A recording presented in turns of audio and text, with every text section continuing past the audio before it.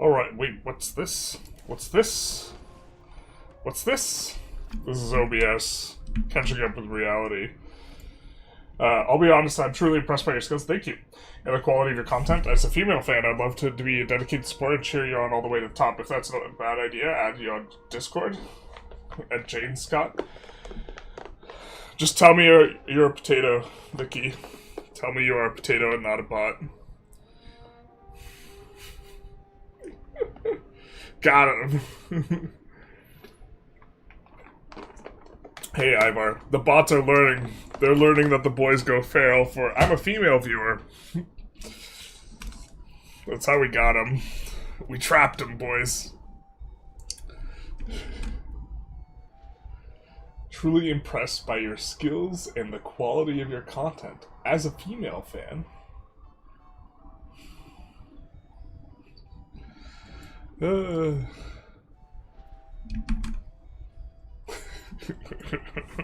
Alright, we're here with the two Sicilies. We have a pretty big chunk of Italy at this point, already kind of wrapped up. We do have to go after the Papal States, we have to go after Milan, and we have to go after Ferrara. We are going to have versus Ferrara claims generating, and we're going to have versus the Papal States claims generating. So that's going to be something we're going for. Antagonism is pretty clean right now. I think we were thinking of taking a chunk of Serbia, or declaring some sort of war, before we got in here, and so... Hungary will not help us out here. Oh, we don't have a... We don't have a CD. Kosovo, isn't that part of Serbia? God, that joke never gets old. The, isn't one Balkan country part of another when I actually have no idea what I'm talking about, is one of my favorites. Alright, so we can get in on Serbia by just decking Bulgaria.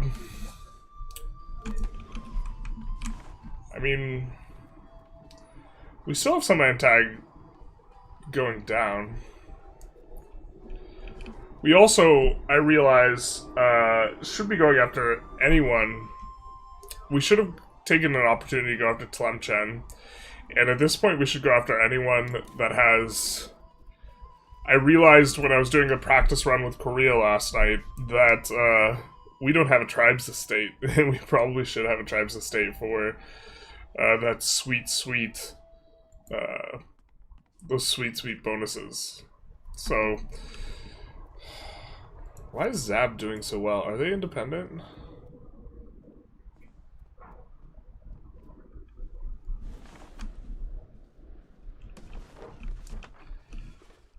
Miss Independent. Color me confused.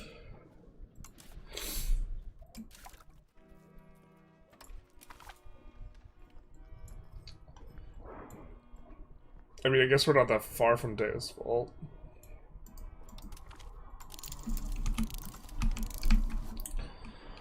Alright. And then I think it was feeling like we were just kind of hitting a little bit of a stride here. Pretty sure the entire region should be called Serbia. Right, you are. Balkans, don't you mean Greater Serbia? Hey Cedric, how's it going? My favorite common boy's name comes from Kosovo, Tonibler. Got him.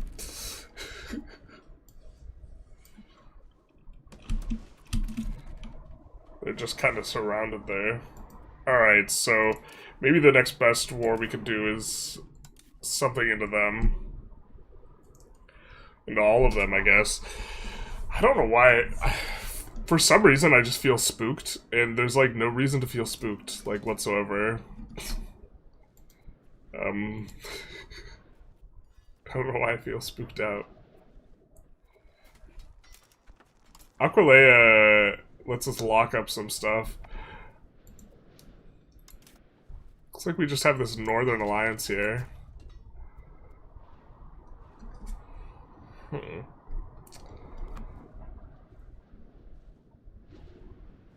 Finding the best war or wars often feels like a bit of a task. Because we have to think like forward in time, like how do we want multiple wars to go while managing antagonism here.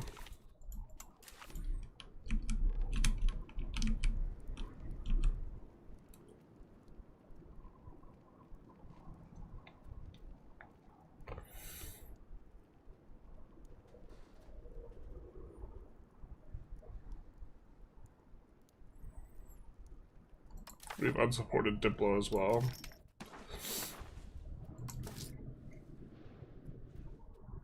With max dip spending. So we do want to annex people. Maybe we should actually just be a little bit chill. I don't think... How much antagonism have we generated? The thing is it doesn't like to tell you. It likes to lie to you. Maybe we just do a simple war versus Ferrara and look to set up on Milan, who we don't have a setup on, and also on these guys. I don't think Verona's a subject yet. No, they're not. Which we could go after Verona as well. Verona's soft and breedable. Yeah, I like this.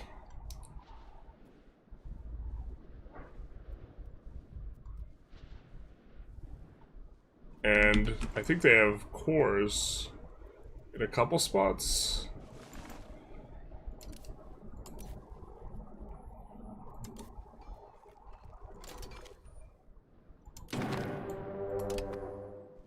Let us hope our army's strong enough. Do let's. Oh, we don't have... Alright, that's something we'll have to handle. Unfortunately. I think that these guys, yeah, are enough to transport. And I think we can just come here. Yeah. I'm dead serious, there are a ton of named men in Kosovo named Tony Blair, obviously after Tony Blair in celebration of him bombing Serbia. that's hilarious.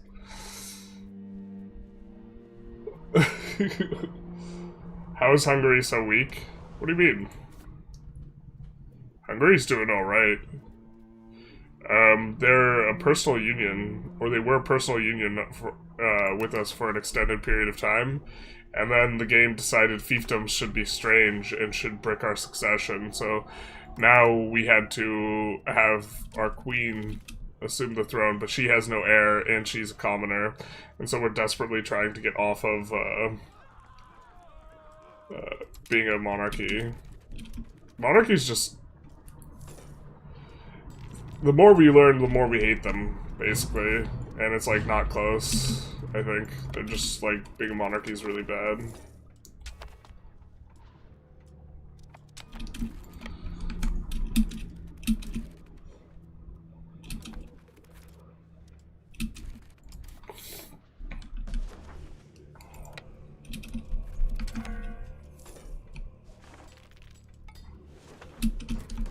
How are we doing on this front? Actually generating some decent stuff there. Integrating that ourselves. We maybe could have given that away to someone else, but...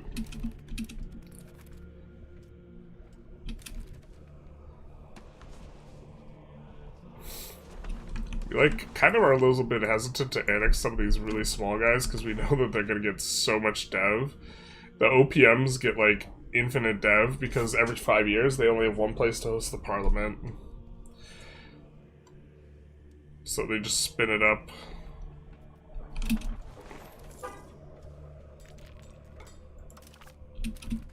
That you don't get much when you annex them, so...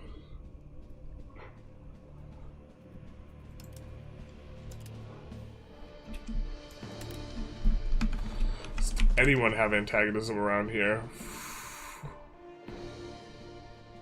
Took locations. Okay. So, since locations is what's ticking down, what we're going to do is we're going to subjugate them. If subjugation was ticking down, we would take locations instead. But there are two separate, like, you decay both taking locations and subjugating someone simultaneously, like in parallel, so you should always want to be decaying both of them.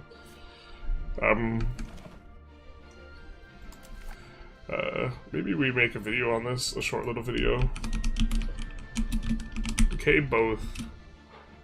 Location, subjugation.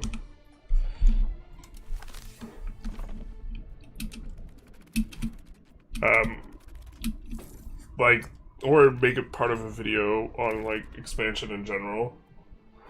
Which Sicily's your favorite if there's two of them, whichever's in the room with me. Of course, because my favorite's Sicily. Big base. What's better than 2 Sicilies? 3 Sicilies. With provinces being split into locations, we need to start with an OLM. I do not want to start with a one location minor.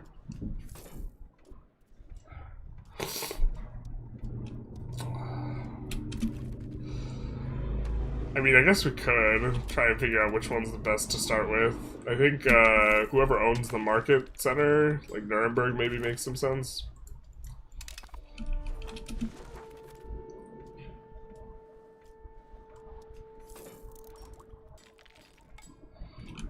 And this guy, I think, will give us claims on Friuli as well.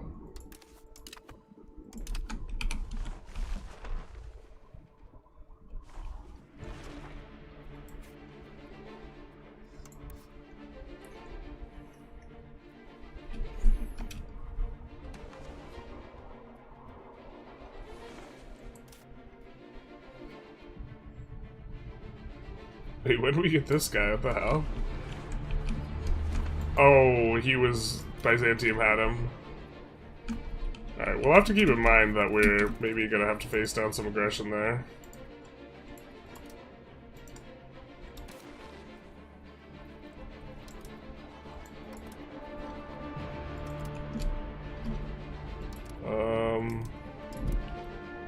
I think we did the things.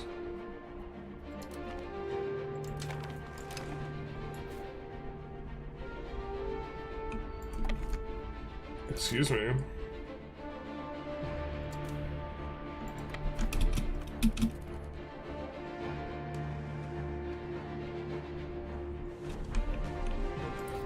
Sienna's pretty quick on the chopping block here. In terms of someone we'd like to vass or annex. So why don't we start doing some of that?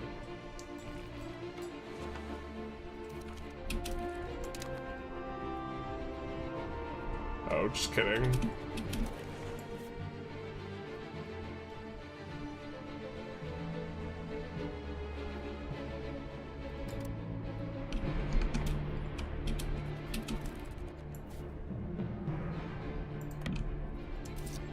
I need to get better about using these hotkeys up the top.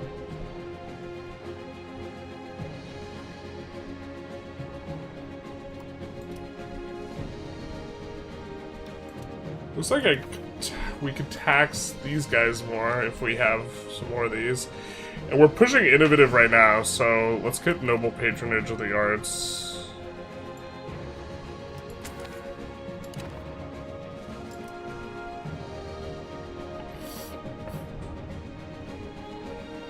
Strengthened faith is maybe reasonable. Gives us a ton of communalism. Trend. Which I think we want. Pop migration speeds. A modifier I'm not entirely sure I know what's best in.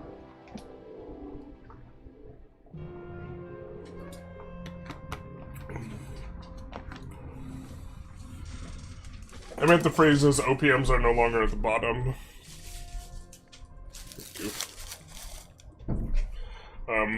You guys are insane to even consider playing an OLM.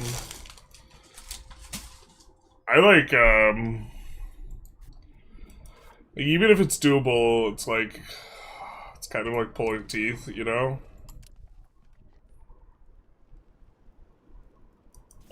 What were we trying to do here overall? We really want to get on to being... God, we're so far. That, like, minus... The event that gives us minus 15 or 20 or whatever it was is so brutal when we're trying to push Spiritualists.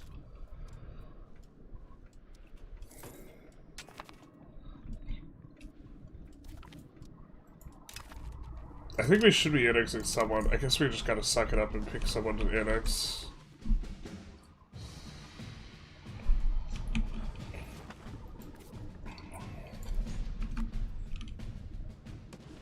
Epirus, we were kind of a fan of. Okay, Achaia has a ton of different provinces.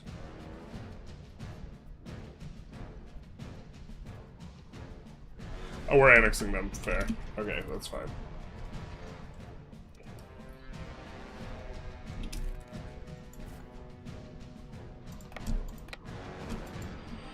One thing that's like super obnoxious is like patrolling when you have winters is like not the fun thing to be doing. I wonder if there's a mod for that.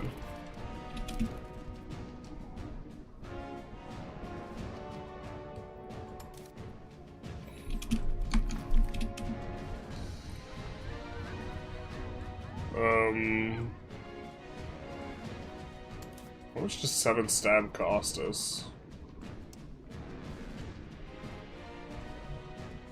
Marginal is costing us 0.15 to go.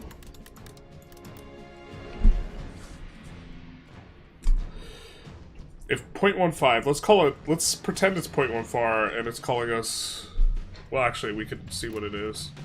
Okay, it's gonna cost us 13.5 to get 0.14 marginal.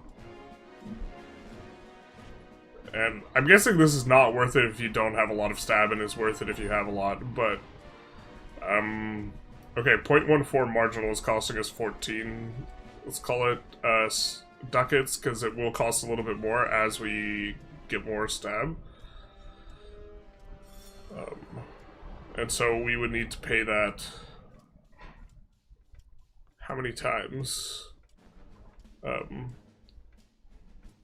So if we paid that 5 times, we would be getting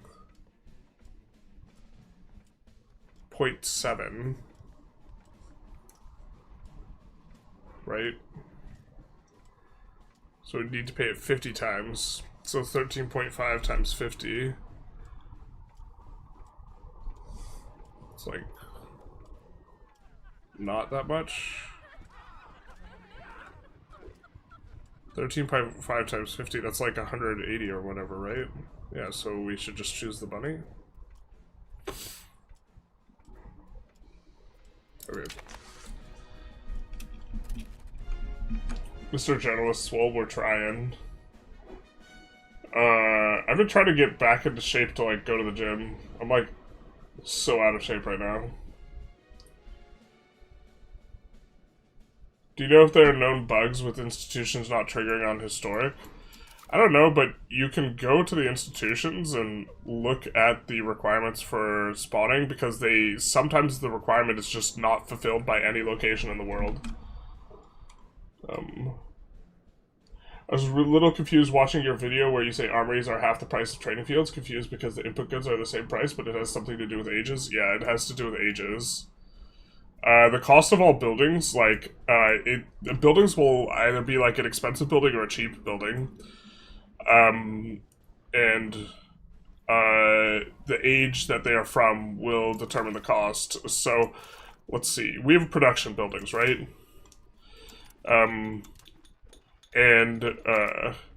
Even though these are guilds, or gunsmith is like, or is cannon maker? Cannon maker's maybe a good idea. So cannon maker costs 100 ducats because a cheap building is 50 times what is it? The age, like times 2, or age plus 1, like plus age like squared or whatever, or raised to the age power. Sorry, I'm saying this in a stupid way. Whatever, it's 50 ducats for the first age. For the second age, it's going to be 100 ducats. For the third age, it's going to be 200 ducats. For the fourth age, it's going to be 400. For the fifth age, it's going to be 800, 600, and so on. So, if we take a look here, we have, this is going to cost 100 ducats, then this is going to cost 400 ducats because it's doubled twice. So every age the cost doubles. And then this one, next age, is 800. Although I guess it's not full doubling for age 6, so the pattern breaks. But the point is like, if we take a look at a different building, like this, is going to be age 1, it's going to be 50. And then age 3, or age 4, it's going to be unified at 400, right? And then this is going to be 800. And they all scale in the same way. And so, with the buildings for, this is an age 2 building, so it's 200. So an age 3 building is going to be, or it's 100. An age 3 building is going to be 200. So, like, you're paying twice as much. upfront cost for the building. Is it worth traditional economy in the early game just for the pop growth and free land? I think if you have a really strong traditional economy like already built up, that it's can be worth it to stay for a while, but that capital economy is like really strong. And after a little bit more kind of paying attention to it, I think it's stronger than I thought it was when I made my like tier list video by like a pretty big margin. But you don't have to blitz getting off of it. Basically, is kind of how I look at it. But eventually, you do want to get off of it. Looking for what the rebooks. Thank you for the follow-up. Much appreciated. Do you think developing your country would be more fun if you had to develop your rural areas to become cities rather than just be able to build a city and town with a button? Yeah, I think you could make a mini game. I think almost everything that, like, there's so many systems in the game, and I feel like people who rip on the game, like, really hard, are coming from a perspective I think is a little bit unfair, because the game is trying to do so many things simultaneously. It's like, how upset can you get that a thing is, like, not, like, the craziest, got the craziest in-depth system for, like, urbanizing specifically. But for nearly every system the game just has tons and tons of systems. You could dramatically improve it, I think. Completely new to Paradox games, the U5 and all that, but I'm completely hooked. Great content. Thank you, thank you. Greetings for the nice words. Greetings for the nice words in support of NATO and Europe. I am a big fan of supporting Ukraine. Yes, Slava Ukraina. You forgot Stab now gives a state loyalty as you're under 0. Well, that's true. Just the instant Stab giving us more satisfaction. That's the thing is, like, Stab's so interesting because the stab is worth so much when you're under 0, but it's like not worth a lot when you're above.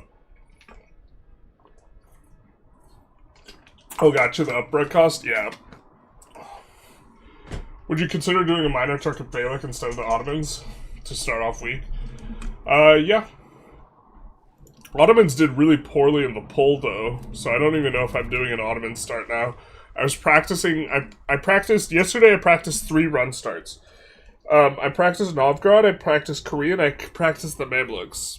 I'm going to run a poll today regarding the Mamluks, whether people, I have an idea for the Mamluks that I think is kind of cute. Everyone knows the Mamluks are strong, I don't need to, like, show off how strong they are, I don't think.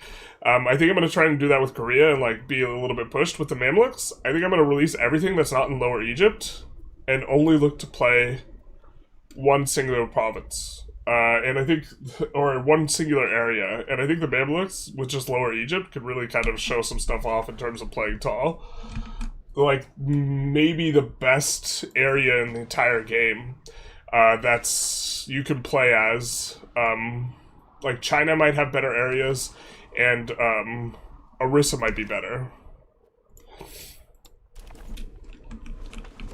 The area of Orissa is maybe better than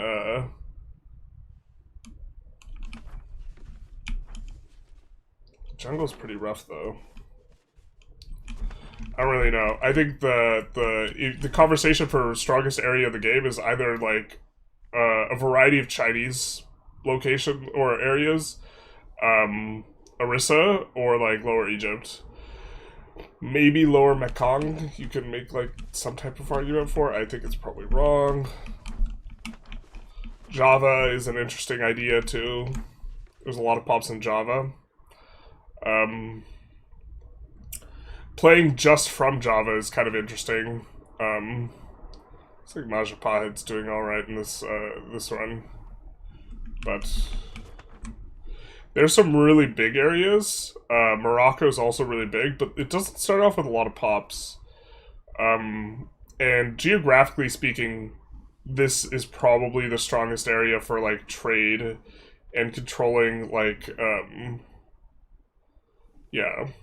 for trade. Orissa is also probably fine, though. The China places are also good just because you're next to, like, all this pop and all this dev. But I don't know. I thought it was a little bit of an interesting idea. We might do that. We're going to poll and see what people want to see. Is centralized worth it for the tax efficiency event? Centralization is just not worth it, like, categorically. The centralization conversation kind of ends when subjects just give you a huge amount of negative. Bengal?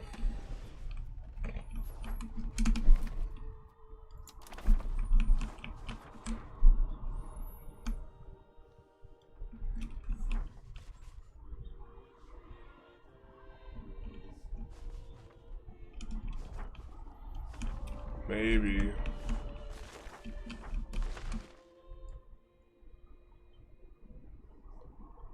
Yeah, this is a lot of provinces. Maybe we do Saptagram instead of Mamluks. No, Bengal makes a lot of sense too. There's so many pops here. Like 9 million pops, and this is for all of the Mamluks is 6 million. Yeah, maybe it's Bengal. Saptagram stays winning. Oh shoot. One sec.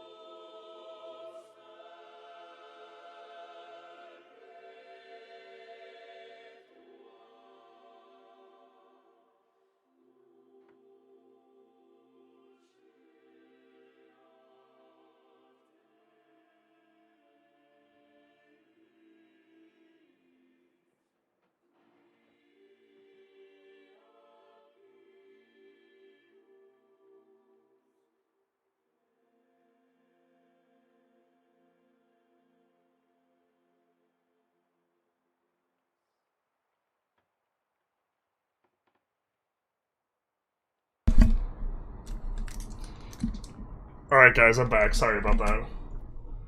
Had to take a quick phone call. Happy Thursday, Gene. Welcome, welcome. We were kind of discussing the best... If you could play one area in the game, what would it be? It might be Bengal. Maybe the Mamluks, Lower Egypt is not it. World-spanning trade empire spawning in Egypt would be sick. You could make trade companies in the entire world. Yeah, I think Egypt is really cool. Egypt is cooler than Bengal, I think, because you're like the bridge between the two worlds. Also, Egypt, in terms of content, it's okay. Saptogram is Sunni as well, so like this is not as good a bonus, but Sunni gets distant bonuses or discount trade range used overseas discount, and the more of these you get, the better. Mamluks also get one, so I was thinking expand it. Like Mamluks also look really good from the perspective of okay, all I can do is trade and just build a bunch of production or something like this. Bengali have good tech too. That's right. They just hide it from you. They don't want you to know. Wait, Bengal's formed in the game? Yeah. Here, actually, we could take a look at it real quick. Raiders first sight is the chair. Oh, I got a raid. Oh no.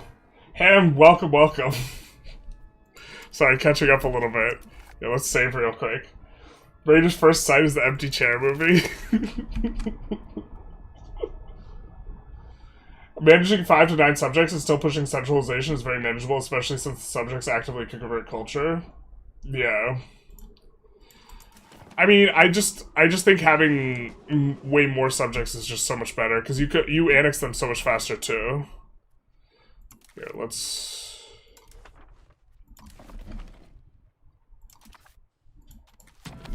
Interesting that Bengal's formed here though. Time for a better chair, something with padding on the back. I actually, this chair is expensive. This chair is a nice chair. This is like this was a treat myself type of chair. I did get it used though. The size of provinces is relevant. Yeah, you'd prefer bigger provinces, but they have so many provinces here. Bengal, they're making 100 ducats. The thing is, they get to be Sunni too. Or they start Sunni. I don't know what they've done with themselves. Yeah, they're still Sunni. Yeah, they're going Sunni, we don't convert anyone, and we have Zimmi.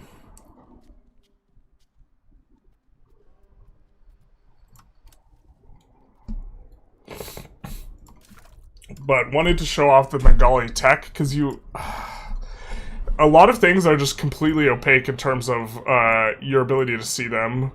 And they actually get decent stuff like infantry power, plus 10%. You're like, what? And they can build the Paik units, or Paik, or however this is pronounced, which are going to get some extra stats.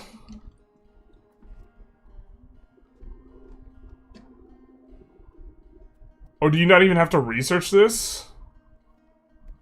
Wait.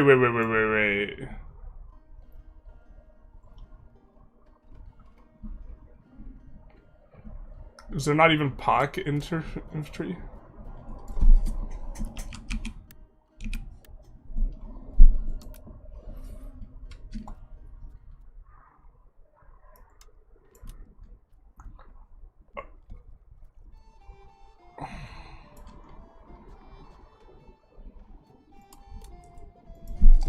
If you didn't have to research it, that would be insane. But it looks like you have to research it. Okay.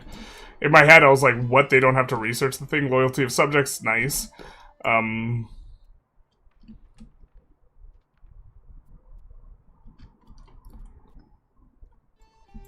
Just looking for some Bengali tech. But just like right off the bat, infantry power. You can't look at Bengali though. Very easily. They get elephant cavalry. Which is basically just combat bonus and elephant cavalry kind of suck ass, but Just in general, army tradition. A lot of this is just the Asian stuff. I think incense... Is this Bengali? Or is this just Asia? Shout out to Tooltips, Asia. Yeah.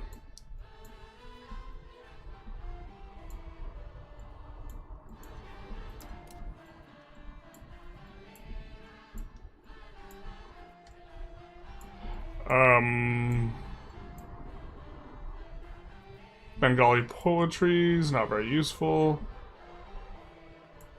I know we talked about it in our nation ranking video, how Saptagram actually just has really solid tech. Having your own units is nice, especially if they're in good locations on the tree. This isn't exactly a good location on the tree, but it's not bad. I think they get a cloth bonus somewhere, or fine cloth bonus. If I recall correctly.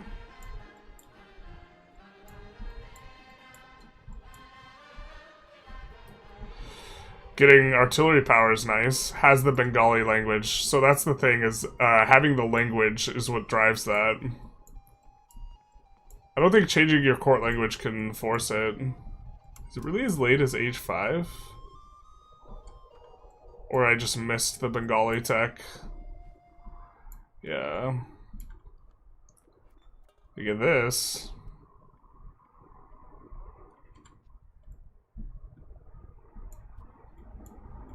I'm pretty sure there's a fine cloth tech in here somewhere. And I feel like I skipped it somehow. I feel like it's age 3. And I just missed it. I missed it with my special eyes.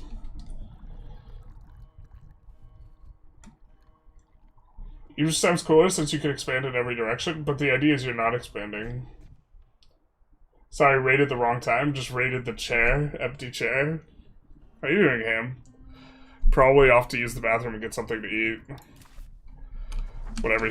I mean, like, I don't know if that's what every streamer does after a stream, but, like, I usually don't hang out too long.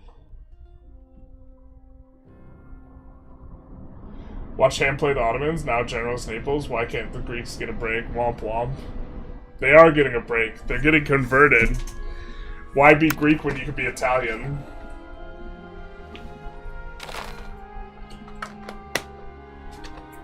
Just trying to eat them faster and make them, but, yeah.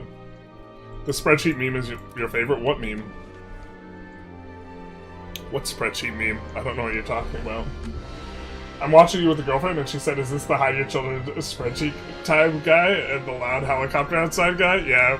We missed loud plane week this year, though. No loud plane week, courtesy of the government shutdown.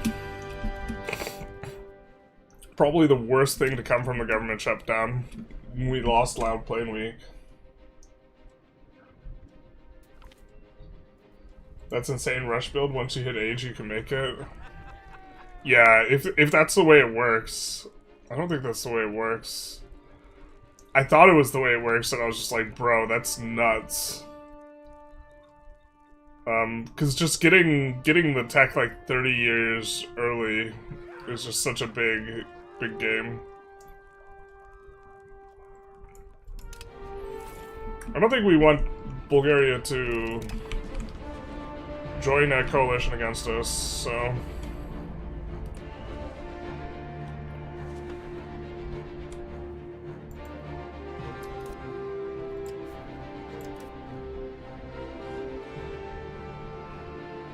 Papal States does not join. How do we feel about that? Makes the war easier. Makes the war really straightforward.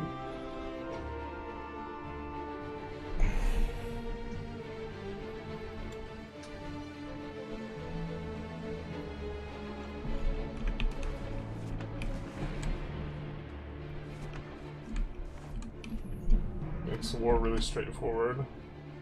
20% cloth bonus. Can't you view their unique text easier through the country tab? Nope, because it's tied to their culture. Like, Muscovy has a bunch of stuff that you can't see. Because there's no, like, Muscovy tab, just like there's no Bengali language tab. It just looks like they have actual zero content. Feels like the game's over when I hit age 5. Game slows a lot, yeah. Hey, sorry, you were right. I was off to the bathroom. Just started an Ottoman run. What are your thoughts on early Ottoman runs? Like, in general, I think Ottomans are really strong. They have a ton of good bonuses. They start off with not a lot going on for them, though. Like, one of the most important things is pops, and they don't have really much of that. But you can, like, slave raid, and you can start getting in on, like... Once you get to the point where you start fighting India, and then you just, like, start taking their pops. Decentralization, new meta, yeah. No, not there. Muscovy has nothing, it's just East Slavic. So you want to change to Ruthenian, they have lots. I think Muscovite has a lot. If I recall correctly. It just doesn't show.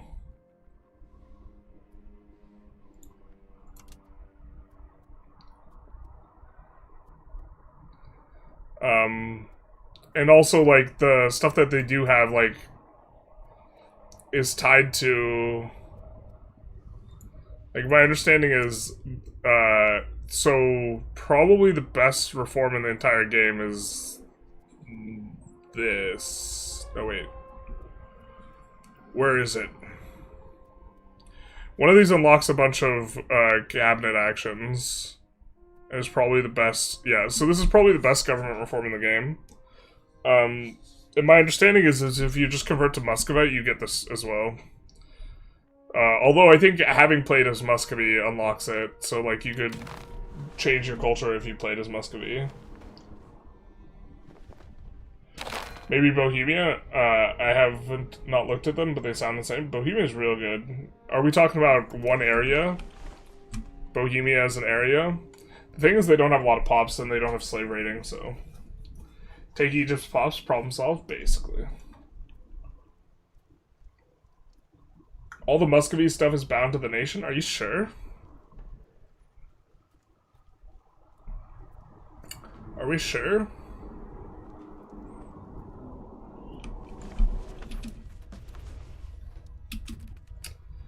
Guess we might have to go on a fact-finding mission at some point then.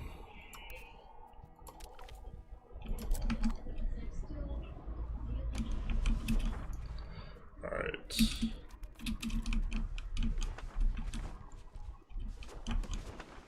We're starting to get some... Well, it's not looping around yet.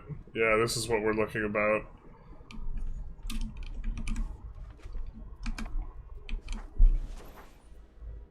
We have plenty of sailors.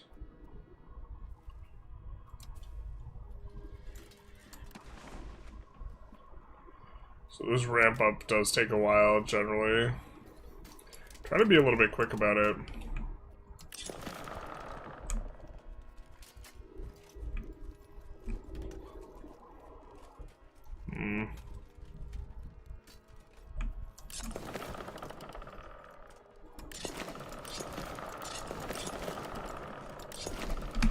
Let's do that.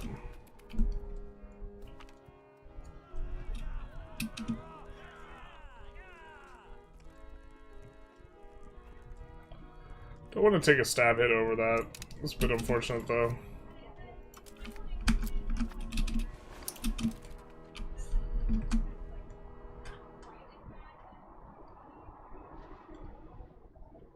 Oh, he's making it up? That's not the Muscovite? Oh, is this, we don't like Russia and modern's political affairs, so we say that they don't have any culture. Meet.meme. Oh, just trying to... I mean, I'm planning a Novgorod run, and so if swapping Muscovite doesn't do those things, then that's like, affects the planning on it. My plan was to maybe form Netherlands and then form Russia.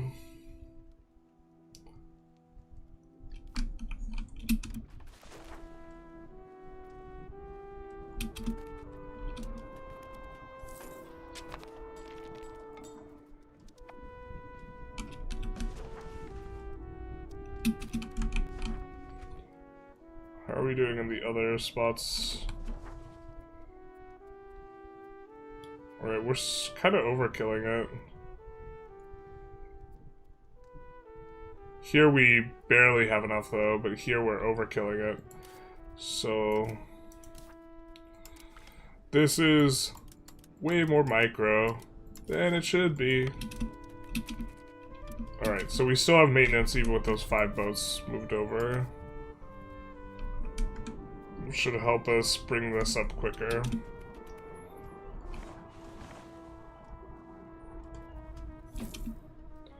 We're even researching right now. City rights, okay. Okay.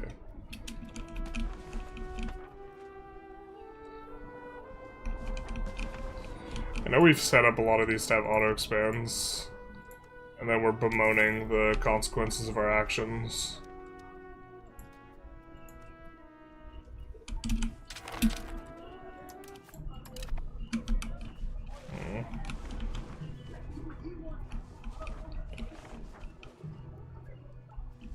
Still thinking of downgrading this. We would never upgrade the saffron. There's actually a common cognitive bias is you don't want to lose something you already had, like really, really bad.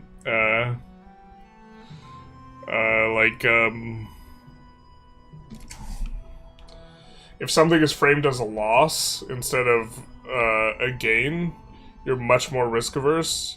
So if a procedure's,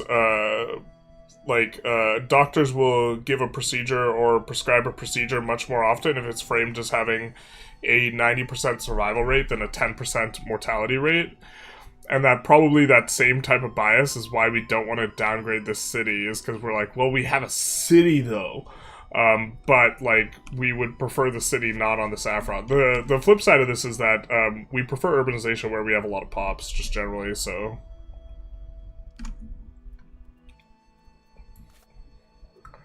I think we have to urbanize this.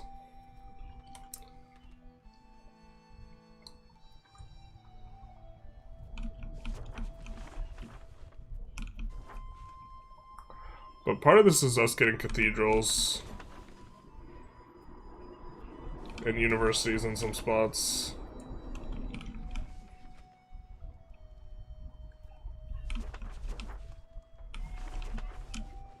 Do we have a cathedral here? We don't. We'd maybe be okay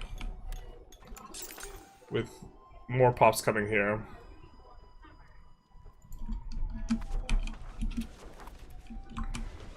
Stone is kind of an interesting one. I probably under-consider collapsing stone prices. Wow, speaking of price collapses, our fine cloth is so cheap here. That's a problem. Yeah. Profit of 2 on a level 25 building. The disadvantages of auto expand. Alright. Can we do anything about this? You can make a lum cheaper.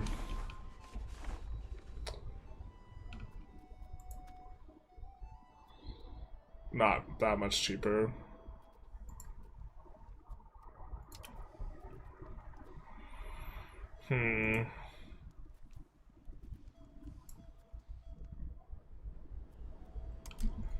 Not ideal, that.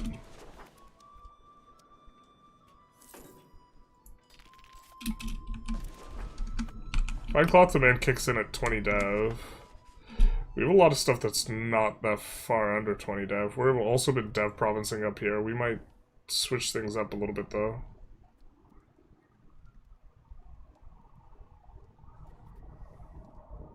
One issue is we don't have anywhere near as much satisfaction as we ought to. Because we could use more tolerance of heretics. Because we flipped religion. Or we could convert people, and that would also work.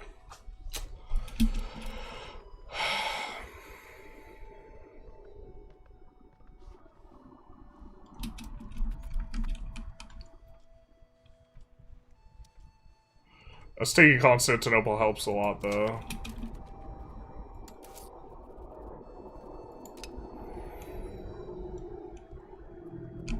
I guess that one map mode that shows percent of pops that are a given group would maybe be useful here. Let's actually do this for the satisfaction, man.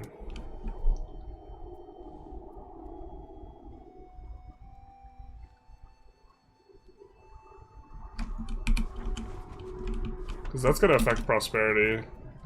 It's going to kick this up slowly. But most of our pops are going to be commoners. Before release, like on the April build of the game, commoners used to get very little tax distribution, and taxing them 0 used to be like the meta. You could swap to Muscovite and they'll still work. Yeah. Giles is talking about specific tech type to culture groups, i.e. the Bengali tech doesn't show up for Bengali nations until you open them up. Yep, gotta open them like a coconut. What's your final goal for the run? I don't know, it's a stream run, so kind of experimenting. Wanted to play a little bit on Christian, probably forming Italy. Depends on how much interest people have or for how long. Generally speaking, the stream count number is just way higher for starting a new campaign than it is for like continuing a run, but like I try and do deeper runs to understand the game better. Have you ever done a mega campaign? No. I think mega campaigns are a content trap. Nobody wants to watch me play CK3. And it'll take me forever to play the CK3 segment or whatever.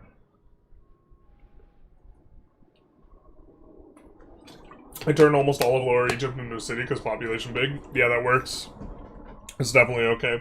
Is spamming cathedral everywhere a good thing? I don't know about everywhere. They do give some good stuff. What we care about is the migration attraction on the cathedral. Conversion speed's also nice. Cathedral also doesn't have the downside of increasing food consumption.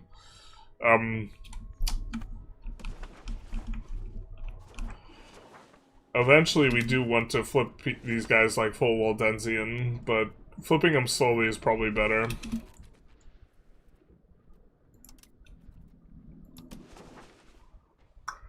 In theory, we should be also trying to take a look and make sure that every location has burgers.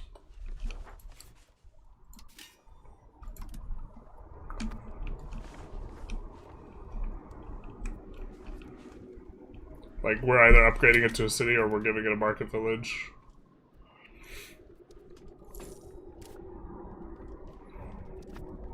These guys lost. They were at 30% power. And they lost a lot.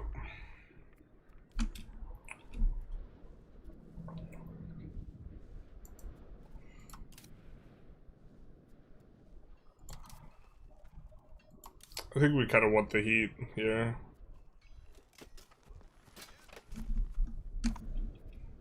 Catholic zealots. Where are the Catalan patriots? Just here? God, that's gonna be annoying.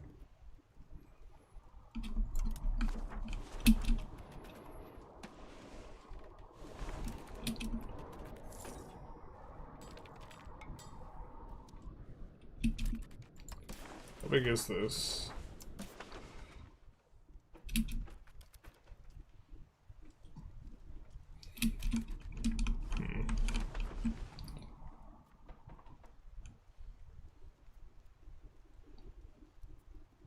Seven, 5 locations, 6.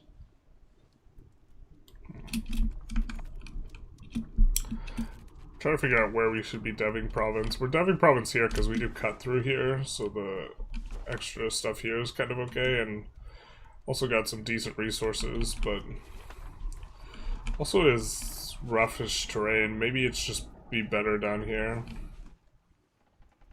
This is 5, this is 6 locations with 2 cotton and a saffron.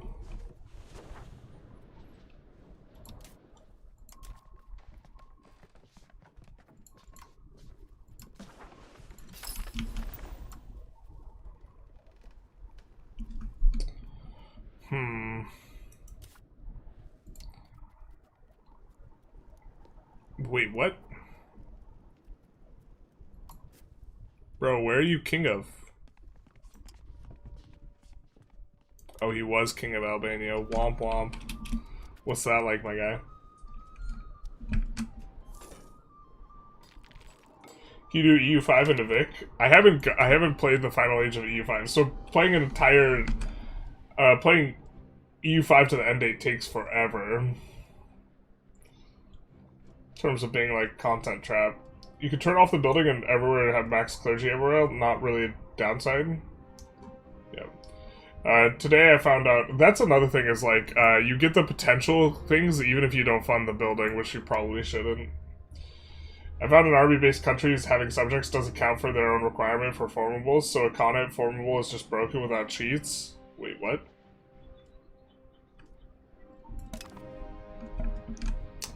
That's a bummer, I guess.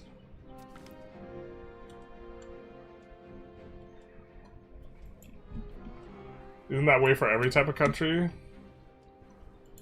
Yeah, I mean, we can't form Italy unless we own the stuff. Maybe I'm just not understanding the question or the comment.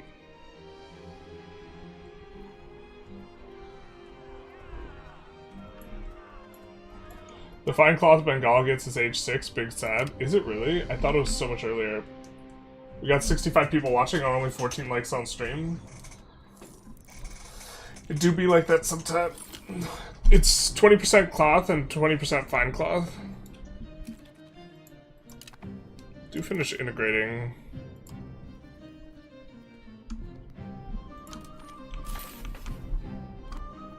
Oh, my kingdom to be able to provoke rebels immediately. There's no tribesman in the nation, he lost the estate? Yeah. We would like to have it. You should start a new run, but this time play Kingdom of the One Sicily. Sicily to Carthage. If you're playing in Sicily, you can form Carthage. This makes me feel better you haven't reached the end date yet, because I haven't either. I mean, it like... You're just like so powerful. Yeah, it's like... I don't know. I like mega... The point at which I like mega burnt myself out in Vic 3 was doing the world conquest as Great Britain and managing like over 50,000 construction. And not idling my queue ever. And then I told myself, you know what, I'm not gonna do this again. I like, cause also nobody cared. It's not like it's not like the videos that I made, like, in the later portion of that run did, like, well at all, or even anything remotely proportionate. It was like just an exercise to, like, learn, I guess. Kind of do want just the 5% research speed from embracing this. 6 stabs, not too bad. What are we researching right now, anyway? Days Volt's kind of okay. We can put that on the back burner, though. Man, meritocracy gets here so fast now.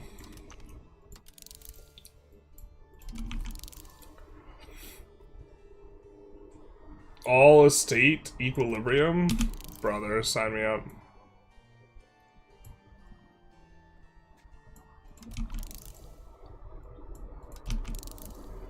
That might be all we want from here. Stab cost investment is kind of okay. We might do that.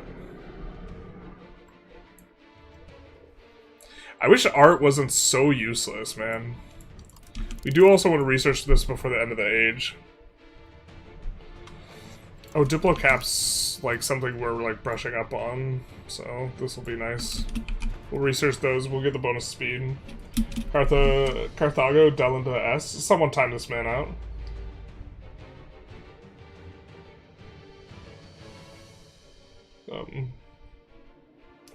I've never gotten past the age of discovery. Yeah, I mean, like, a lot of campaigns feel like you've won them in, like, 1500, yeah. The values are balanced. Depends what you mean by balanced.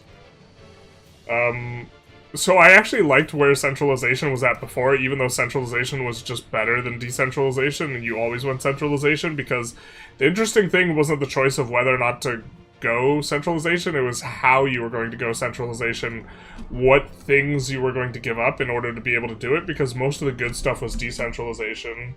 So it doesn't necessarily have to be balanced. I hate Age 5 only once in EU5, and it felt like it was pretty cool, but couldn't help but think, why am I stacking more modifiers? I've already won, the game's over. Yeah.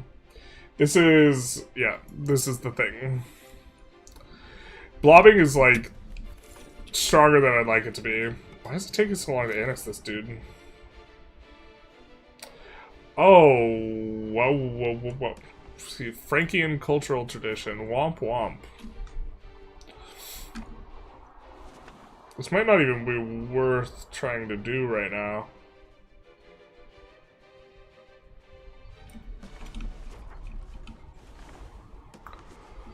But maybe us sitting on more subjects for a while is kind of okay.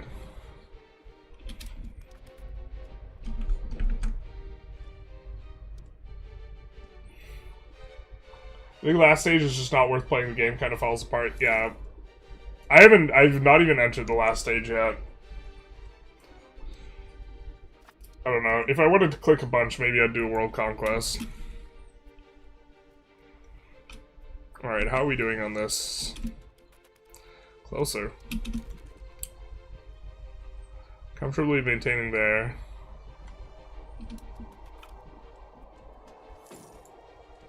That's another thing, I think, why I maybe don't like lightship upgrades that much, is because you already, like, have the exact number of ships you need, and then, like, upgrading them is just such a hassle in terms of clicking.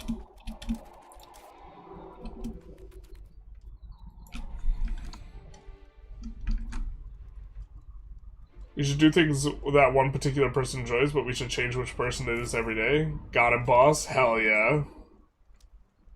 I hate it deletes messages when I time someone out for a minute. Yeah, me too.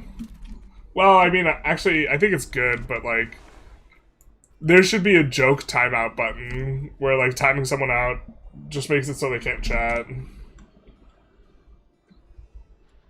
Yeah.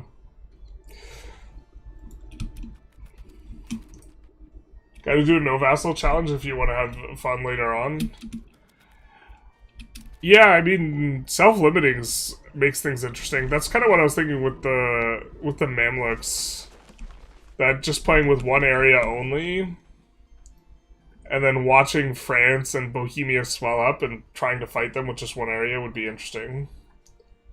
500 years is way too much. The game should either start in 1444 or only last until 1600.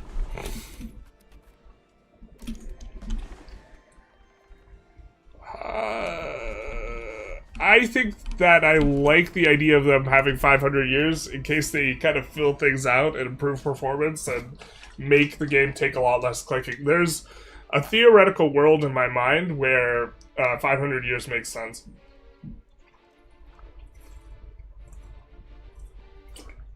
Like, once they have the end date, they, like, never...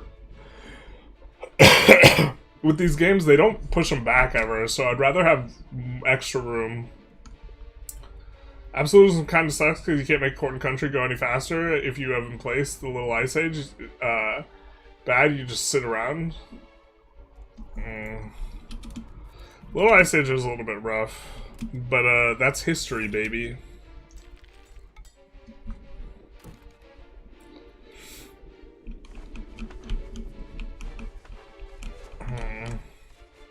Oh, this is one big ass province. This is a nice ass province.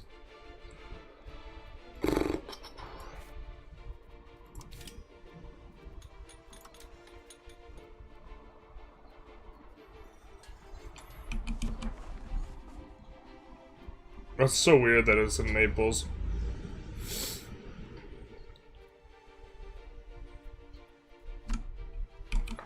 Yeah, really not gonna do well on the market access. Making like half a duck in a trade. It is free gravy though.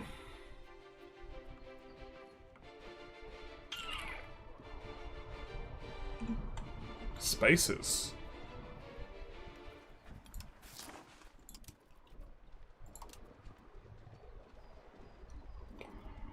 Trading some jewelry. Where are we getting spices from?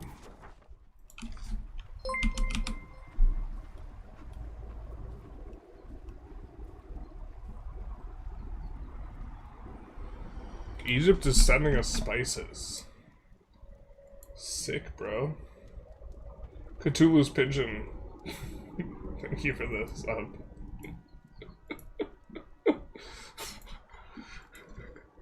How many tentacles does Cthulhu's pigeon have?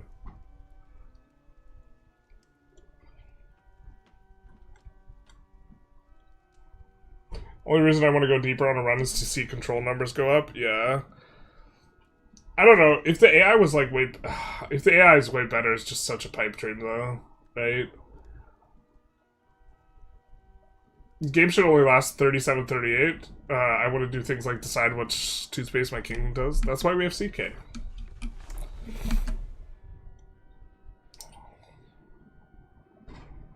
Since there's mass AI urbanization and it's region-based, you don't have all the food. You have all the food and they don't.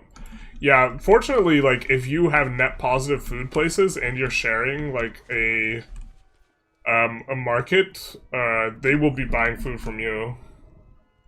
I was playing Lithuania and had a few ships in the Baltics to increase presence, but my ships would get damaged and die. Ah, yes, that's because of winter. You suffer attrition in the winter. They got rid of the map mode. They got rid of the winter severity map mode. No! They got rid of that when they got rid of the river one, but we didn't go out of our way to add winter severity. What I was gonna show is... God. Stupid, man. That's actually, like... The winter severity map mode is actually, like, useful. It's useful for explaining this, but basically if you're far north and you have winters, when winters come through the sea provinces, they will wreck your ships. So, I believe what you can do to offset this is, so parking your navy in one spot is kind of how you play. And I think what you could do is you could just have them patrol the seas and just patrol the seas in one location only, and they'll go back to repair.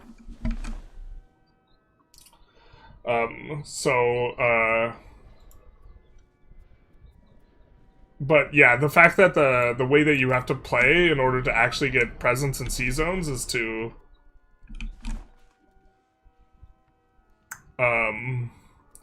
park multiple navies around does make it kind of a headache for winter. I believe that's how that works though. Add more start dates and you're set. CK3 got it right, IMO. It's a ton of dev work to add more start dates. The problem is the game needs to begin where CK3 ends and end where Vicky 3 begins, so they're kind of stuck in their dates. Yeah, unless they split it into 2 games. I think that would not be insane. Creating a market, not worth it? Over here? No, I kind of... So if we made the market, it would be down where, like, Athens is or something like this. I kind of just historically just, like, have not been a huge fan of the, like, Athens market. Like, I would rather have these things to feed the Naples market, because the benefit of making a market is market access, and your market access just, like, goes through a blender when you have to go through mountains and hills and stuff, and there's no really good open clear area for Greece. So Greece is like kind of a case study, and like this is, in terms of radius, this is really an area where we would want to market, but in terms of like terrain, we don't want to market here. And I think that maybe the solution is actually moving the Constantinople market down here to Smyrna, giving this place better access. Because the thing is like traveling through the ocean and then like this type of stuff, you'll have similar market access to like if you had Athens as your market capital, which is like crazy. And then all of this gets much better access, and then you have another market up here, right? And so it might be that Constantinople is actually just a really poor location for a market center. I mean, I think it is a poor location for a market center because pushing market access via the sea is like generally not that effective. You can see here, they're pushing it via land in a lot of these spots and not via sea zones. So why not just move the market? You know? That's like one of the issues is like, I was trying to figure out, okay, how do we like play this concept, or how do we play like Ottomans correctly in regards to where the capital goes? And I think like the capital, the market capital, might be both Smyrna here, and that starts to make a lot of sense. All of Greece gets much better access. This like dead zone down here gets better access because placing a market here is rough too, because you want one here, but then it eats into the Constantinople market way too much. And so this zone all over here is going to get better access because it travels overland. And so like the access here, it's not even in the Constantinople market. It is 36%, but like over here has like 40%. It'll have much better access coming from Smyrna. Especially I think there's a decent amount of rivers. Yeah, not a ton of rivers. But we'll come through this river and this type of thing. And like you don't really want, it's all sparse, so you like, it's not like you're gonna build this huge like production center here anyways. And then that makes this market much less scrunched and much more expansive, and so you get these two nice big markets, where this market also like is awkward for similar reasons of like terrain. And so I was thinking about this a bit, and I think it's like an interesting, one of the more interesting places to think through. I prefer free chicken over gravy. Bro, chicken and gravy sounds so good right now. I was handed a pastry, I think. Do we eat the pastry, chat? I hate that you did not stream during the days of the latest run when I had a bunch of questions. Womp womp. I apologize. CK3, despite being a more detail-oriented game which focuses on characters, has a time frame which is 600 years. Yeah, but CK, you can just like... CK, it feels like you can ignore a lot of... There's, like... The details don't... CK3's details don't ramp up, like, as you get more stuff anywhere near as much as, like... There's not an accumulation of clicking required to properly do stuff. Menti, maybe winter severity isn't working because it's August. No, it's a perma on map mode. Someone made an infographic for my hotkeys, and in it, the river map mode and the winter severity map mode were both highlighted red. And I was like, why is the winter severity map mode highlighted red? And I was like, oh, it's probably because that is a dev tool map mode. And then, yeah, it seems to be a dev tool map mode. Yeah, naval Korea sounds fun until you realize it sucks to push procs anywhere north, or it's just a ton of, yeah, pain. Is river map mode available in the beta now? No, you have to use mods. That's what we're doing. That is what we are doing. We're also waiting for this rev to pop before we can declare war. I really wish you could provoke the rev. Oh, look! The price of our fine cloth is up like... It's up like 25%. What? This is something we've been trying to keep an eye on.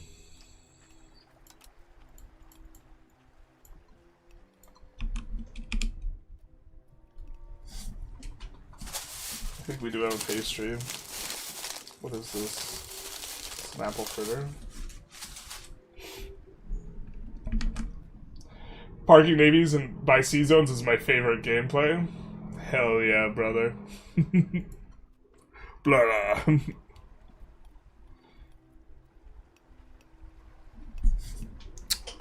More burgers we get, the better. Cathedrals for cathedrals, big true. I love the names of some of these PMs. Cathedrals is the PMs, and then cathedrals is the buildings, so you get cathedrals for cathedrals.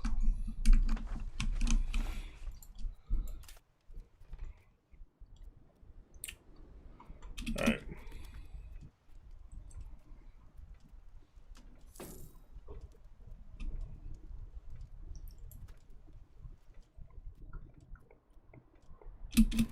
We really can't keep lumber prices down, huh?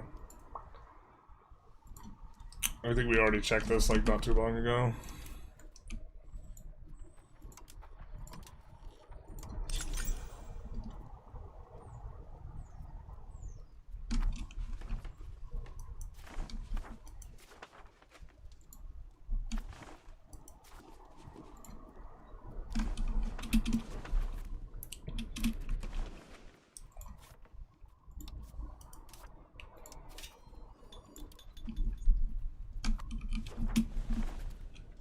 Do that as well. Which should... The lumber mills take forever to employ up. I think they're one of the few buildings that's 1,000 employees. So... River negates hills and mountain proximity costs. Is this intended? Wait, what? It's intended that it negates... that it gives flat proximity reduction. I don't think it's supposed to negate the hills and the mountains, though.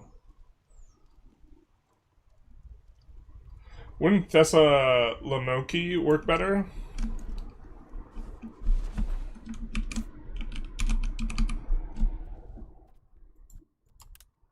Nope.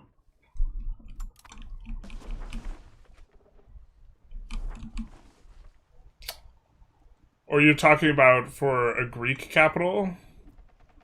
The thing is, you're stepping on Constantinople's market a lot, and the market up here a lot. But moving Dubrovnik down that direction maybe makes sense.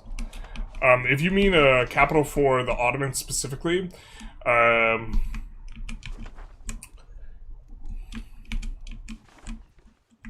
that the one we want? No.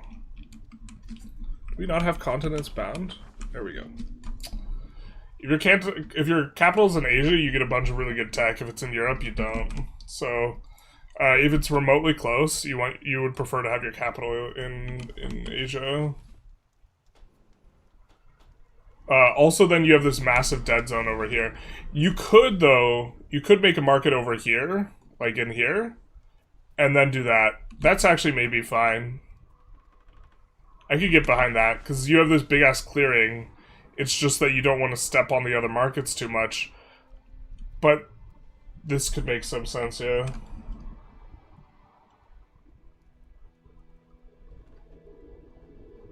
Got him.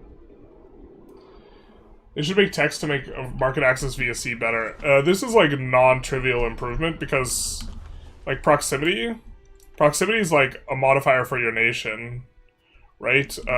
Market access or market attraction, this is like an international score that's like on the map, and so you have to have like geographical things affecting it rather than like nationally oriented things. And it's like apparently it's like not improving. That's not like a really straightforward thing to do.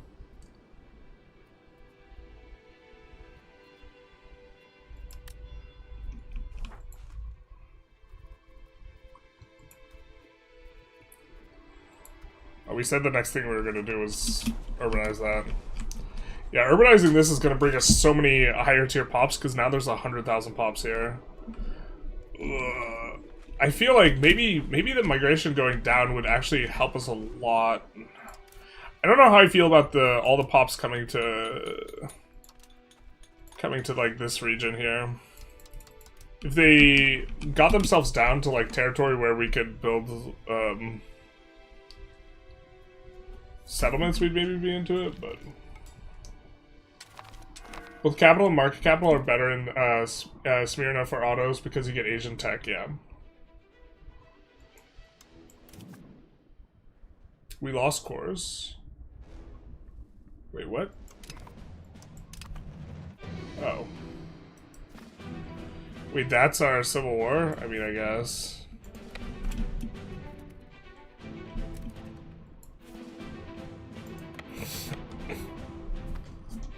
They should add text to fix the broken mechanics, like tech that makes the HRE work. Don't you mean DLC? I saw something that was actually like pretty funny. Apparently, like, I forget what game it was, but what the game does in the background is it checks and updates to see if it has DLC. And this creates a thing where if it already knows it has the DLC, it won't check as much, right? And with this, what ended up happening is that getting DLC would decrease lag because it would not be checking as often or would not need to check as often. So in order to reduce or increase FPS, you had to buy the DLC. DLC, or it should be an H4 tech for the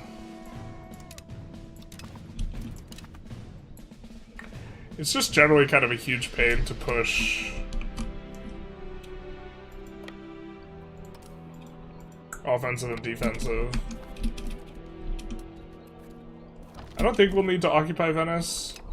God, I hope that I hope that nobody makes a market because we had rebels in Venice. That sounds like the name of a bad punk song.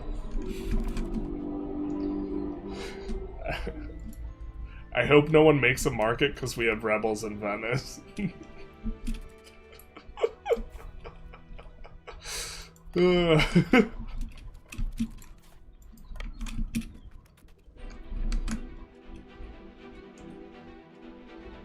also was checking the floor to see if there are any chickens around, but he found nothing but a gifted pastry.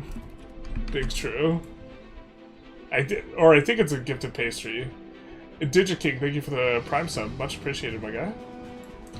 There's a... So I actually don't know if I have a college degree or not. Because I have a relationship with education, let's say, where I'm, like, annoyed by some aspects of it. And, like, a big thing that, like, annoyed me in college was that a lot of people weren't there to actually learn. They were just there to get the piece of paper. And so I started disliking the diploma itself because I thought that it led to like this insipid rat race that just revolves around it. And nothing annoyed me more than students asking, "Is this going to be on the test in class?" Because it's like, okay, I mean, you have a right to ask that, and maybe I shouldn't be getting annoyed, but the flip side of this is, like, it is emblematic of a lack of interest in actually understanding the material, and instead just performing a function of being able to pass the test so that you could get the score, so that you could get the grade, so that you could get the diploma. So I never actually opened my diploma letter, so I don't know if there's a diploma in there. It's Schrodinger's diploma. It's been sitting in my closet for, like, 8 years.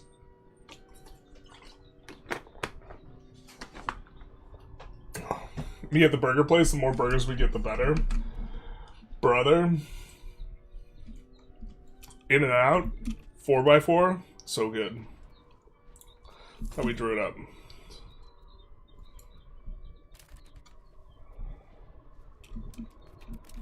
Ew, forts we forgot to delete. Another reason why I love deleting forts.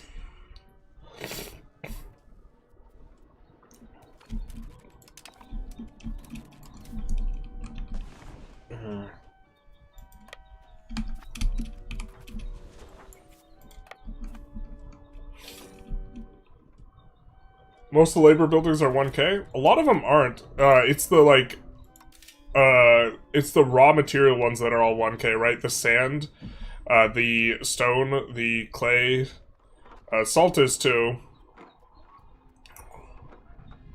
I guess fruit orchard. But, like, oh, I thought charcoal kiln was 500. I guess you're right. Some of these are 500, though. Bueller, where's the 500 one? Am I just going crazy and they've always been... I could have sworn one of them was 1,000 or 500. Alright, never mind. I take it all back.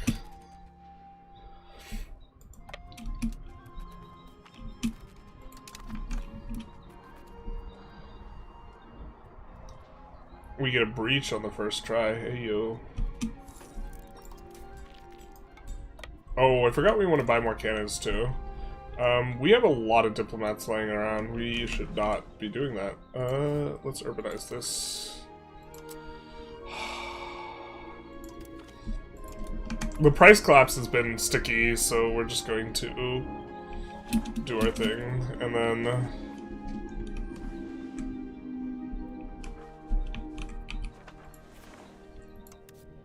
Siena we wanted to annex. We also wanted to annex these guys, both of whom don't like us very much.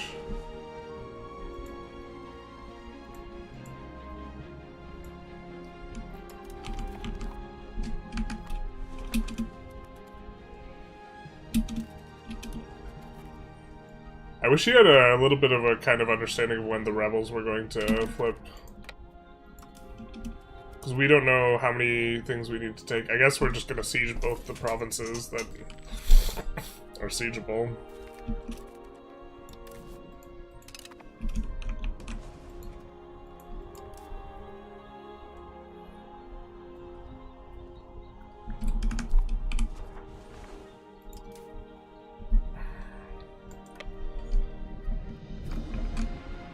When I took Egypt, it spiked my lumber price because they have 0 lumber. Yeah, they can build a ton of lumber bills though, fortunately, because they have all the farmlands. Chatter gets hit with the no from the generalists. They should take 740-day ban. Womp womp. I don't even remember what I said no to, but it was probably wrong. If Persia doesn't get Mountain Plateau tech next patch, I'm gonna riot. So I was in the creator feedback section. I was the one who gave feedback for specifically the terrain specific proximity reduction, which is what I thought that the Ottomans should get instead of like some of what they have. They should get like a reduction on plateaus and hills. This was my suggestion. So then they really would make a nice home with this region and their entire region writ large, instead of needing just general proximity, and then the general proximity would be less of an issue balance wise. But when I suggested it, I think I suggested the Ottomans, Ethiopia, and Austria. A lot of other creators complained about Austria specifically though, that it felt awful to play.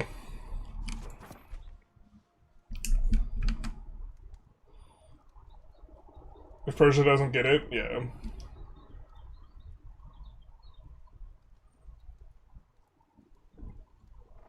Maybe make marketplaces to increase market access a little bit more. Yeah, someone didn't like my analysis on the tech tier or the tech rankings because they thought that I understand their point. They thought that I rated the merchant quarters too low.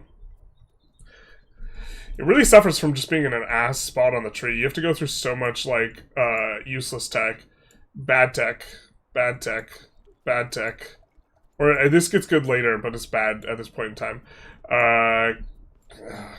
Does kind of something, basically useless, and then merchant quarters. It's like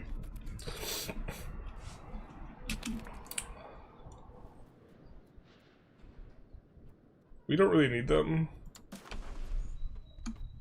Senato, possible. We don't want more dev in the capital, so we're gonna go with Salerno, I think.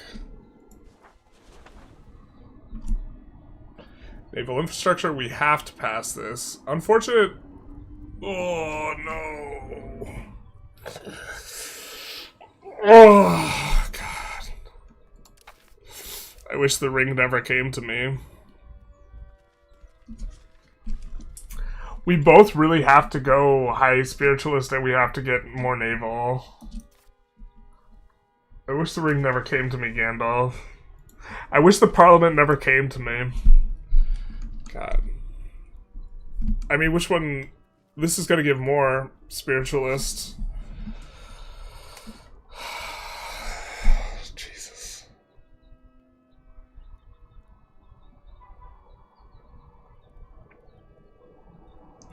Naval, I think in general, is more important and harder to push, though.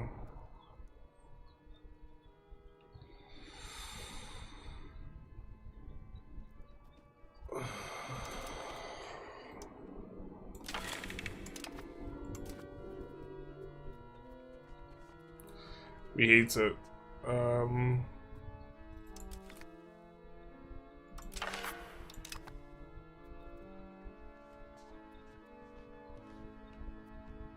Does this give us spiritualists? Or is there an argument for that?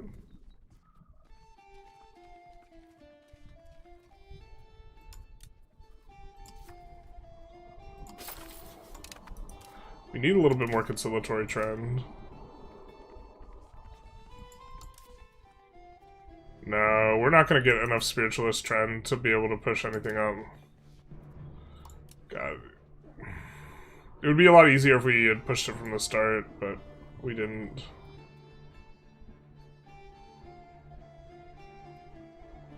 Alright, but we would like to find conciliatory somewhere.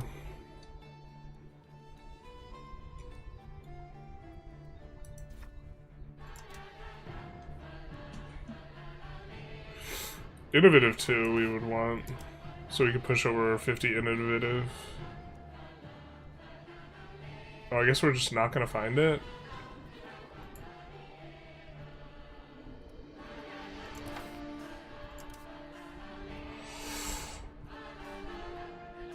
maybe we don't push conciliatory then.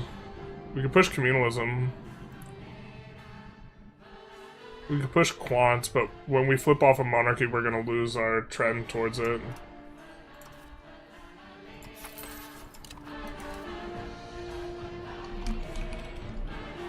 Our pops are like absolutely flying, it feels like, into just kind of being densely packed into here.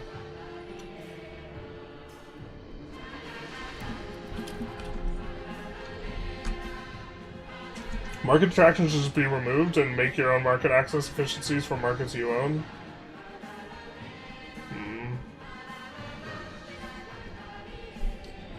Capital in like Smyrna also puts more control in Egypt. Tons of pops there. Yeah. It's like, it's much better for the Ottomans, I think. I think you lose out on some unique buildings, though. I'm not sure how good the unique buildings are. But, like, is it worth the tech for Asia is really good.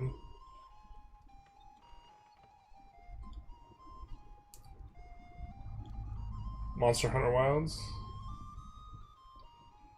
When you do something wrong in the Age of Revolutions, just ask. I haven't gotten there yet, so I can't tell you. All my pops are over 65 satisfaction, and I keep getting civil wars. It's called the Age of Revolutions, baby.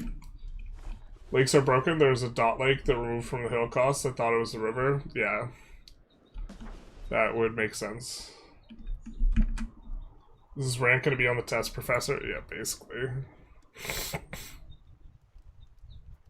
Alright, we have this as well. Well, we could use this to secure a trend, actually, and then just flip out of it later. Completely agree with the test and grade hate, though the point should be to learn stuff, yeah. But, like, the thing is, like, my generation was super sold, like, go to college, get a good job, and then we went to college, and then there weren't good jobs. I had the same experience in group projects, none of them could care less about the subject matter. Yeah. Just a bunch of people who don't want to be there.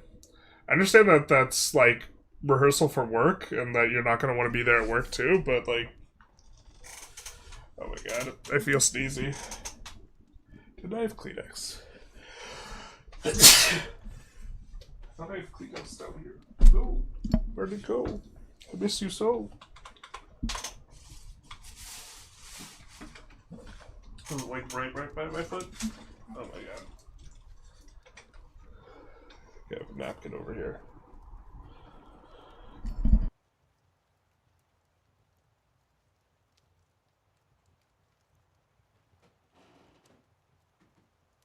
Never shaking your hand again, journalist. The truth hurts. Mason is 500? Yeah, but that's not rural. Or that's not, resource building. It's a finished building. Charcoal is 250. Is that the one I'm just thinking of? It's like only charcoal?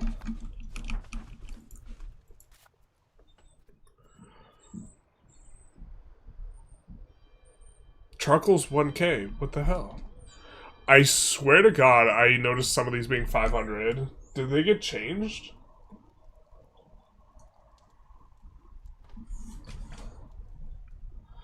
You use up all your pops without upgrading buildings for a long time, so I think you overrate the upgrades. The build cost is extraordinary.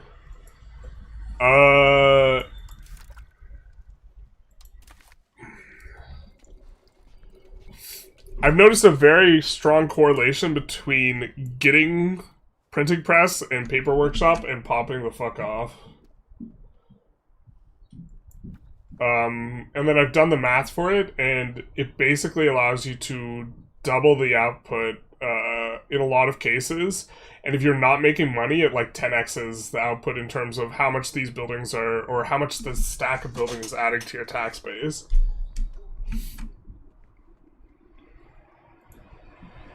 Speaking of the ring, you see Lord of the Rings extended cuts are in theaters this weekend? Wait, what? Why was I not informed? I guess I am being informed. That's what's happening right now. Okay, that's right. So... maybe we should have gone rejection of sacraments first. We could get spiritualist trend from a few places.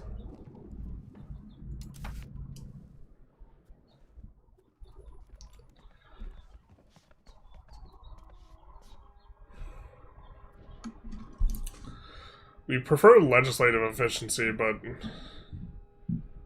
monthly innovative would be kind of nice for just being able to hit 50 innovative. Man, I feel like we've just gotten a ton of awful parliaments in a row. We could do this.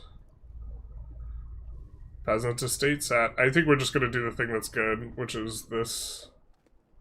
Unfortunately, this gives us progress towards Strad, but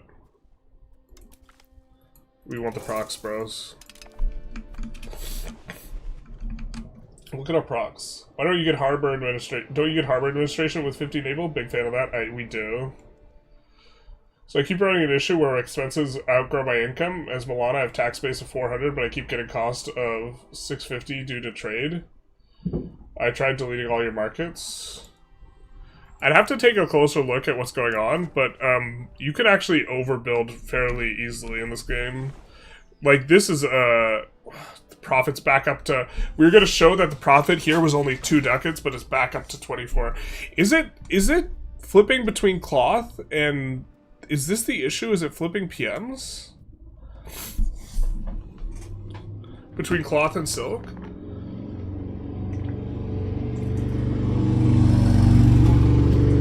No. The fine cloth is also expensive now. I think it's just the demand.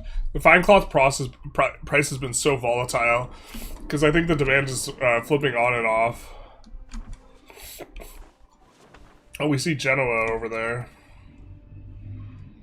Going to have to do something about that as well. I think we're going to delete these 2 forts here. This is kind of a headache.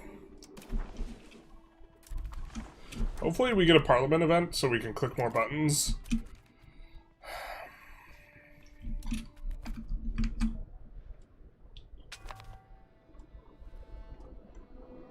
Any of economy entering age of discovery to survive these costs of growth without vassal spamming? Well, we do vassal spam. But the vassals also increase the size of your economic base, so they increase your slider cost. Right now, we're kind of eating shit to a bunch of sliders. I think the meta for, like, everyone, though, is going to be flipping off of Monarchy. I think Monarchy is just real bad.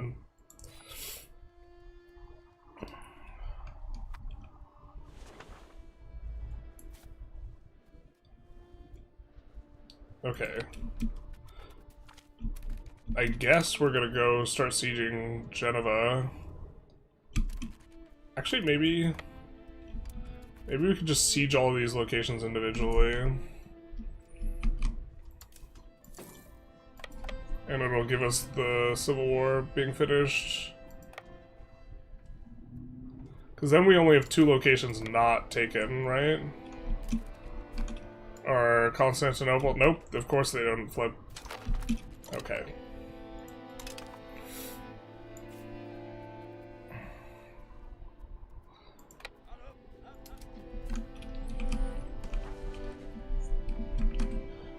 Trade doesn't increase your sliders anymore? No.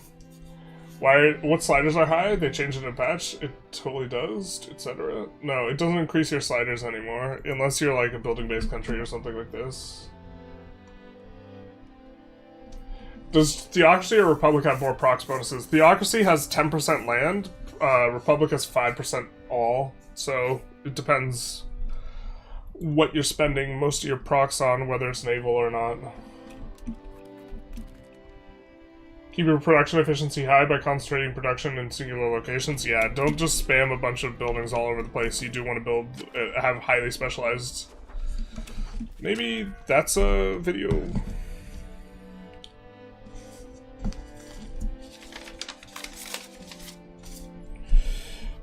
Importance of specialization.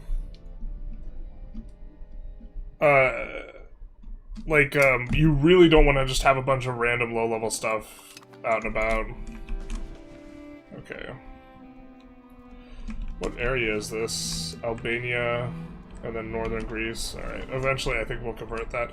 The thing is the pops aren't too tremendously high in these regions. So... maybe there's an argument for keeping Albania there for it, because it's a huge province. 9 locations. We could even dev it up. The thing is it's mostly mountains. Mountains, woods. Alright, well...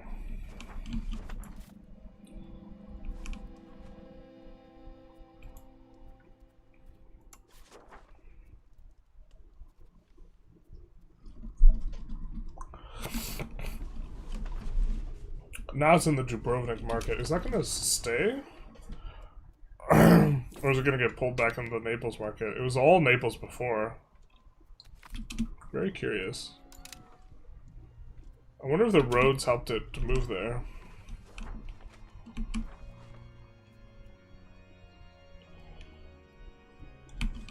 I mean, if we want it to be in the Naples market, we can. But we would have to, like, sanction Hungary, which is an ally.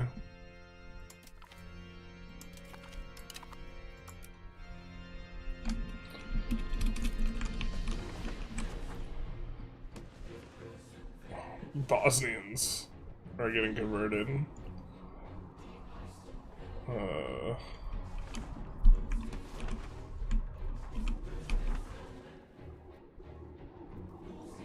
Okay, but now we can start our war that we wanted to earlier.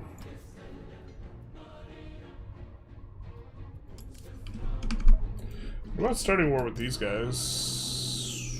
It's a lot of Bavarias.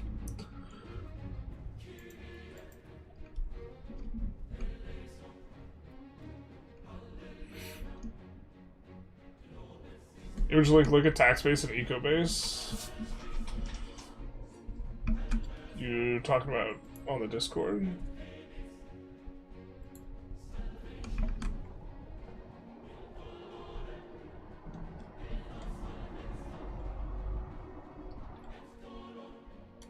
Already watched the first two. Going to see the friends, or going with friends to see the third in theaters. Yeah, I would be super down for that. I wonder if it depends on.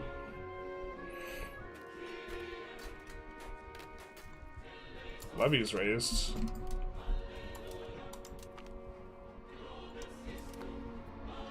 Oh, I didn't realize. Yikes.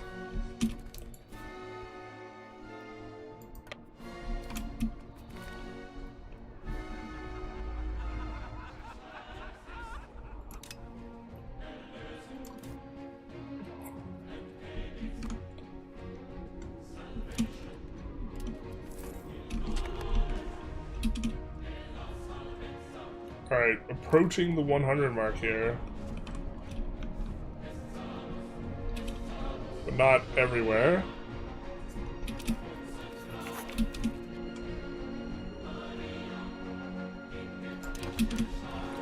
So we need 6 more naval, and then we'll be able to have harbor administration.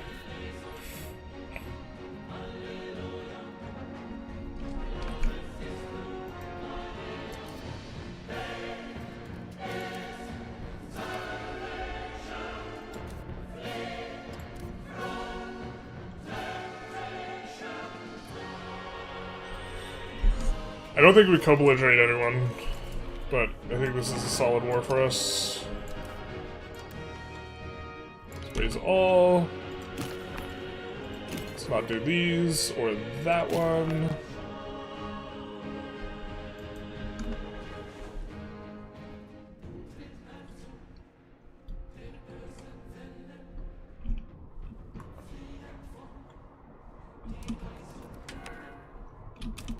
I think we'll split into 2 armies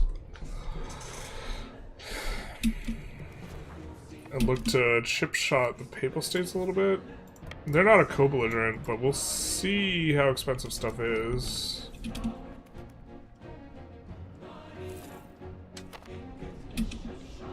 Where are these guys raising? Can we be a little cheeky? I think we can. Oh, nice mercs, bro. Actually, I think we go for 1 stack of units. Oh, we did a boo-boo. We meant to do this.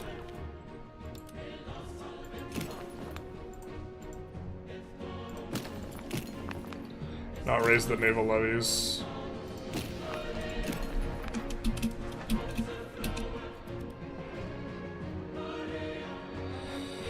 I'm a little bit scared of the Papal States raising mercs in multiple places.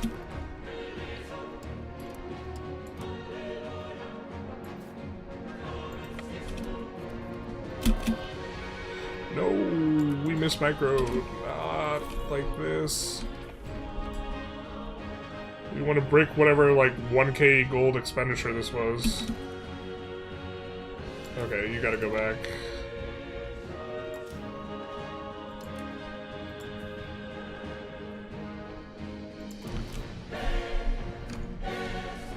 Salvation!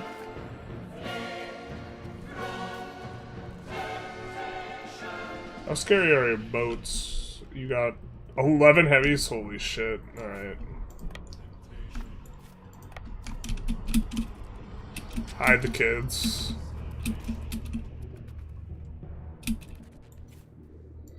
It's bad because we got the cannons in here.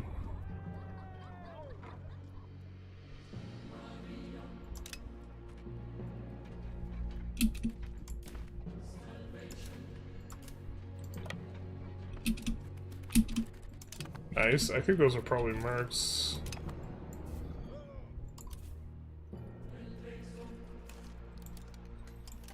Hopefully that's not too many regulars. I didn't want to click all the buttons. Oh, really?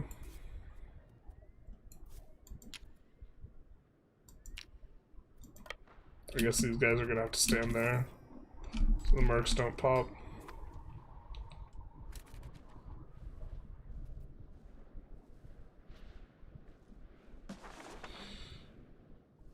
Ooh, let's make sure these guys are loyal so they don't get bopped. Tarkiln was 250. Makes sense. Curious Theater, 2 towers while Aragorn kicks the helmet. Oh my god, I would love if everyone just in a chorus be like, you know. Stud Farm's also 250. Vassal's tax base multiplied by 0.05, so they're gonna give you profit even if you have all your sliders maxed. Not if they're all colonies. No, I think it's just vassals and fiefdoms though. Dominions stay winning. Is food cheap your run? It was last time we checked, but we should probably check again. Where will be your second market this run? Ooh, we're barely positive here, but that's with all our levies and stuff raised, so I think we're in fine shape. All our levies, including the food ones, or the ones we should not have raised.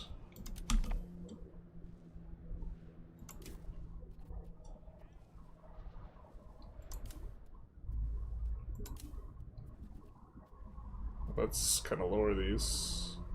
We can't. Trapped. I wonder what's the province with the most locations. There's a province up here that has, if you include the impassable locations, it has 27 locations in it. But like, half of them are lakes and rivers. I think that's the one that has the most. Hegemony gives you extra 20% antag? Yeah, brother. It does give you the more antag. That's why suddenly everyone starts getting mad about what you're doing. It's like, you've become a great power. You've got mail. The hegemonies being, like, actively bad is, like, really obnoxious. So, like, that's why we're eating, like, 0 antagonism with, like, what we've done here, and then we will, next stage, start eating a whole ton. It's just, like, such a weird inflection point. Where just randomly in, like, 37, if you're really strong, you go from eating no antagonism to a ton of it.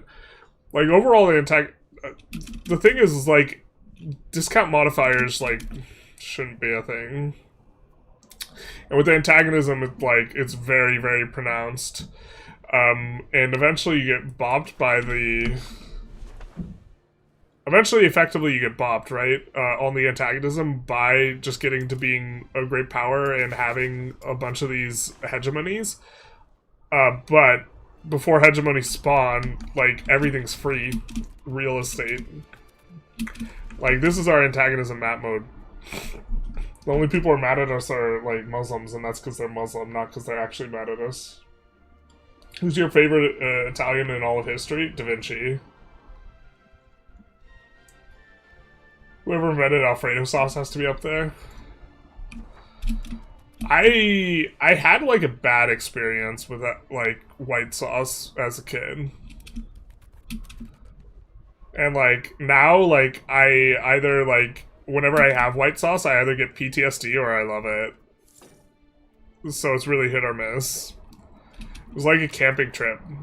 It was awful. It was, like, raining and, like, we hiked, like, 12 miles and, like, this is when I'm a kid. So, like, hiking 12 miles is a fucking vibe when you're a kid. And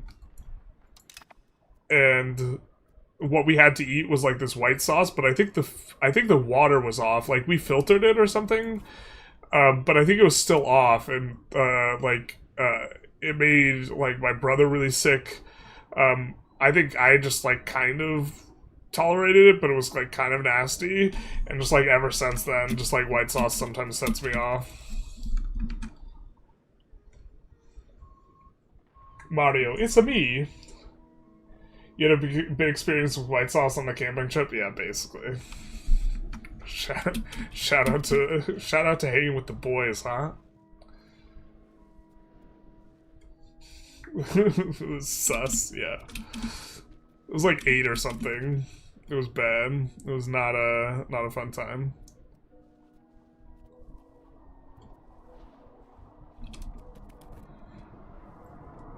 God, we're so much stronger than I feel.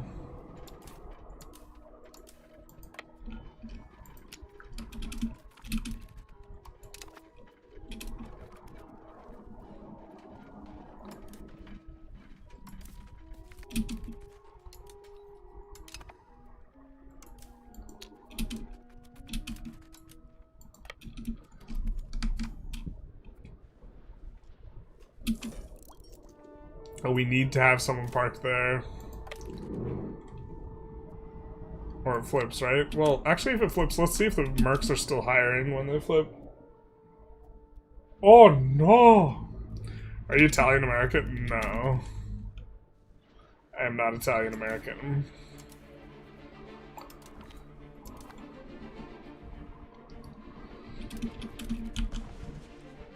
I am hungry, though, now.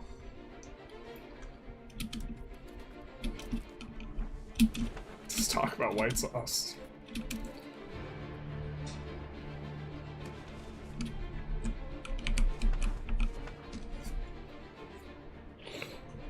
It's kind of cute that the rest of Italy is all in an alliance together.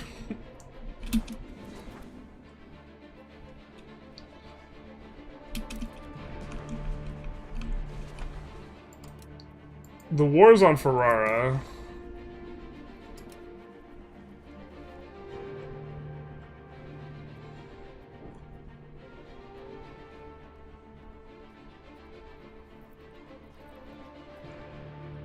But there's got to be some good things that we could take.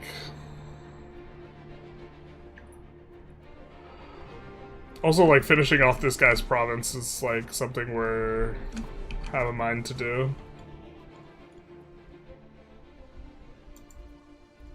So, like, from the Papal States, we probably want that, at the very least.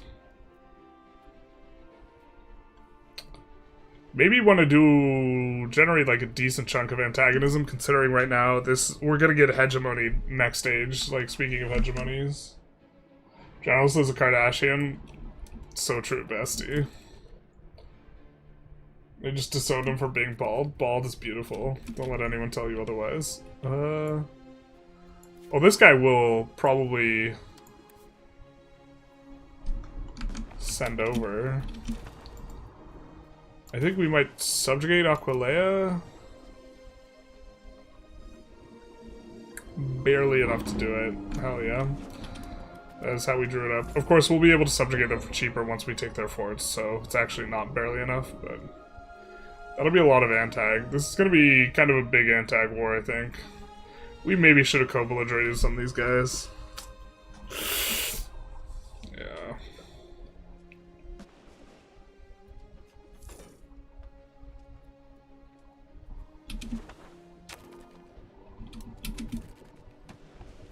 Maybe should have co-belligerated.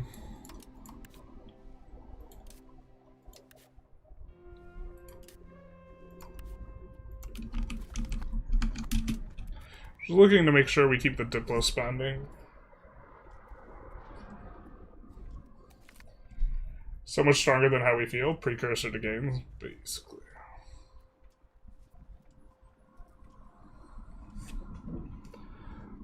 Oh, that's a lot of gold. We do love the research, though.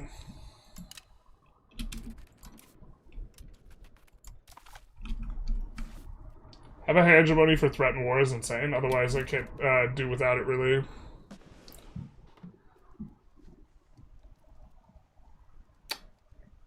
Isn't threat and war from being a GP and not from hegemonies?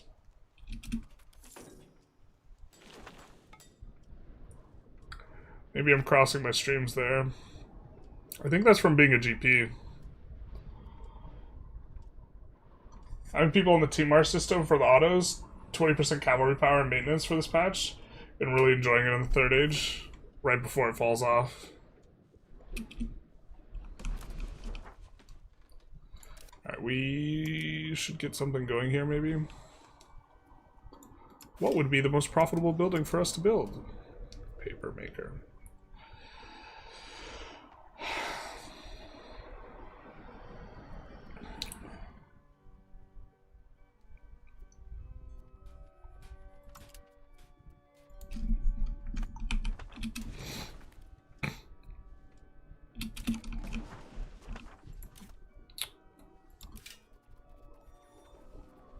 But actually what we want is a library, because we have 100,000 pops there.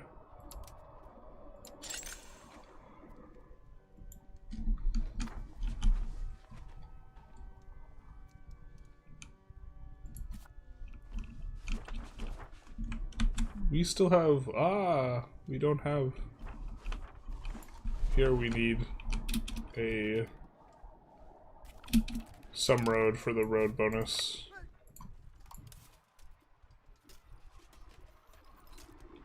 I wish there was consolidate levies only. So we're gonna detach levies. Consolidate. Balance. Merge. Fortunately, our guy didn't get bricked. I think we can split up now.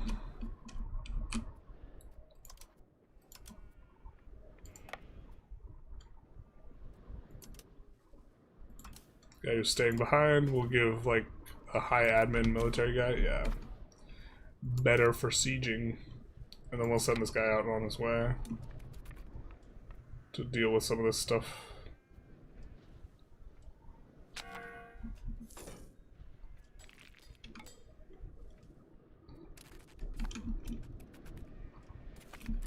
Here we go. Oh no! These guys, their capital's been moved to Rome. That's not ideal. So now they're gonna have a bunch more control. Stuff with more control is more expensive. That's a bit of a yikes, actually.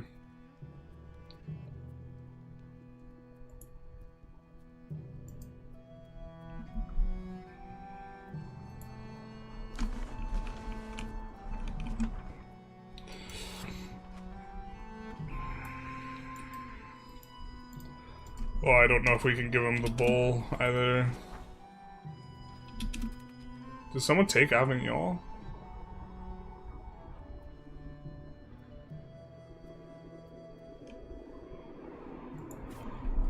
France?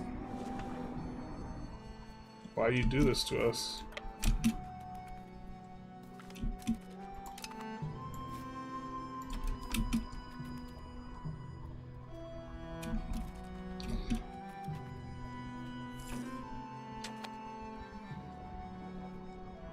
Oh no, a fort's been... I don't think that fort was there before.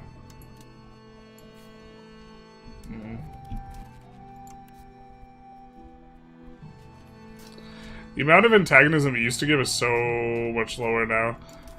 I think we're still gonna ransom them, but it's not very good. They really, like, nerfed the shit out of that. I don't think I have a problem with them nerfing it, but... now you just take them as slaves.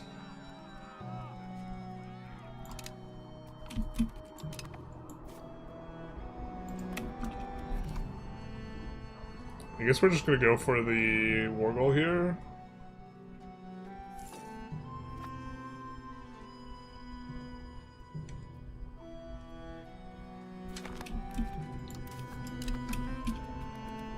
Yeah.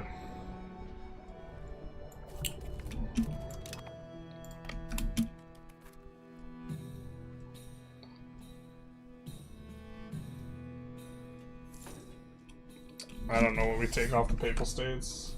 Never cross the streams, journalist. True. Paper maker, playmaker when he has to make paper.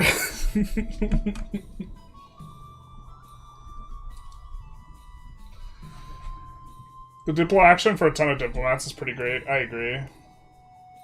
You also use dubious claims. I feel like you had normal claims. Did we really? Oh no.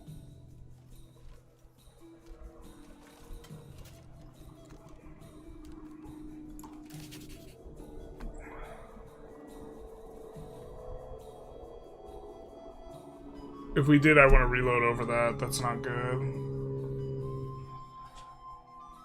Oh, did we really?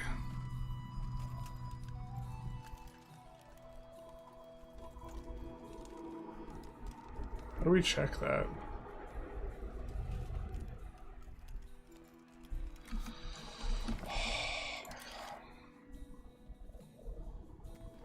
It's so sad.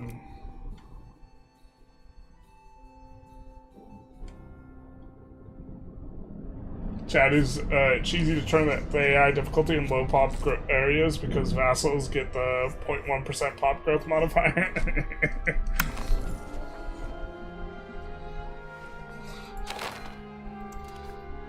I think that is cheesy. God, it's 2 saves back. Not cheesier than yo-yoing taxes to squeeze out a bit more out of the estates. Well, that's just the UI actually being no good.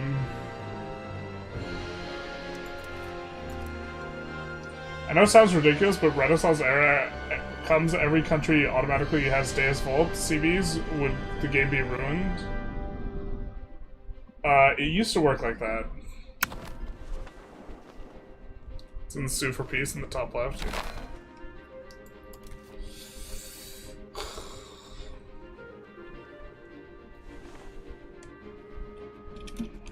How to remember what we spent our money on.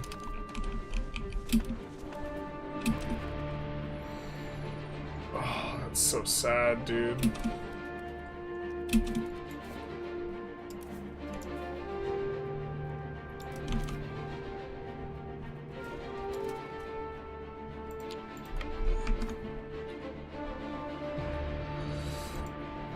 That makes me so sad. I think we want to go after these guys.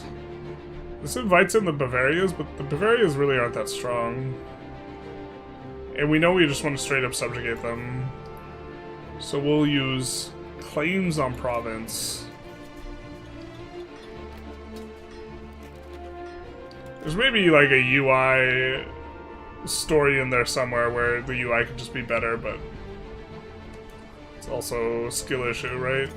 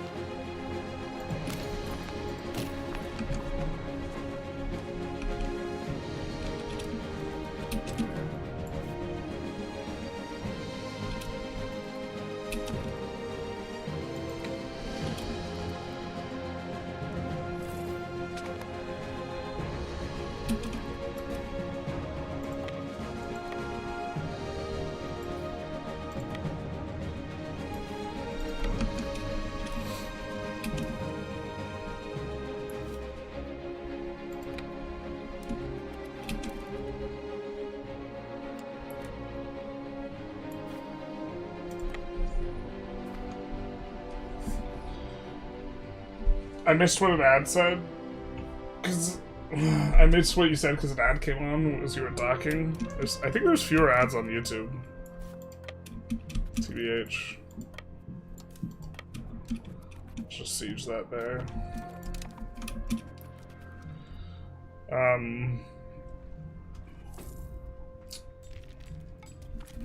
It used to be the case that everyone could just Deus Vault willy-nilly. I didn't think it was an issue.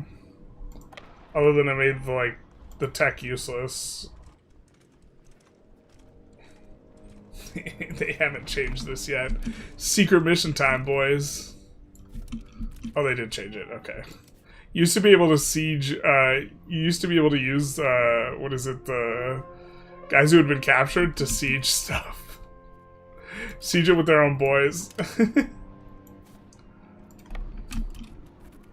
was very funny.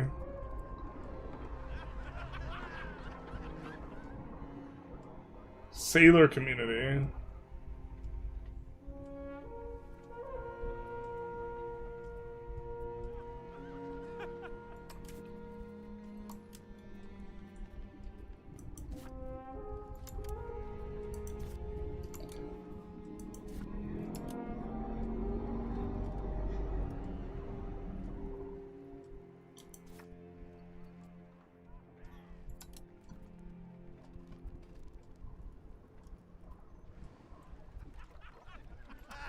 Trying to see if there's anything we want to spend it on, but it doesn't look like it.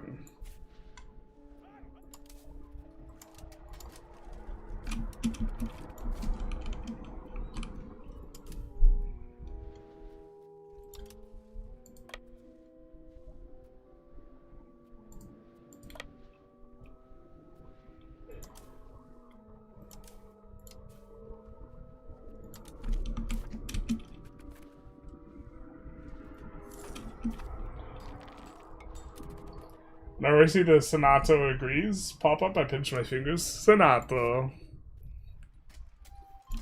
Like a Mr. Gorlami.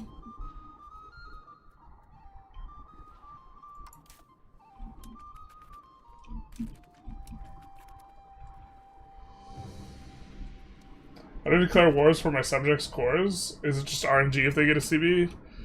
It's not RNG, they just have to make a spy network and formulate a claim. So if they have a really weak culture, it can take a long time.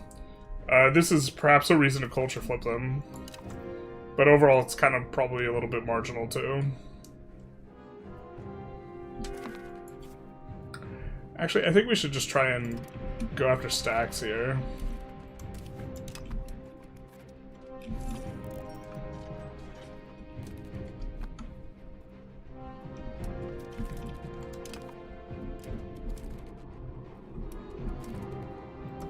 Whoa.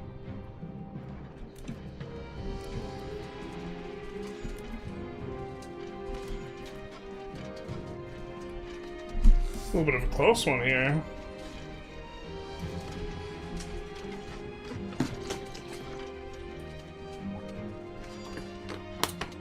Every YouTuber pronouncing Signora, as Signora makes me pinch the fingers.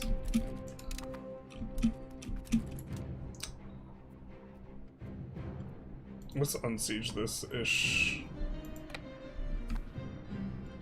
Also, let's improve relations with Verona for reasons.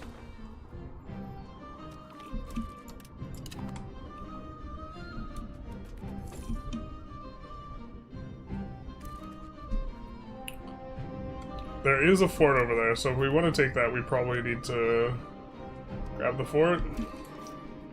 We did co-belligerate these guys.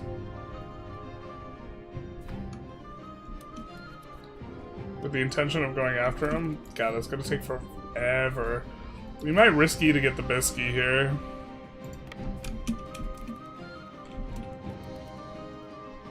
I think I like that. One means of the Lord, the other means Our Lady. Signora? Signora. The Gorlami scene is so good. It's probably the best scene in the movie. Either that or when Landa's first arrived and asking for some milk.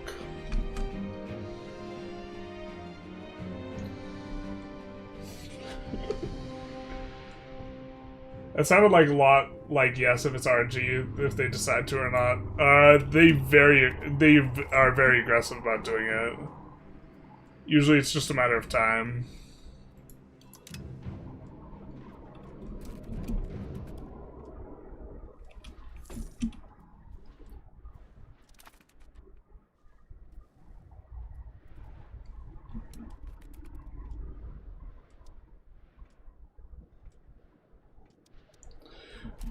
We got a breach. Oh, I forgot levies suck butt at going after guys right now. We also do have a, I think an apple fritter. Do ask chat if we should eat it, but chat never responded. What's your favorite religion in the game? Shinto's probably the best religion. Shinto or Sunni?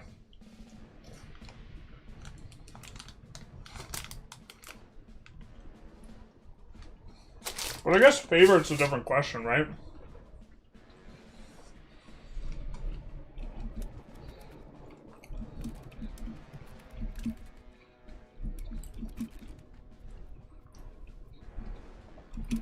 Like, which religion has my favorite modifiers and texts and stuff like this? I don't know, I kind of like getting another estate. Demi has some weird, funny stuff going on. It's probably Sunni.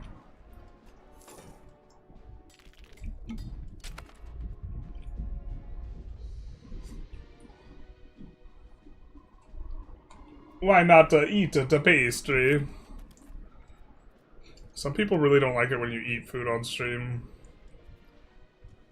They get really upset that you're a human being who has needs, like pastries. Okay, let's get that going. They'll build those themselves, I think. God, I wish that libraries counted as infrastructure. That they don't is obnoxious. These guys just upgraded to... Wait, what? Did my eyes deceive me? I could have sworn I saw this just turn yellow, but he would not be able to upgrade to a city because he doesn't have enough pops.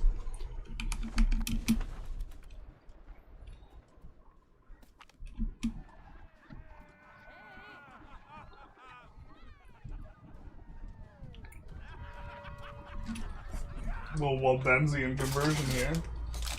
I really hate it when you eat or drink or take a washroom break, generalist. Not like this. You should just stream for 24 hours and not do any of those things.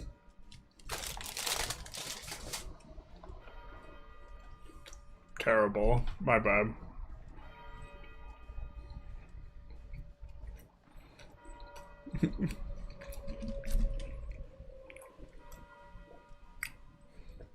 If only we rolled this on a really high pop location.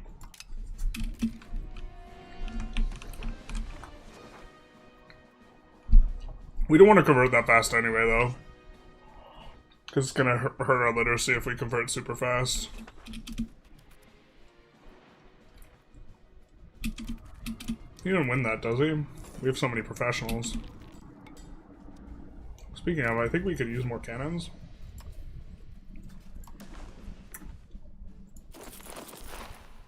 Seven, 8 cannons. Let's just do this for now.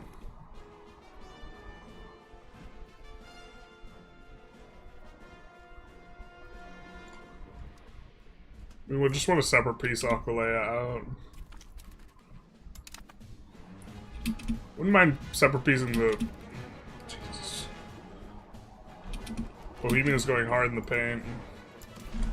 That's another thing, is Bohemia, like, eats, like, no antagonism, like, early on, for, like, all this... Just kidding. Boy, they hate him. We're gonna make a point about that. They don't have the hegemony penalty, but I guess they don't need it.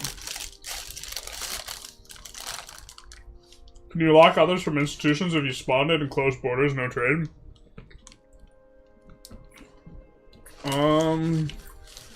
Well, so some institutions have the you could have spawned it ability to spawn. So not for those. Maybe?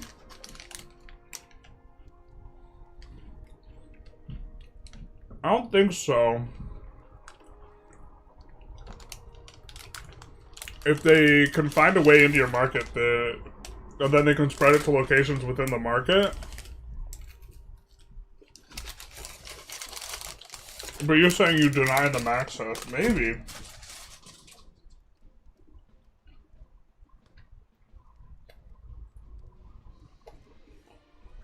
He's not trying to be the next Asmund Gold. What now? Does this have to do with the hunger strike? Yeah, do I look like I'm on a hunger strike? Waiku? Thank you for the follow? Much appreciated. You keep saying Hoof Nice is in the reserves till they become Falconets. We can let them fight. They're fine in reserves, but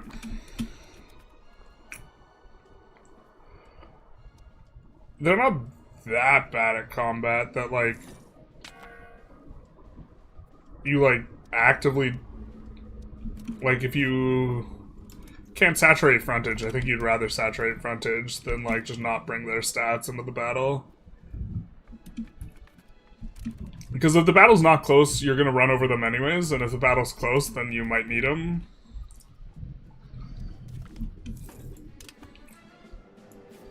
You know what I mean?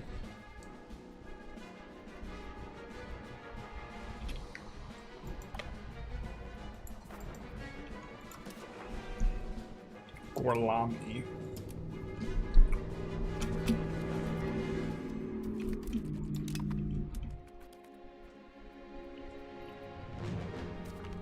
Oh, we're gonna wreck their navy here.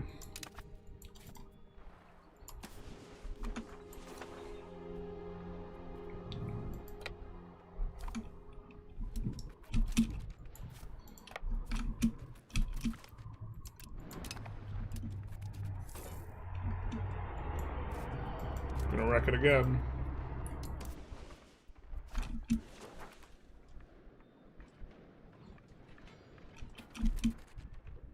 That was not the trade we were looking for, maybe.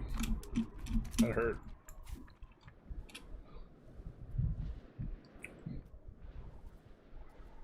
Ferrara's the target, but we can get ticking war score down here. Not seeing a ton of units kind of cruising around, so we won't try and pick any units. We'll just try and get the war goal here. We're just kidding. This might be bad for us here.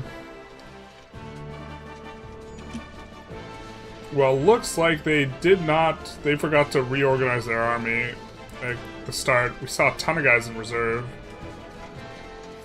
But this is looking bad for us.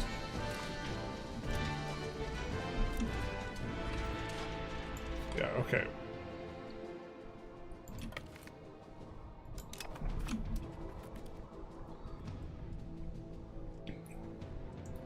So that got... Who's in this army? Is it just Milan? Milan's got a decent chunk of regulars here, though.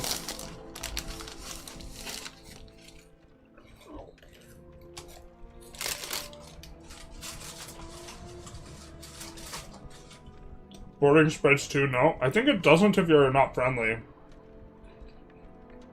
But I think market always spreads. But if you prevent him from being in your market...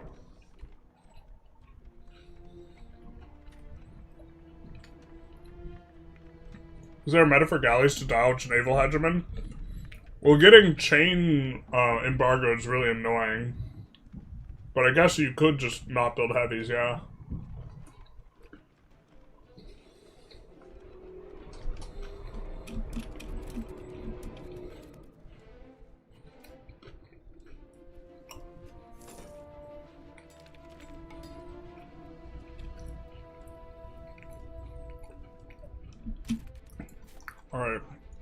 merge. Detach the levies. And levies we will consolidate.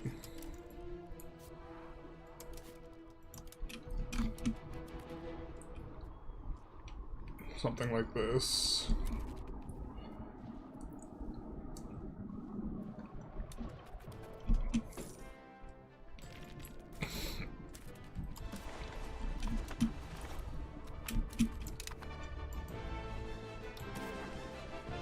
Alright.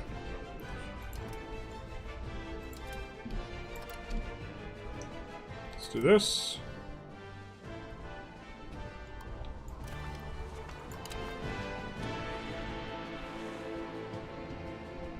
Oh, we forgot to co-belligerate these guys, whatever. Not reloading twice for that ish.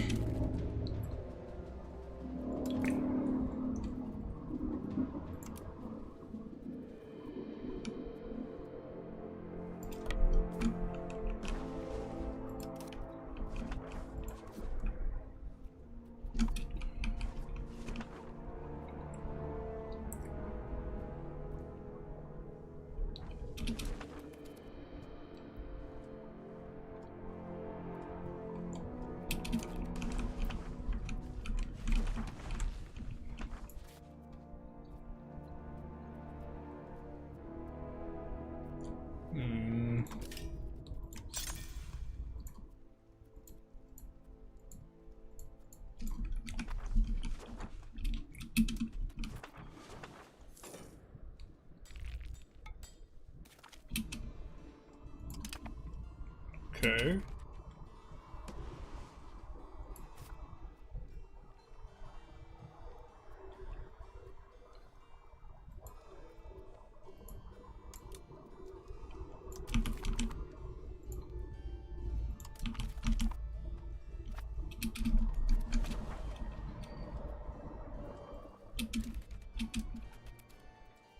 That's 13 stacks, kind of spooky. I think we could deal with it. I don't know if we're sieging faster. I think we are.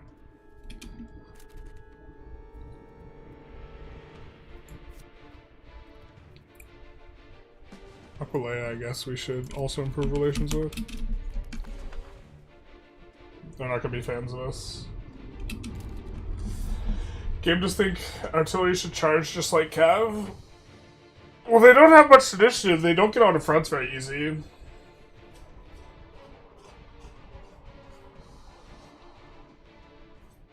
How do you stop them from being friendly? They could just improve relations now.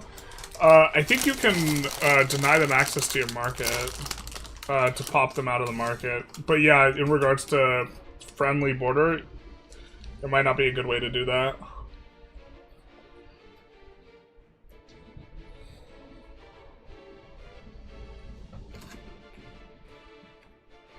I mean, they don't like it if you insult them, but...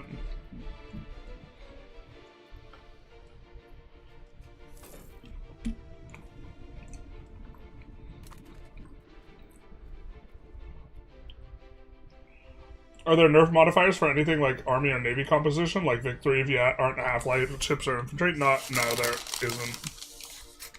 And now... So currently... In the current patch... You want to have at least 1/3 infantry, or infantry get...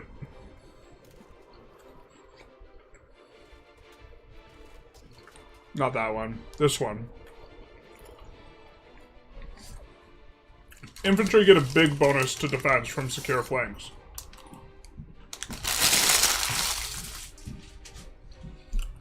Currently, this applies to both flanks if you're in the middle, but only one flank if you're on the right or the left.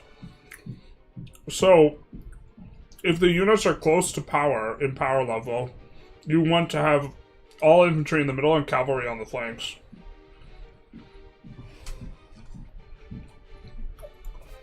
That's the closest thing, though.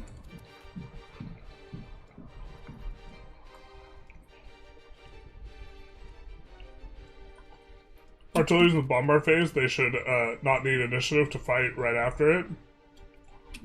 I kind of think they should, but... To properly simulate the... Well, A proper simulation would actually just, like, not have cannon units, I think, entirely. I think military equipment...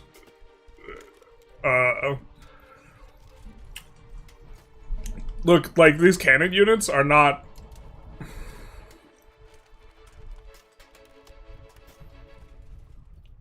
Well, these ones... Didn't change the number of guys in... Yeah, so... It's not actually 50 guys operating the cannons here. That's not actually how it's working. Like, where cannons are half as many men as infantry. It's like, cannons are like a piece of equipment. Like, if you had... It takes like, what, like 3 guys to operate a cannon? If you had 17 cannons versus like 100 infantrymen, which is the same tier unit where you have 100 infantry on the, what is it, the regulars or whatever, or like these cavalry, 100 cavalry, the 17 cannons would, like, would crush that. You know, in addition to having guys to operate them, who can fight too when they get close. But instead, like, cannons are like an abstraction for like a fighting unit that uses this many soldiers somehow, but you can't, like, there's no way you have this many cannons, guys worth of cannons for the cannon unit and have it make any, remotely any amount of sense. Like, it has to be like, oh, there's like 3 cannons that you have 50 guys, and then you also have like some troops fighting with those cannons. Is like, it has to be what it's representing as an abstraction. And so, in theory, what it should be is just regular infantry and cavalry, and then they can get equipment, and the infantry can carry cannons. Like, if you're trying to simulate things correctly, rather than have cannon units.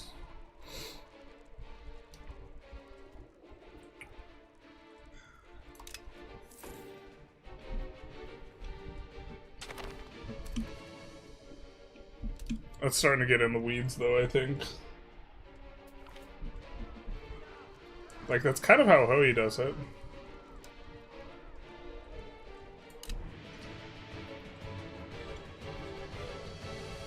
I wonder if that always has the bad outcome there.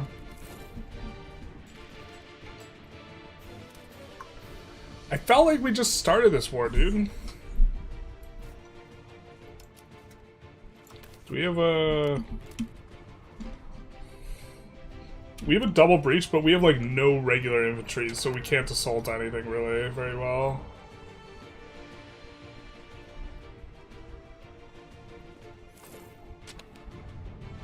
We could split up, but maybe that's the way we're supposed to fight this.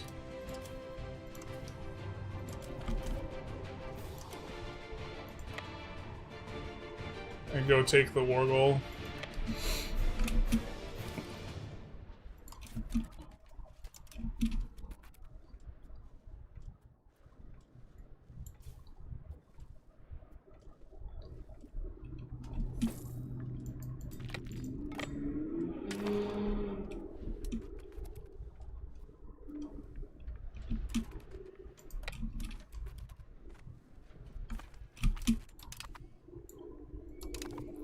Early power is probably not the modifier to have here.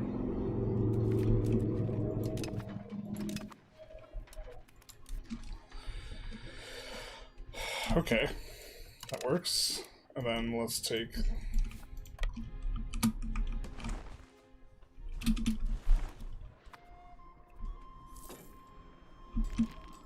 Oh, we didn't mean to split them. My bad. Little efficiency of cabinet from meritocracy.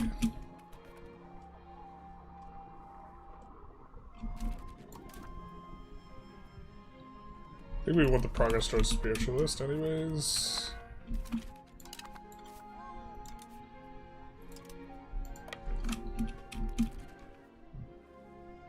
Wow, we wanted to make this big ass long war, but it's looking like it might be a little bit rough for us to do that.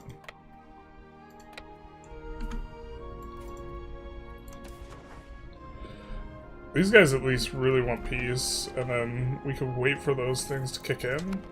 So we'll be able to take a lot off of Papal States, it seems.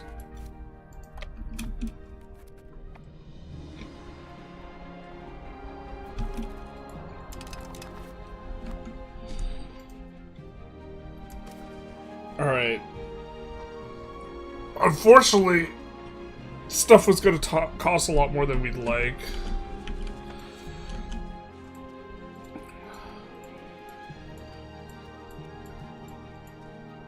Looks like maybe there's a world where taking this province kind of slows down their overall the way they're doing things. And we can feed this to the Spoleto guy, and then we have access in there, and then we can grab this too.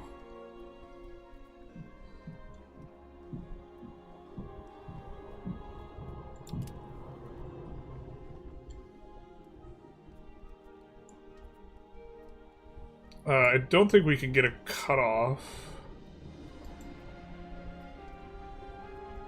Oh, I mean, I guess we could kind of give them the bucket.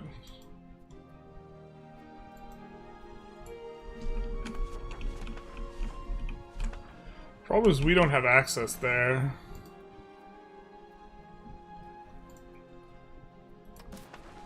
So this could go sideways. You do this. This is kind of starting to give them the bucket.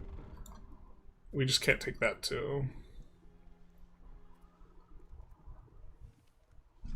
But I think most of their proximity is going through this location, so by denying it, we reduce their proximity and control.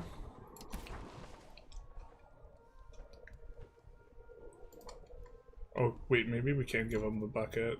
I'm just shy.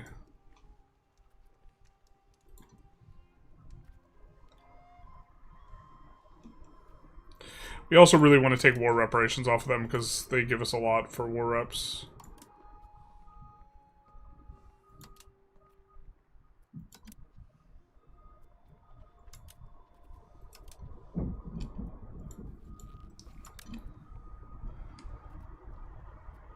So something like this I think is good.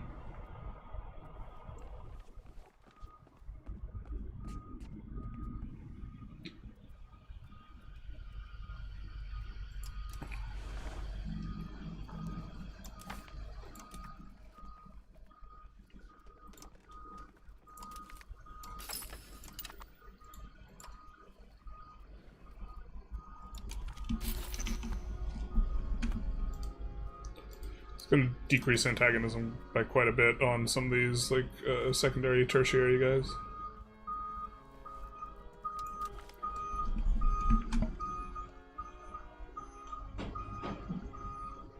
Winter attrition, even in your own territory, is annoying. Yeah, I love feedback about this.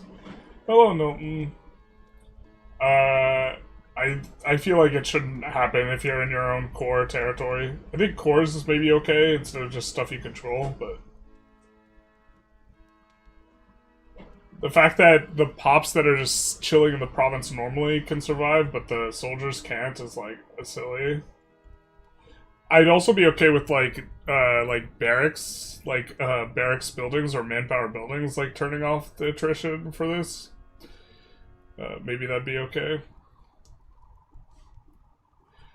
Do you know, the new patch will stop your vassals from building a city in every province?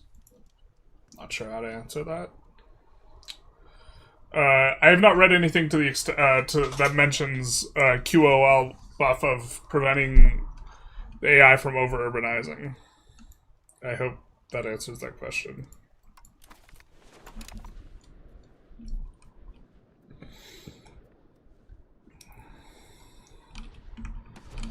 Okay, we're still in on Milan. We have nothing of Milan, so yeah, they're not going to accept a peace deal from us. But now we don't have white peace enforcing. Oh, maybe we should have extended the war. I thought the war was coming to... Well, whatever.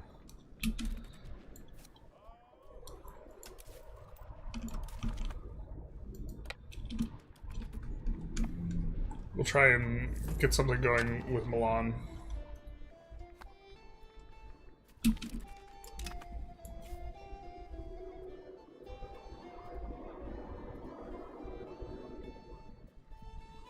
Maybe we have to go after Ferrara here?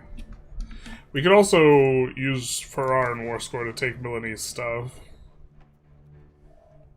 These guys super into peace.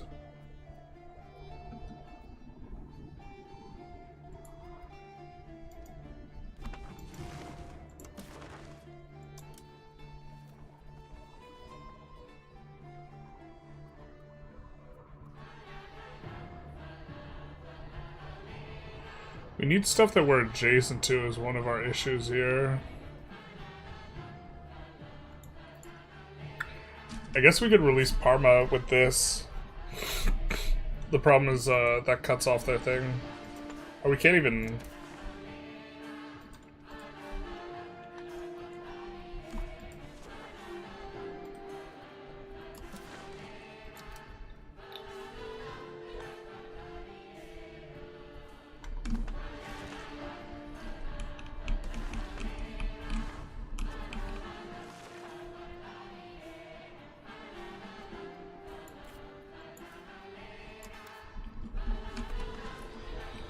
That guy is pretty occupied.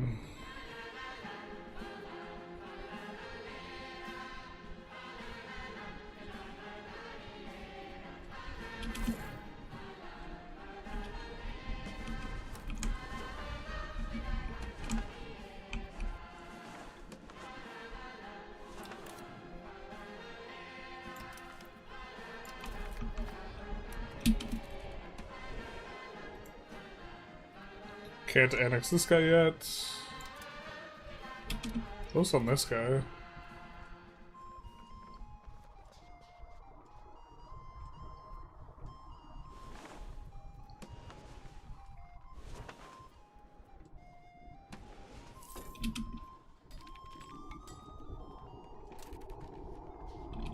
He's so close to 150.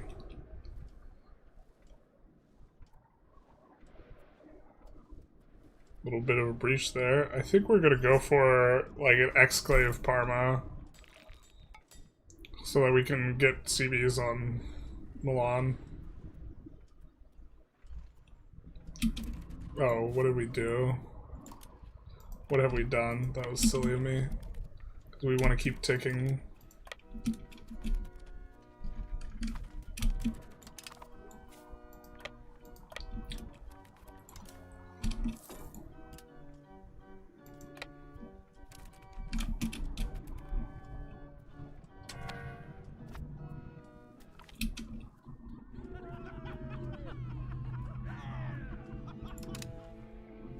We're not going to be controlling the Trebizond market anyway. I wonder if you can get negative trade advantage. Maybe you can. Maybe that's a reason. We have negative.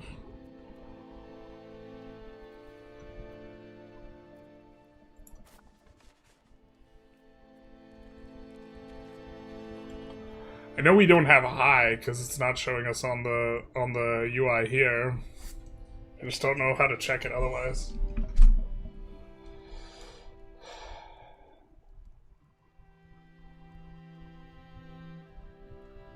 It does? Oh. You're informing me that it does. The vassals don't spam the... That's really nice for colonies. That's one of the issues with colonization. They just urbanize a ton. I don't know if it's through the parliament. I don't think it's through the parliament. I think you just buy a bunch of urbanization. Which sucks because most of the benefit is the benefit is the RGOs, so like they just like kill kind of what's good about them. Please take Prato, I don't want to be Milanese.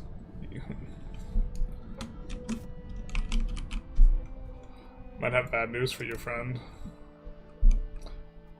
Oh, that we're just gonna transfer. Actually, we probably transfer that to Florence.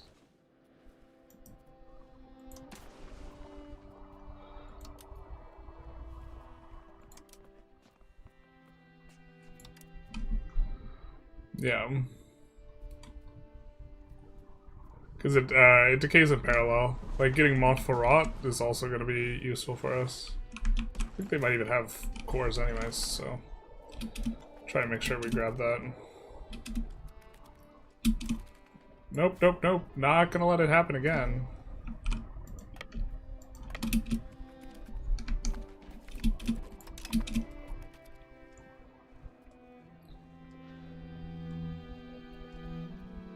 I think we can march through this because it's only... because it gets us back into our own territory. And it's not too many segments. I forget the exact rules on that. I haven't seen a burger building a road in a while. That's a good sign. I'm gonna risk... Actually, no, wait. The Papal States is out. We could do this again. Papal States is out. We have nothing to fear from the seas. Tax efficiency is gonna be nice. What's our tax efficiency up to? Nice, nice, nice.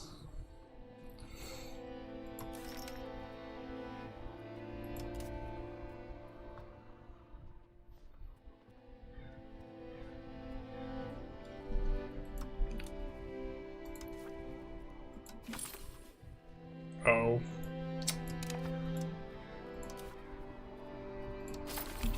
I was mistaken. I thought I was a cool kid, but I was not.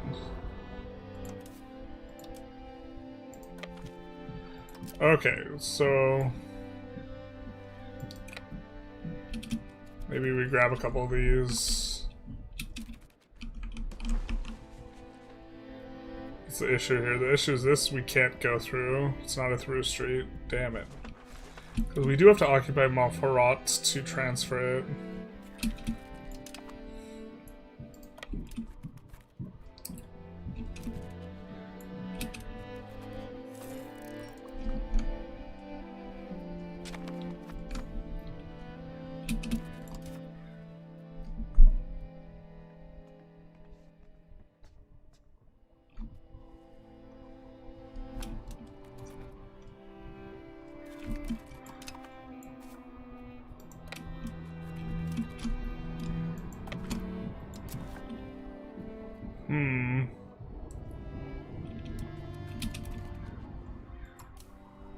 We don't win this, do we?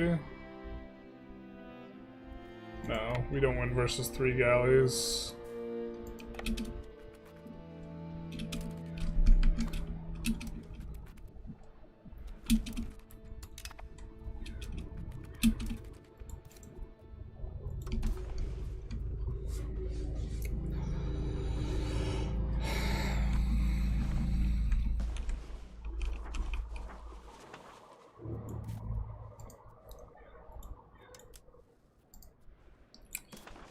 If we take Montferrat, we don't actually need to create a releasable for us to generate stuff.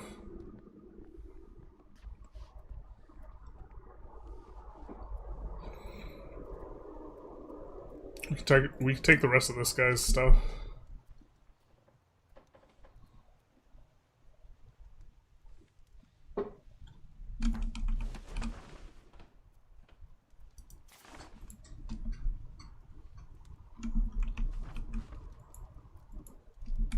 Is this guy already generating claims? He will.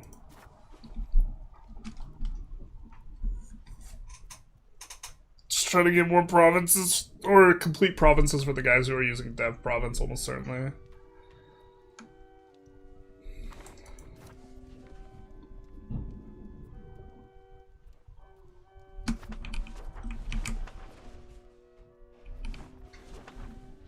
Pope Man ain't even mad at us.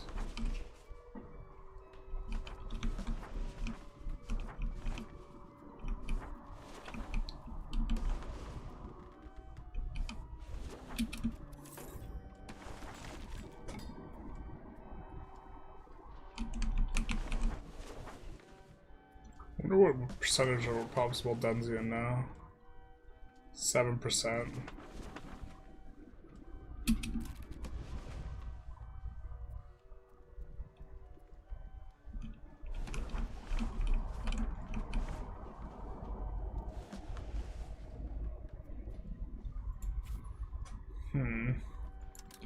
I wonder if we should start forcing faith on some of our guys.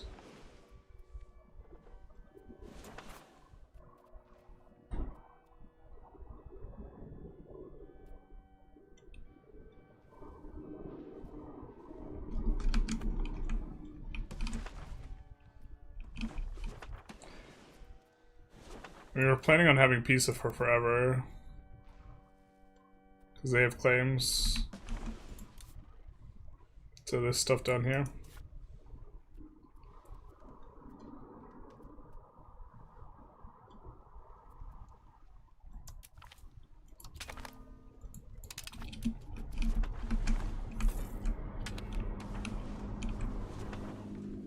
We also maybe don't want to enforce the faith on an OPM, because if they have a revolt, that's really bad for us. Because we can't protect an OPM, they just automatically become independent if they revolt.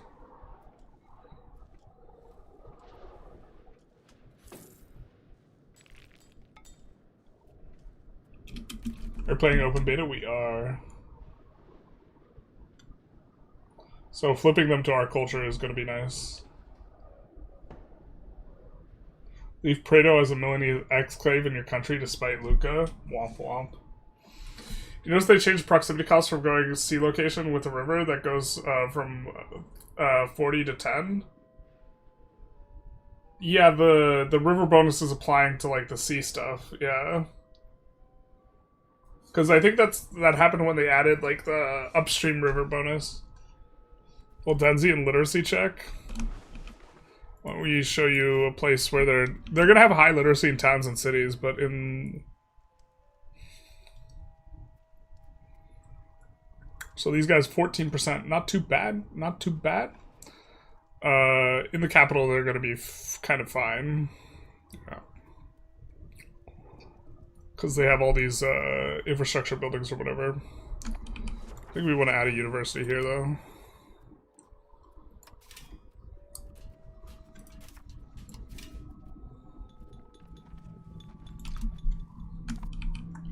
I'm not going to wait for the clerics to build it. We have 100,000 pops there.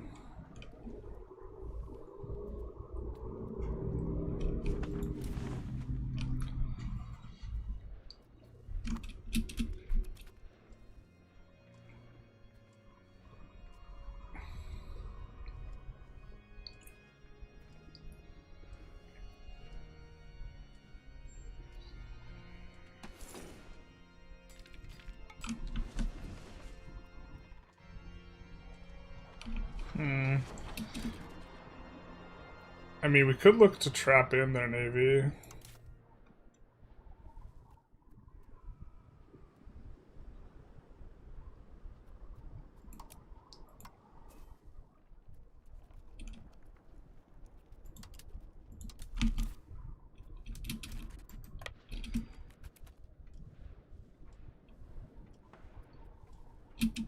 Give ours more room to do stuff. Are these galleys? No. The transports won't be able to hurt our light ships. Also, this will make our siege faster.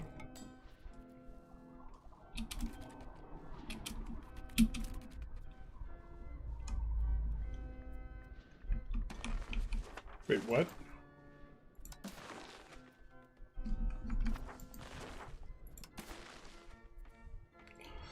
I don't think we want really to do much with them.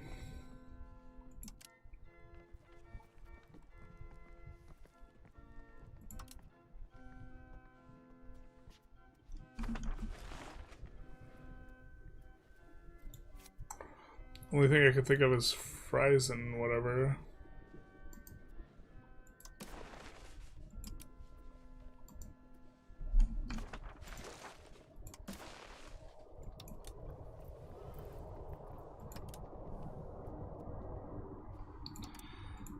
I guess we could transfer them.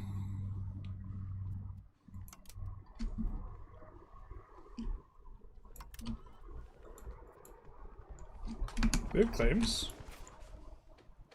They have claims on some random shit. Oh, so good.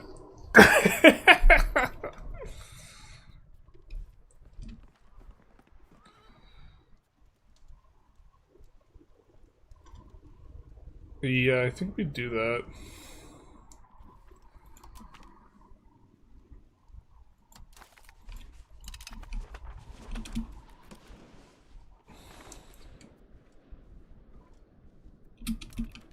Wait. Oh, did they refuse? No, now Lower Bavaria's in the war. Wait, what?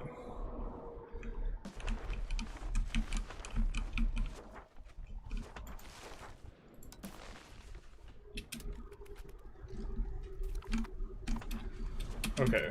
It's not updated UI wise. getting that guy out of the war is gonna be nice. Yeah, now the red lines have updated.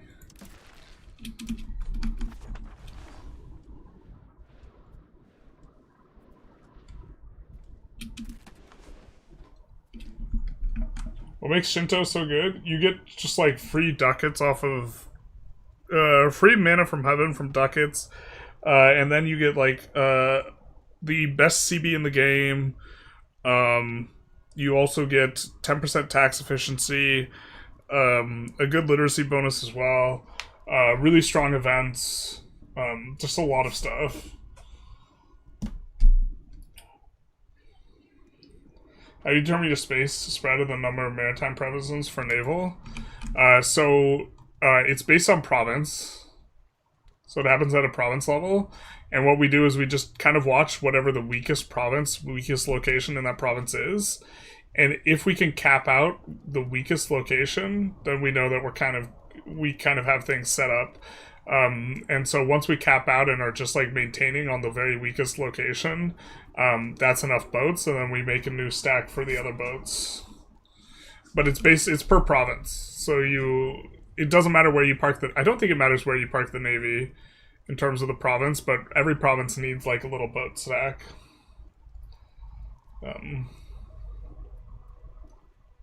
You have 5 different fleets in the Black Sea? Yeah.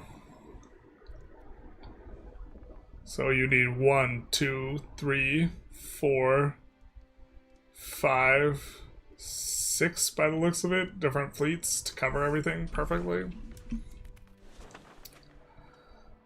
By the looks of it.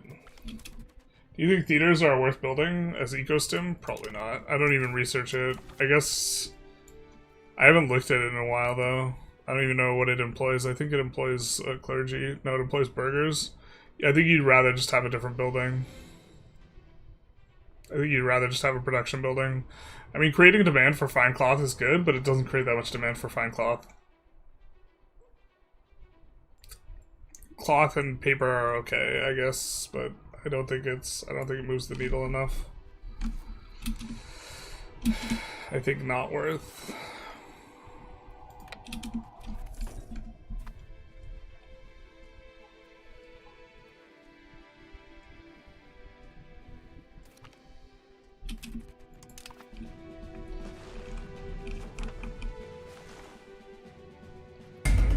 Jesus. Holy shit. Thank you for the 1,000 bits, Fezimoto. Thank you so very much. I do not hear that notification very often. Why is it so loud? 1,000 bits, it's like, that's like $10, right? Or is that way more?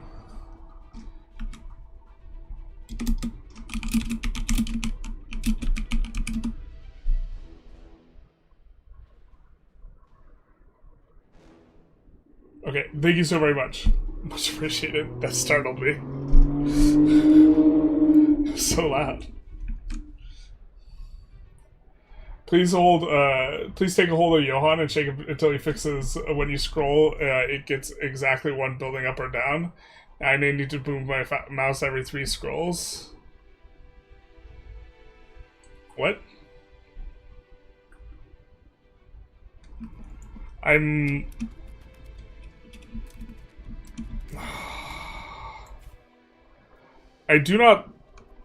think I am in a position where I can, like, kind of put my finger on the scale of things, but I really don't like to, because I think that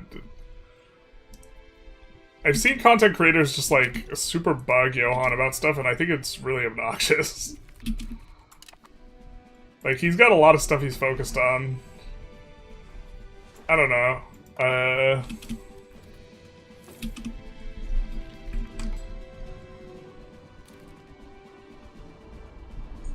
Isn't unrest equal pop satisfaction? They have to dip below a certain level, but like this pop satisfaction map mode is not very good at capturing like the entirety of what's going on here, because there are some pops that are very unsatisfied with us, right? will come up good, almost as loud as the car outside. I was big startled. I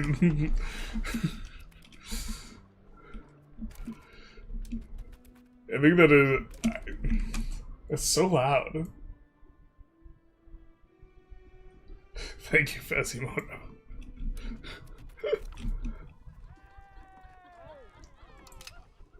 I need to get some custom sound things and make one of them at least a loud car.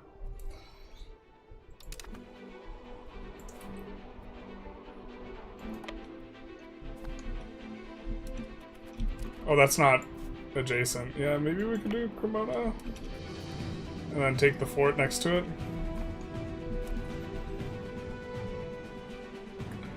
Maybe we should have co-belligerated Milan, even.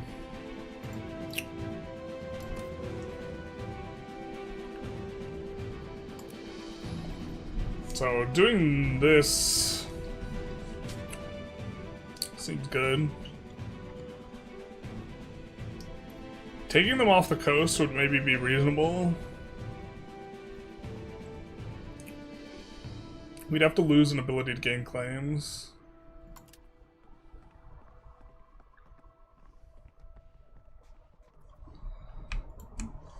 This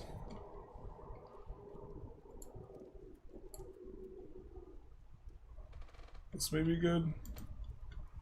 They kind of hate us a lot after that, though.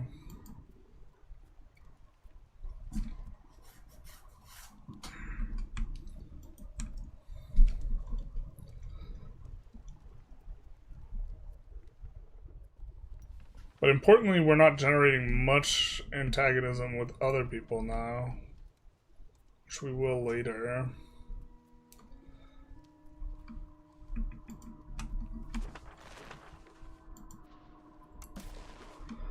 We also can look to grab like this. And if we do, then maybe it makes sense for us to go for Mantua or something. What's their control look like?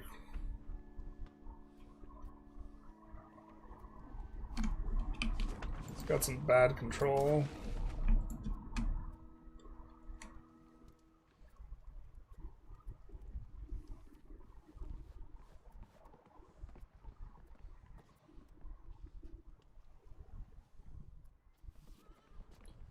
I was Mantua not a releasable.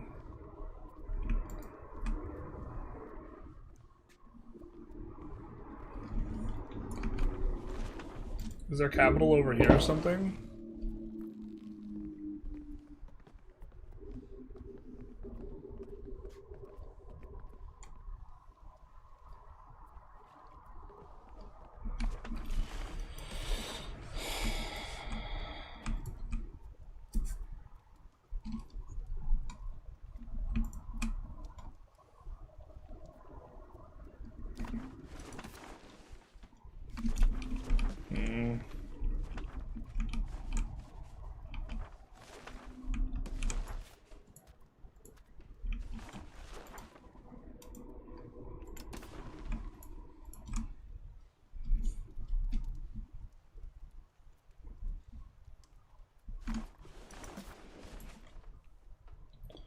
Or maybe looking at something like this. It's gonna be a lot of antag. We can improve relations and just chill for a while, though.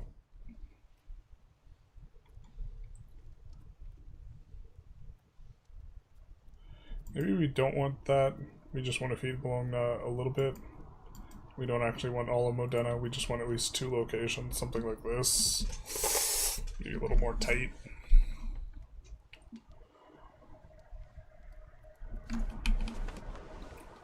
Especially because we're going over on multiple fronts with these guys.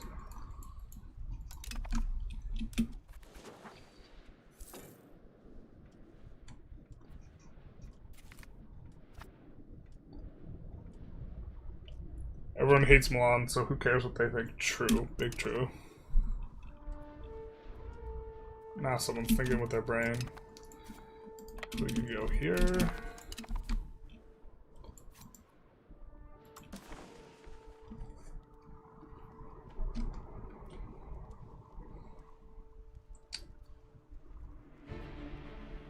Well, if I know we're taking Modena, right? then suddenly taking Reggio stuff makes sense, right? So it could do something like this. It could do the same with Parma, even.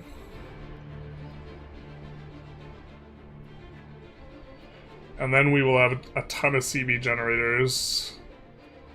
So we'll probably just be in really good shape. You have to annex people, though.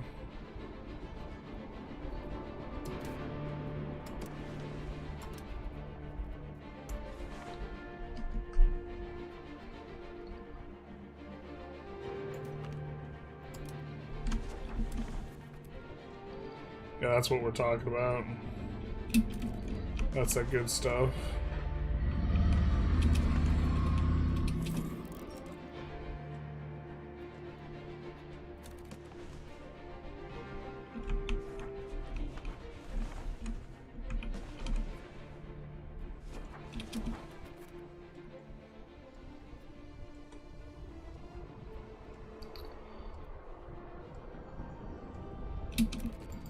What are we waiting for on here? This is what we want. Medici gets mad. Ooh. Big plus on Ferrara there, though. Maybe we can't take this much stuff. And we should maybe more focus down on Ferrara.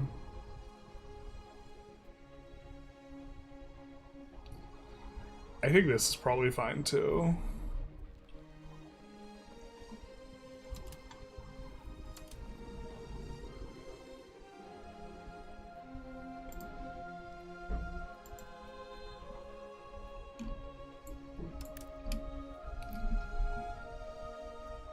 Because taking stuff from Ferrara, I don't think generates anywhere near as much antagonism on Milan. Generates like 40% of the antagonism, and then this is generating or if we just like add a bunch, if we have 54, then it's generating on Ferrara how much?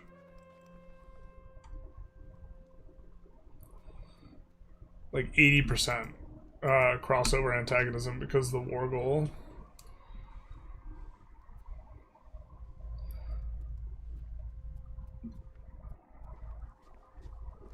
And these will decay in parallel because it's also 2 of these are transfer stuff, so they'll decay pretty fast.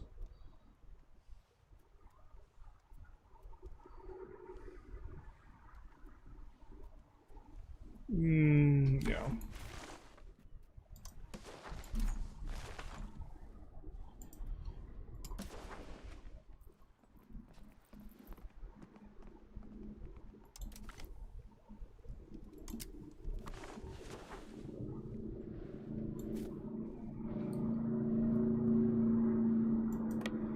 We want this guy heading on over to our territory before we sign that one over.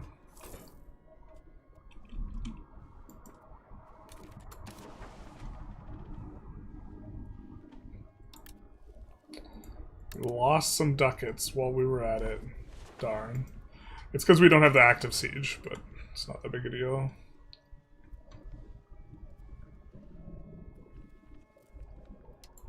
Maybe a little too conservative, but well, considering we're gonna get antag penalties, because we're definitely gonna get some of these whatchamacallums.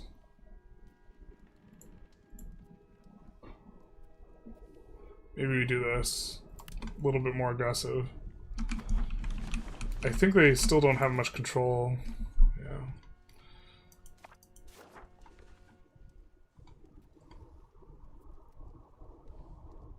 Because the hegemony is going to give us all these antag penalties that we're going to get next stage. Alright, let's grab this.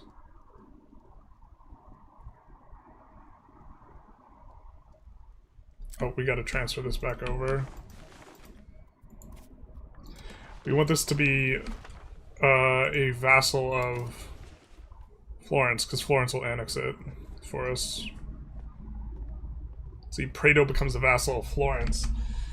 So the brother said he didn't want to be a part of Milan, he can be part of Florence instead. but he will never be too Sicilian.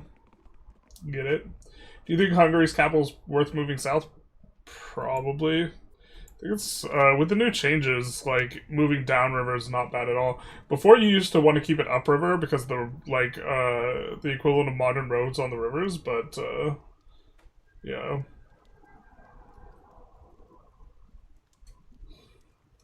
True, itinerarian racism going on. It's niche. It's so niche it's not even north-south. I'm not racist. I have a ton of Milanese friends. Yeah. You get to spend with the Florentines then. Alright, so... And then I think we improve relation with Milan. Oh, we don't even have bad relations with them. Let's go. So this is what we were looking at.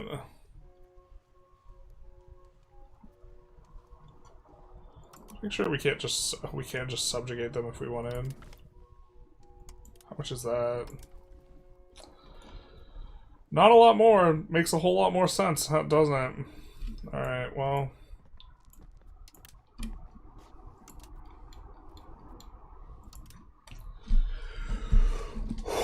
Okay. Medici's gonna be pissed.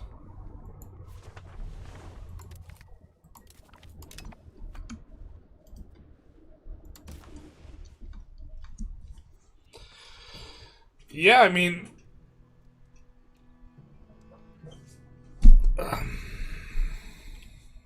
this is just the thing, right?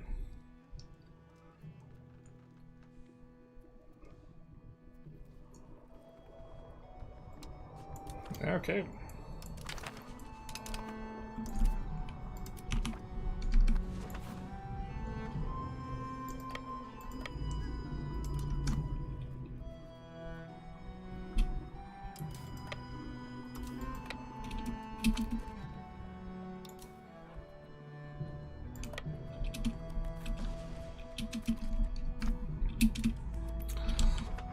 I mean, this is feeling like it's coming along quite well after that war.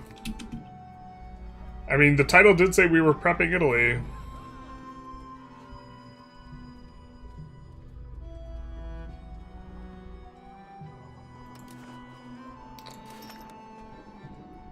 I wish there was more stuff to do with our religious influence once we have all of our aspects. I feel like it's useless. Maybe I'm just missing something?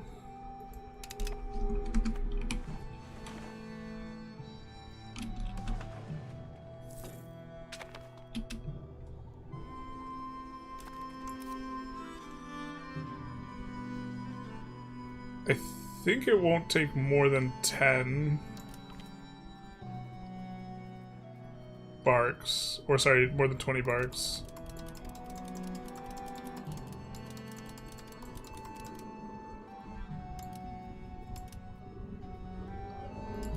So we'll do that, and then...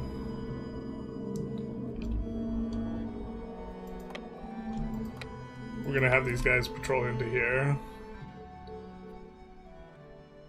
And build some more barks. This ain't build a bark. Except it is.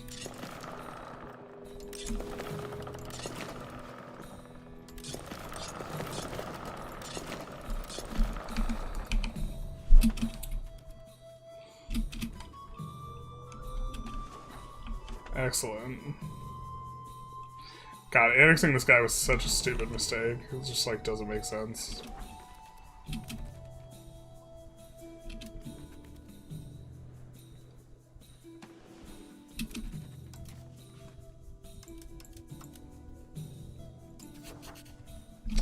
Yeah, they're just loyal because we flipped their religion. Got it.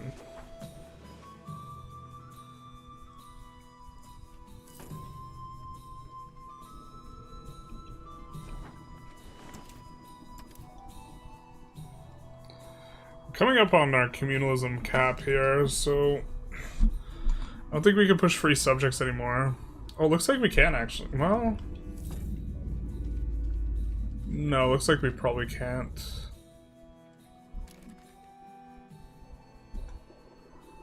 Just shy of being able to do so many things, just shy of 50. Just shy of being able to Switch governments. It hurts so bad. Thank you. So charitable. Hi. It will be listed to watch after. Yeah, all the VODs are available on my channel. I'm new to Paradox games, still struggling with the economy. Everyone's struggling with the economy. You're not alone.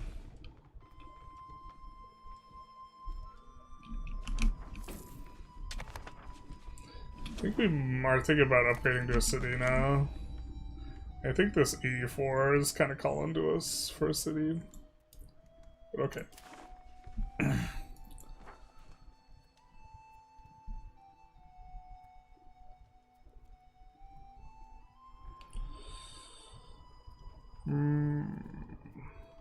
Alright, we're gonna sponsor a cathedral.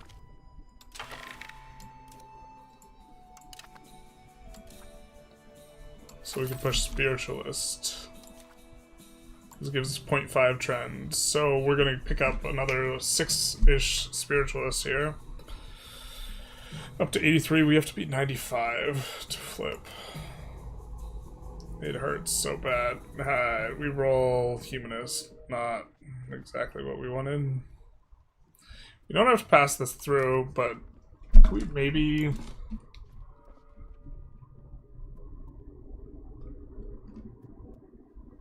Strict censorship is actually a little bit attractive here.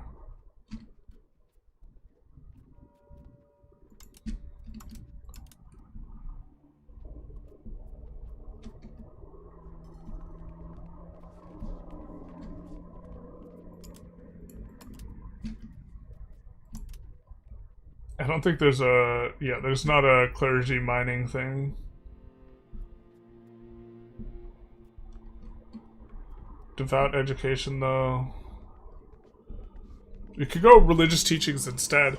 The thing is, this gives us less clergy satisfaction equilibrium, but it gives us more progress towards spiritualists. We could also favor the clergy. I think gives us spiritualist.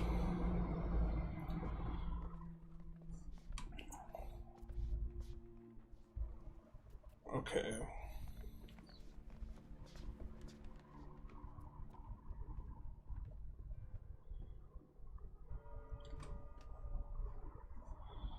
Yeah, I think we go this. Strict censorship.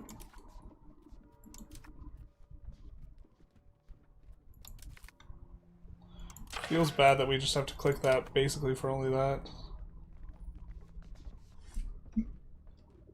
I mean, we could do both. I think right now we're favoring the ruler. That'll make us so we can push a little bit more here. But... Okay, without this we would be pushing, or we'd be pushing 1.2 with it. Yeah, it's not going to give us any push after this, so I don't think we're going to switch on over.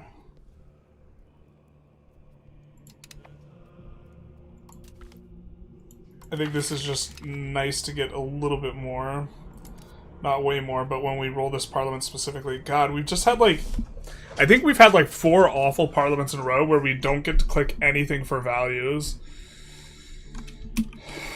But I guess we're getting +6 on the...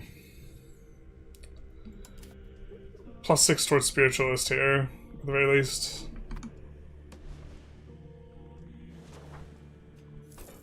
Level 1 marketplace, 250 burgers and 1 trade for 50 gold.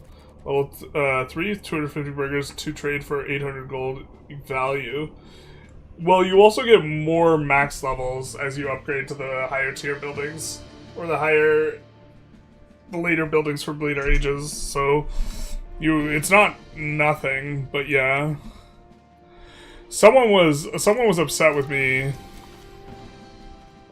or not upset. Someone was arguing they're arguing with me in multiple responses. Not arguing, but they didn't think I rated merchant quarters highly enough. And yeah, it's like, the building costs 200 versus 50, so it's 4 times as much, but one of the arguments was, okay, you can build more levels. Which is true, this is valuable. But But it's not yet giving you more market access. It's the next level at age 5 that gives you more market access per level. And I think that's a big bump. Whereas the merchant quarters is not as big a bump. But you get to build more levels. You get to build like 4 or 5 more levels or something of the building. Depends. I think it scales with dev. And so I think it gives more assimilation, but no, it doesn't even give more assimilation. But yeah, like on a per ducat basis, payment up front is not that great. On a per building slot basis, it's good. But you have any tips for pushing free trade when having too many market centers? Don't. Unfortunately. Yeah. I also don't think mercantilism is bad. So, it's not that big a deal. I'm looking for it like we have it. I think that's Age of Reformation, right?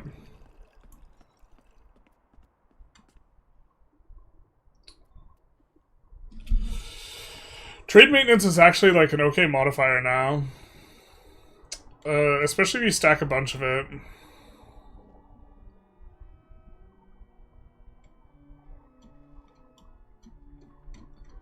And I think burger trades are actually a negative modifier. I'm not 100% sure on that. That requires some thinking. So I think mercantilism might even just be better.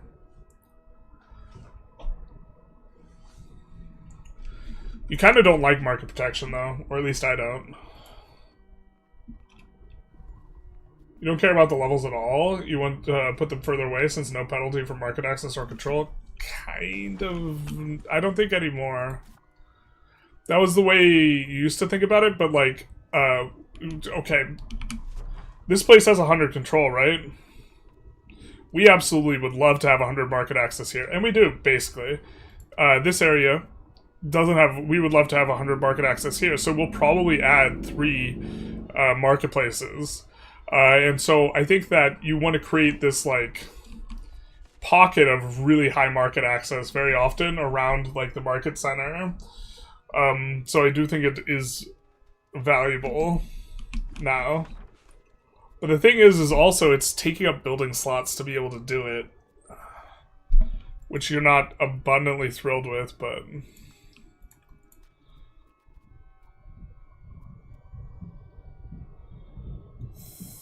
I think that Salerno has more bonuses that we're into, but...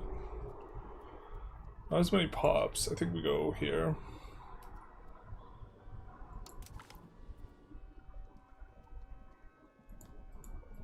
That's our first city. Here. In case we want to do something with this later. Legit, every time I look for in my market for what's walking with supply and demand, it's always the burger trades cucking me. Yeah, so you can override... we have a video on this. You could override burger trades by exporting yourself. And the weight for on prices based on effective supply and demand, not actual supply and demand. And so you can override the burger trades by actively trading. And that's what we're doing with the lumber here, is we're actively trading the lumber, we're actively exporting it to prevent the burgers from being able to export it. Kind of a weird play pattern, though.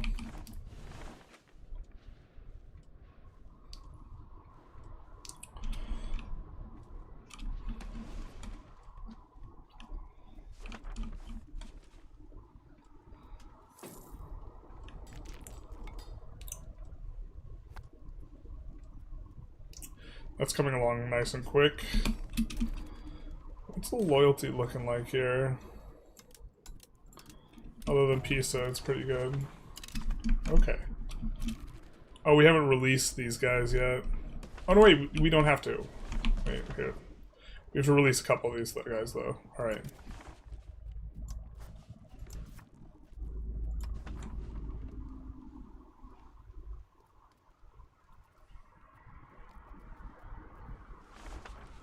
So we want to make Reggio a fiefdom, and then Parma a fiefdom, and then...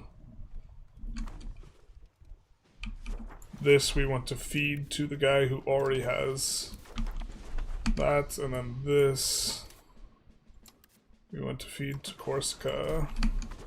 There's a core on it. And then we want to create a subject here.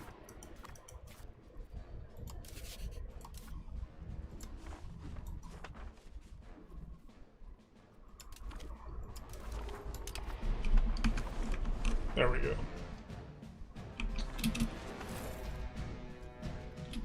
Which that might make... We tried to do fiefdoms so the vassals wouldn't get more disloyal. Because right now the vassal loyalty is an issue, the fiefdom loyalty is not.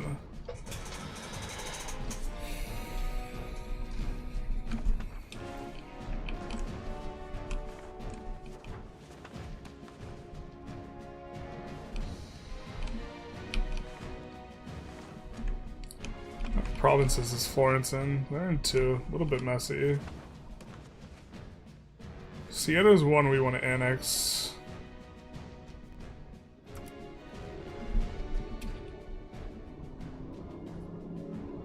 Does this give relations? I can't remember. We're gonna click it. I don't know if this gives relations.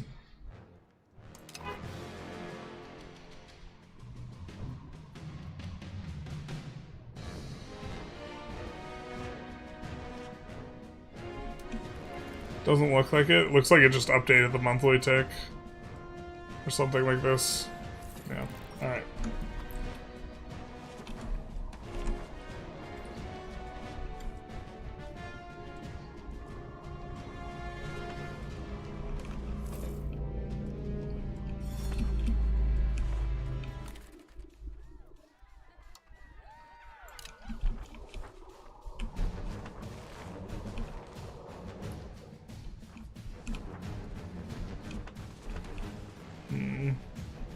I think you're building roads for the prosperity, or not the prosperity, the development. We'll put that on the back burner. What we should have done that, though, instead of upgrading the city, is maybe make sure that we have burgers everywhere. Alright. This guy could change something else now.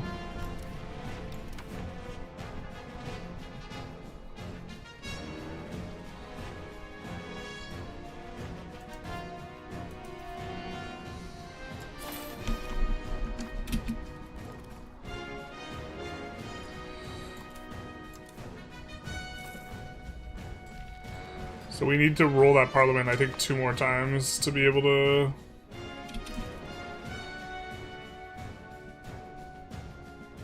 Am I just having brain lag? Okay, 82. We need to roll the parliament, I think 2 more times will get us there.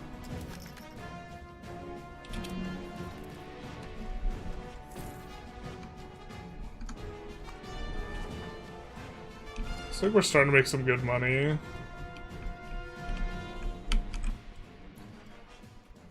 Pop is also coming along. It's kind of our reason for not upgrading some locations. Normally we don't upgrade lumber, but upgrading lumber is not the worst. The thing is, like, lumber tends to be really good for RGO type stuff. But this place has iron, cotton, and silk in it, which is like a bit of a rare combo, so maybe we want to upgrade this, although we are hurting on the lumber department. I think this needed a road, no? We're just going to build whichever road's cheapest. Yeah. They just need to have a road for the dev bonus. The road's not meaningfully important, I don't think, for... getting proximity.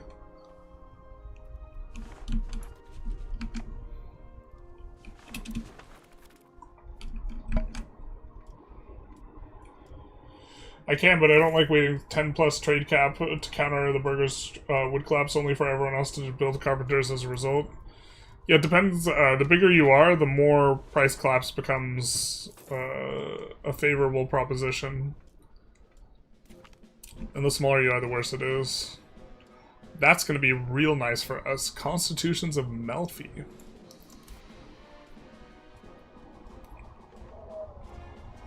Oh, baby.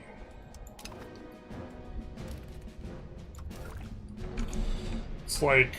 I think it's 5 satisfaction per tolerance, so that's 2.5 tolerance everywhere. for us, basically, because we don't have, we're primarily Catholic. Well, Denzian's starting to come through, though. Looks like Pisa's actively doing it pretty aggressively.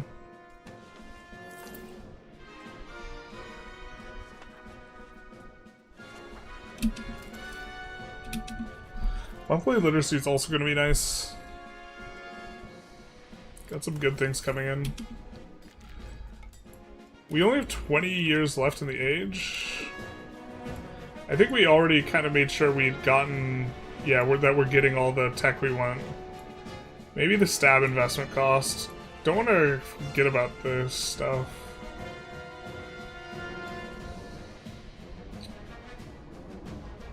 Minus the state enrichment's also kind of okay.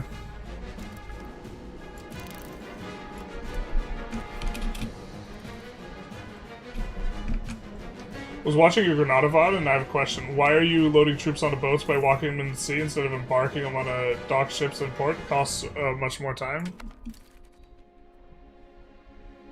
Oh, this is probably just a straight up leak. Because I don't know how to do what you're asking me. I know this is a... EU question, right? I think this is just something I never learned how to do. I just heard about it and I never made it a priority. So you're saying we could do this?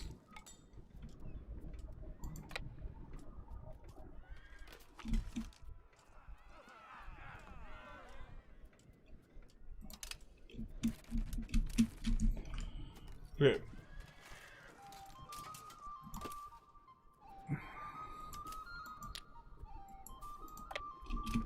That is indeed faster.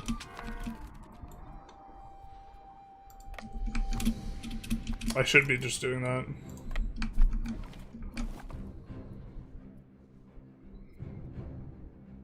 I have to take a look at my hotkey spreadsheet. I should just have that as a hotkey.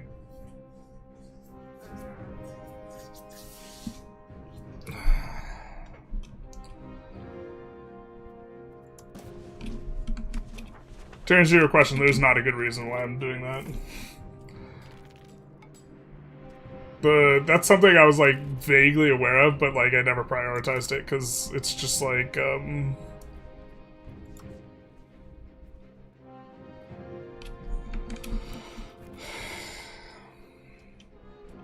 being able to micro that is not, like, winning or losing your wars, really. But it does maybe mean you get the war done 10 days earlier or 20 days earlier or whatever, so it's still probably the correct way to do it. Alright.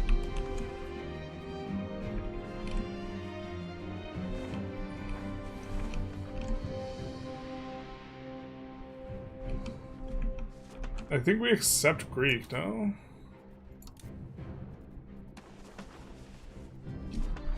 Do. I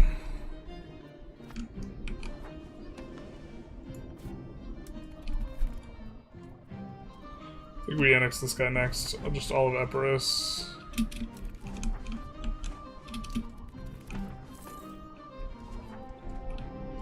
Is there a harbor here? Yeah. Just not upgraded. Solid natural harbor though.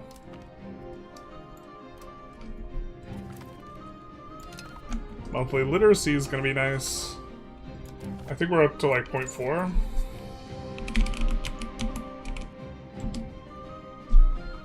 Or 0.04 rather.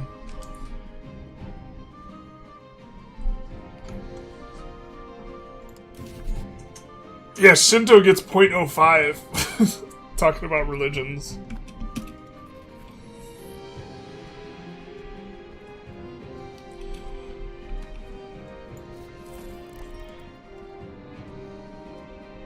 And these places will be able to auto-expand out pretty hard once this comes through. This is not fully employed though, so... Actually, you know what? I'm gonna take this off auto-expand. I don't think that that's...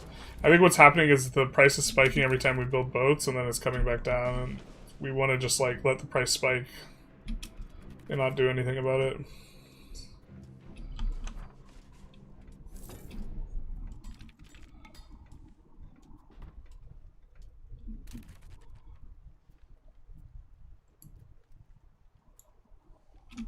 So some of these segments are a little expensive.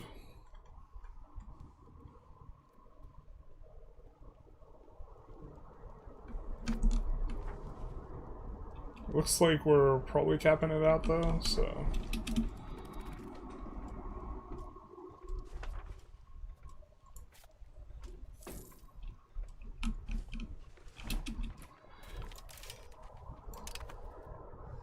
Alright, well, let's go market villages.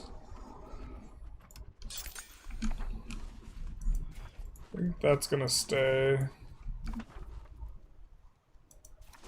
rural.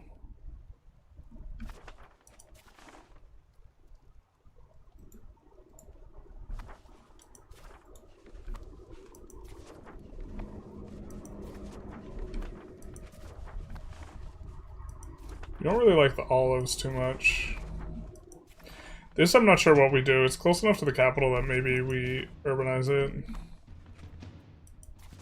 Even though it's an 8 food thing in an area that's going to be have food issues. We gotta check fur prices here.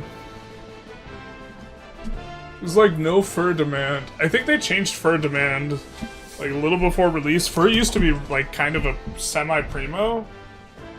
And now I just think we're not far enough north for it to ever matter. So I think that this is just as eventual urbanization. What's the control here? Maybe it's even decent right now.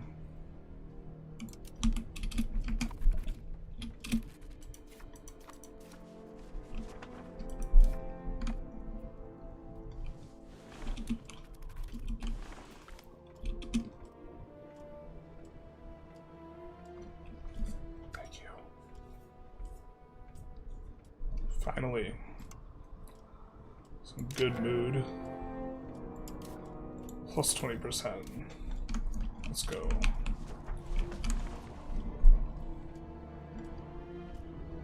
Alright, let's poke around a little.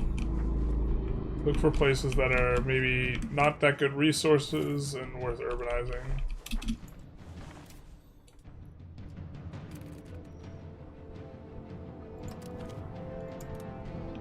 Or we're looking for places that are high pop and otherwise reasonable to urbanize, or ones we would want to urbanize.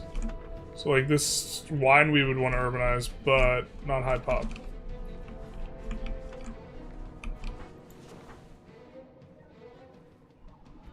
And olives are going to be the prime target. They don't generate much food. This is going to create a lot more demand in our market. We hope. We expect, because it'll give us a lot more potential burgers. And clerics. Because of potential, for every 1k pops, we get plus 100, so when... That's like 3,000 burgers, right, in a 30k pop place. And currently the number of burgers we have is 241k, so not an inconsequential amount.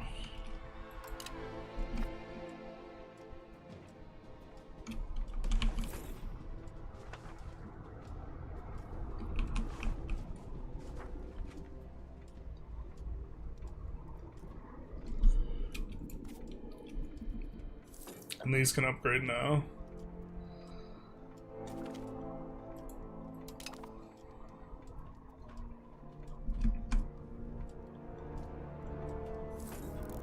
Such a strange thing that the vassals only care about total vassal strength compared to you, especially when you don't care about the marches or the fiefs. Yeah, it should just all be... It should be... Colonies should maybe be segregated from the other ones. Guys who have limited diplomacy should maybe be separated from the guys without limited diplomacy, and the guys without limited diplomacy should maybe feel different, but like... yeah, we could do this. So I get it to some extent, but specifically like the marches, dominions, this type of stuff, and like vassals, fiefdoms, they should all be in the same kind of bundle. That would make Monarchy even worse, though. Are there any good tricks to pushing communalism fast, like that sweet pop growth event? Communalism has some privileges. There's a lot of... You can get like plus 70.7 communalism pretty easily just from privies. We're not even using all of them. Like, we're not using this one. So you can get kind of a lot going on, because we don't want the tolerance of heathens down or whatever. Considering the proximity change to get through the sea is now when going through a river, which would you say is the best capital for Italy? Is it Rome now?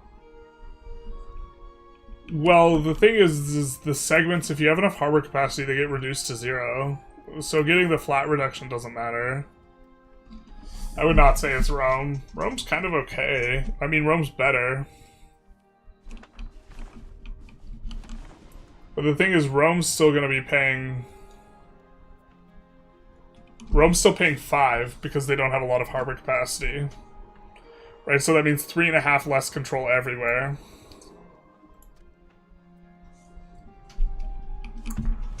You know what I mean? So... But... There's a... Let's say hypothetically that Rome had 100 harbor capacity, which it doesn't, right? But if Rome did... Would Rome be better than, like, Naples? Rome is not closer to the segment that cuts through Italy here. Like, Rome can't cut through Italy very easily. Like, it's... To go through Italy is, like, 8 locations. Like, if you could ignore harbor capacity, like, this might be the best location for a capital here. Because it's 1, 2, 3 locations to bisect Italy. This is the thinnest... section of Italy to cut through. And so the fact that Naples is right next to it is pretty nice. Rome is closer to the islands here, which that's a plus. And they're kind of closer to more valuable RGOs, and they're closer to a bigger bunch of farmlands. And like, I think the farmlands overall are better provinces. We have, let's see.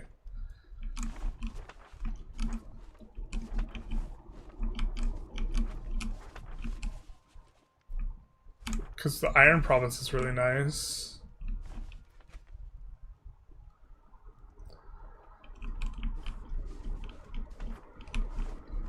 You might even want to urbanize the iron, to be honest. And then you're on the river. So you got good food stuff, so you'll have a little bit more stuff in the north. But the thing...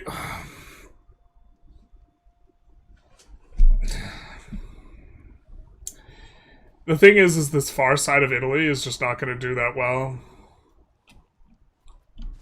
I'm pretty sure it's faster for us to go through here than it is to go around the boot. Because this is like 10 segments or 12 segments. 1, 2, 3, 4, 5, 6, 7, 8, 9, 10, 11, 12... So 13 segments to get to the same Z zone versus 1, 2, 3, 4, 5. Maybe when we get enough naval, it'll actually be faster through here. Not when we have modern roads, but probably before modern roads, I would guess. Definitely not with railroad. Oh, but there are the lakes for Rome too, though. Didn't even consider that. There's a couple lakes that allow you to kind of push segments a little bit. Not quite in the right spots, though, I don't think. I think maybe Florence is a starting good capital. I swear I'm not biased. Well,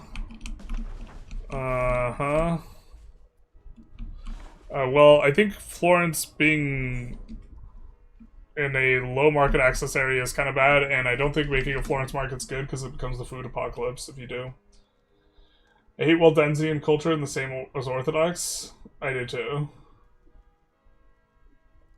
But maybe we're all just blue-purple colorblind.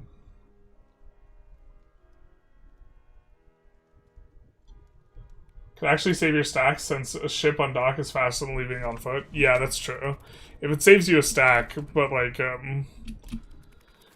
what I more meant in regards to wars is not that it's like not going to be useful in general in war, but like wars aren't close because the AI is bad, so you just don't care.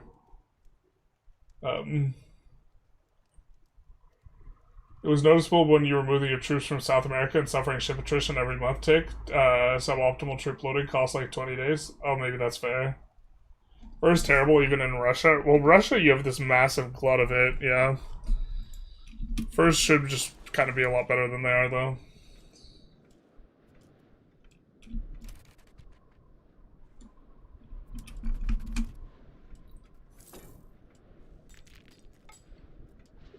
You just get massively oversupply. Yeah. Messina, less tiles to get with naval. Yeah, so I think Messina is also a reasonable capital. I think the best capital is like this Tunis. Like in like kind of this region. Just because you can get 100 control in Naples pretty easily from Tunis. And you get access to slave raiding if you have Tunis. So you're doing it for the tech, not the proximity. And then this is pretty good too, Suez.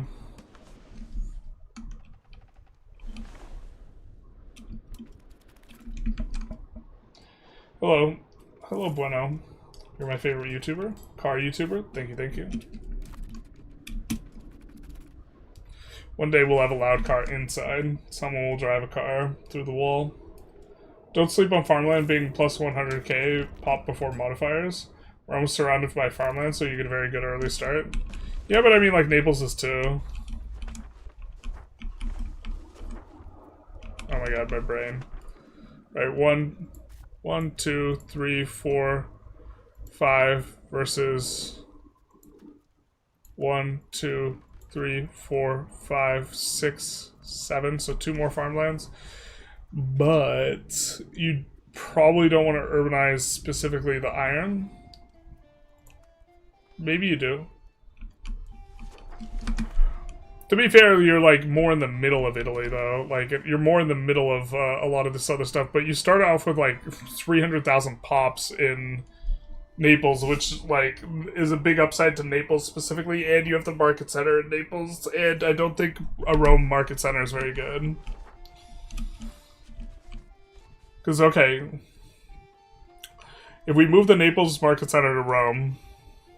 What do we do here? What's next? We have this big ass dead zone. Dubrovnik, I guess, takes over this section, and then Rome has like eats into central Italy and has some of this.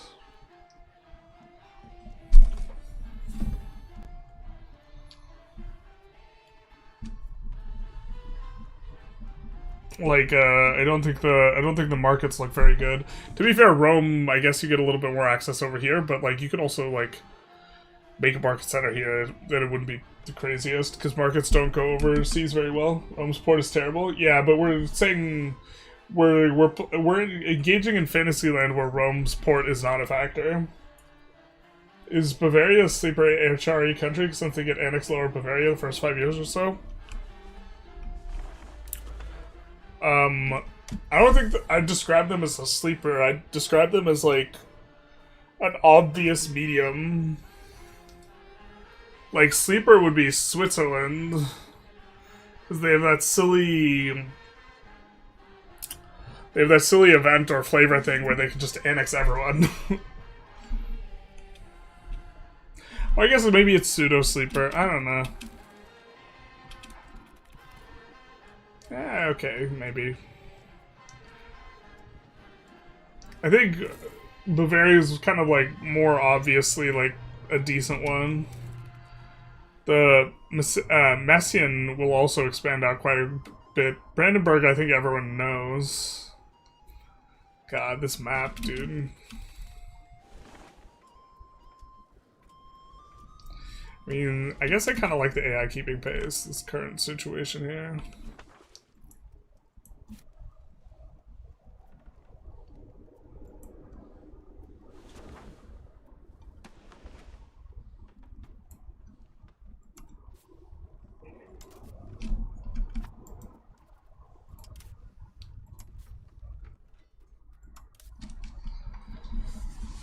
Wow, only Provence is in with them?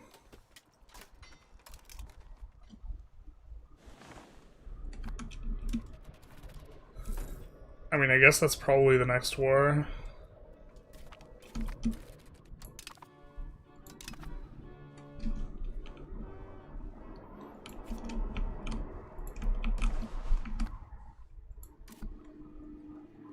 What do they have going on? They have a couple locations here. Oh, that's why we couldn't release Mantua. Mantua, what are you doing? Mantua? What? Okay, if we annex the Papal States, though, we get all their subjects. Is the boot negatively affecting them very much? I mean, they just go through here instead, but... Oh, I think that's 2 wars is the problem. We would love to annex the Pope, man.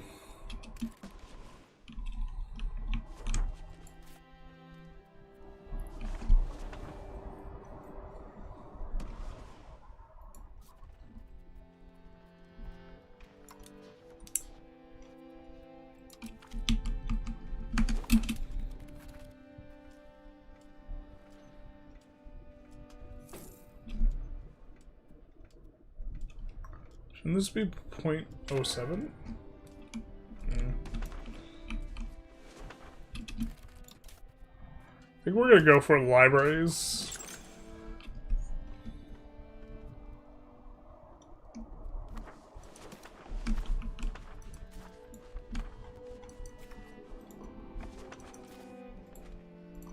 Where we know we're not gonna downgrade the location, basically.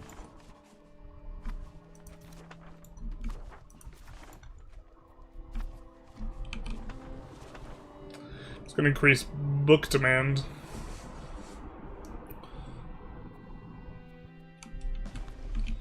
Also gain literacy. Doing pretty solid on the literacy front, though. Look at the rest of the world. Can't read. Like, actually.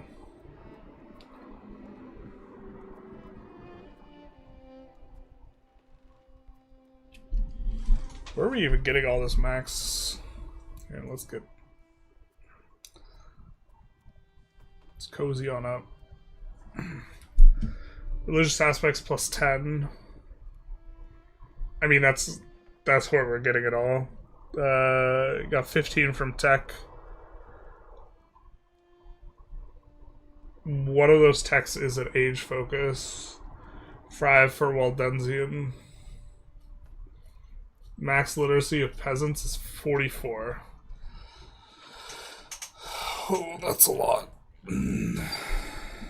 It'll take forever to get there for the... Oh, also, yeah, we also have more, like, double the ticking amount that most people have. I think if you're in Eastern Med, it's Constantinople or maybe Gallipoli. If you're in the East... You want to have your capital in Asia. But if you didn't want to have your capital in Asia, then Constantinople's really good, yeah.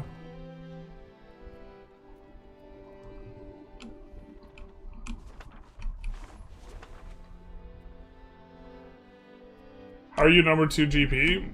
What you mean, you think we should be number 1?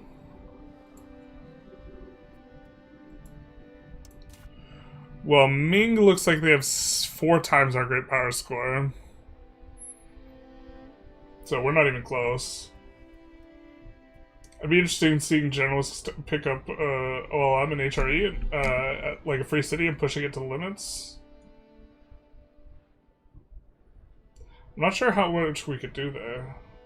What do you make of trad economy and free subjects with migration target city for growing pops in the early game? I'm not entirely sure it's better to have your pops in cities. They're more valuable in cities, but they grow more in rural, so it's like unclear to me.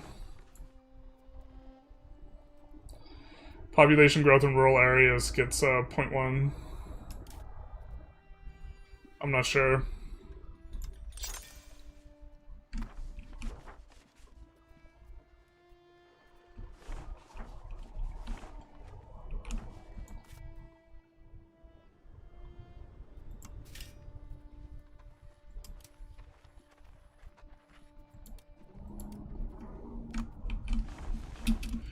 long as it's profitable, that will expand. Serfdom makes pops consume less, increasing the growth from food stores.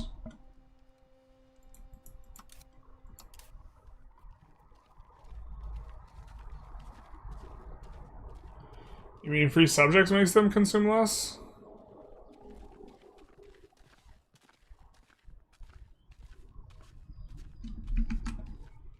Yeah, I mean, I think now free subjects is clearly better now that prosperity, like,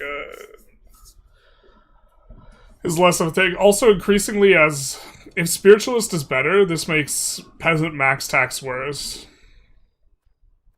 Because in the environment when you went humanist, the tax allocation of the rural areas would be, like, overwhelmingly peasant, right? But now,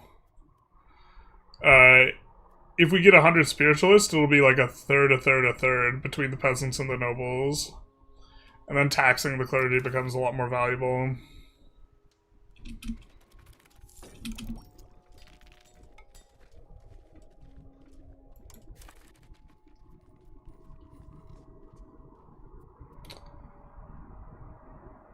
Oh, we don't need this anymore, actually. I'm not sure what we want, though. I think the idea is waiting for harbor administration.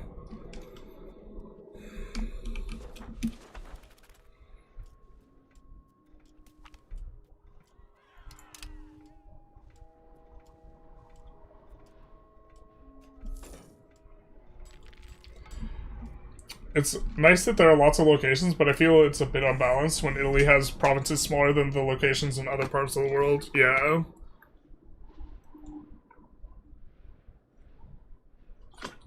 Italy has a ton of locations. I wish that hovering an area would tell you how many locations was in it. And same with a region. Oh, it does. Regions don't, though. There are 38 locations here. Oh, we were having that discussion earlier. About Bengal.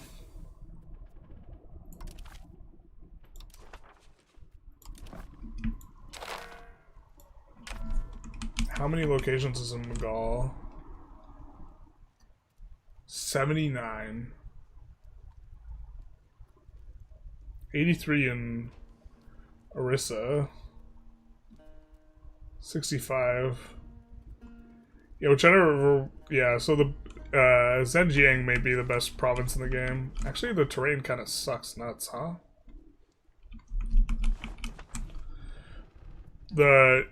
Yeah, so awkward.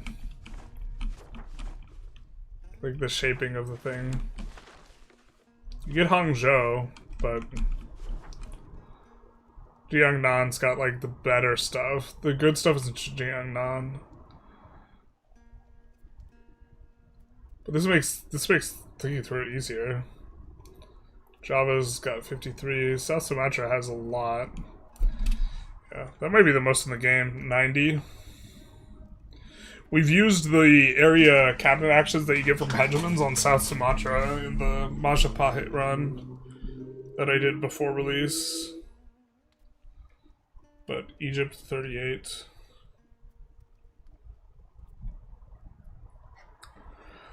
There's like a lot of weird imbalances by like that type of thing though. Regions doesn't say locations, does it? Yeah, it doesn't.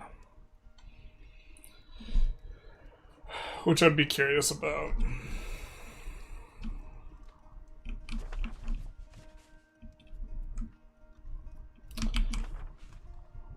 It probably just is Bengal, actually, the strongest area in the game. Because there's actually a really large number of locations there that are really high pop.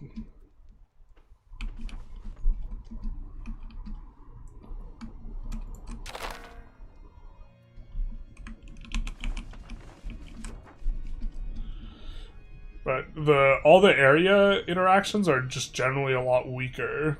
There's like 2 big areas in Europe, and that's like this and this, or like not even in Europe, but like in the Mediterranean and etc. Other than that, they don't get that big. So like the area cabinet actions, you're super whatever about, just because you're not going to be applying them to very much stuff. Thrace is kind of big, I guess. Well, someone was asking about this earlier. With the province with the most locations in it, I think it's Inner White Cariella, 27. There's mostly lakes.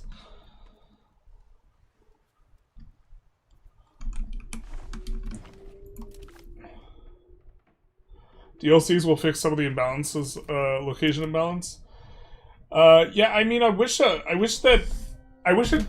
didn't. I wish you set an epicenter for these actions, and that it worked like radiating outwards, such that you were indifferent to like province size, area size, location size, this type of stuff.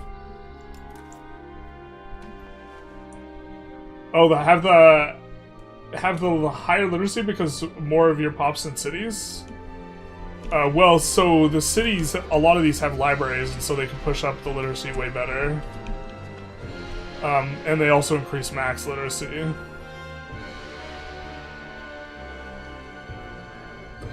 So, like, if we look at a peasant here, their max literacy is 64, because they're getting plus 15% from the library university combined. Your Italy run inspired you to try the peasant republic that revolts from the Pope run? I thought it was a fever dream. I read about it, but I found the event. I don't even remember it. I don't think I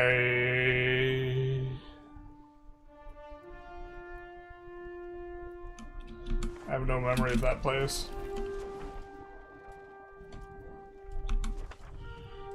Dev is also starting to come up in a lot of these locations and breach 20 where they start under 20. Maybe like do it like with procs and have it decay? Yeah, or not exactly like procs. Because I would like to be able to do something on the coast and have it be valuable. You know, like it should maybe have like a total amount that it does, and then it should like, if you're only pushing it in one direction, it should maybe push a little bit better. I don't know the exact mechanism. Not just like procs, though. But the same idea as procs, yeah. Where you, like, radiate this cabinet action outward, basically. This guy decided he didn't want to be annexed anymore. Shame.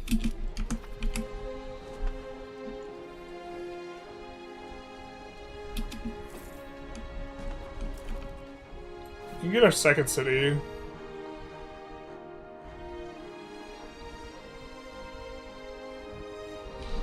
I think we prefer town urbanization here. Just the thing is, we don't have a lot of towns that we're like that enthusiastic about.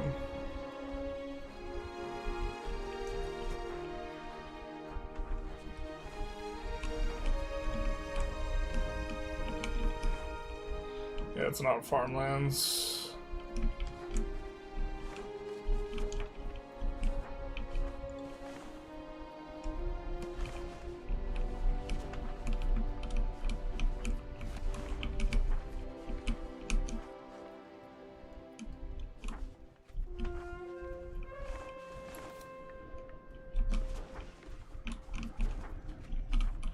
I guess we'll keep Tarde urban because it has such a good harbor.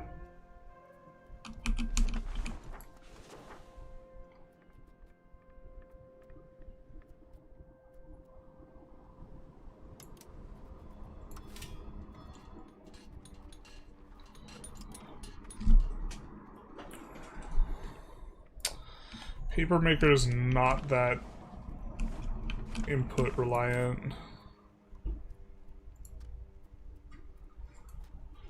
So maybe we make Papermaker's Guild here in the province that just doesn't have very good inputs.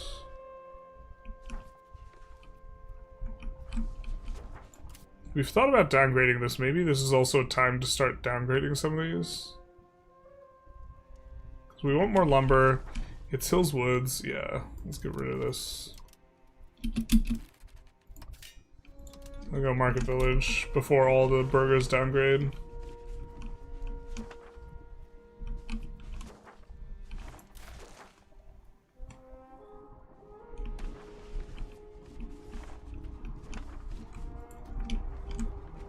Decent chunk of pops here.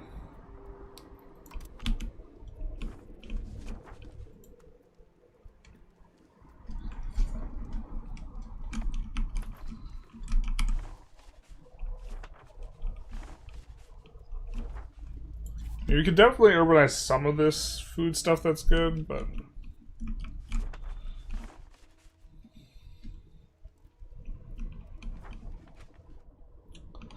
We're doing on Sicily. Fruit's real expensive. We can import fruit and stuff, but...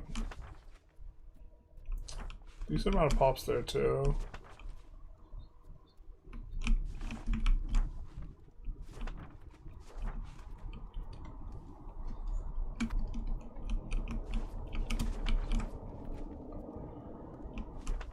Good chunk of pops. I think we want to build over the olives, just in general.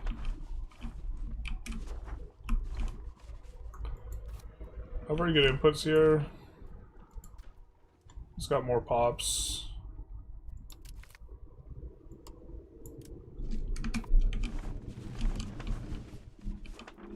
It's pretty close to the capital. It's probably be fine.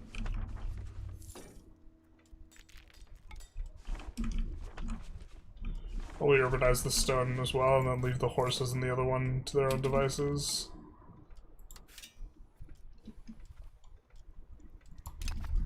Maximum RGO size rural.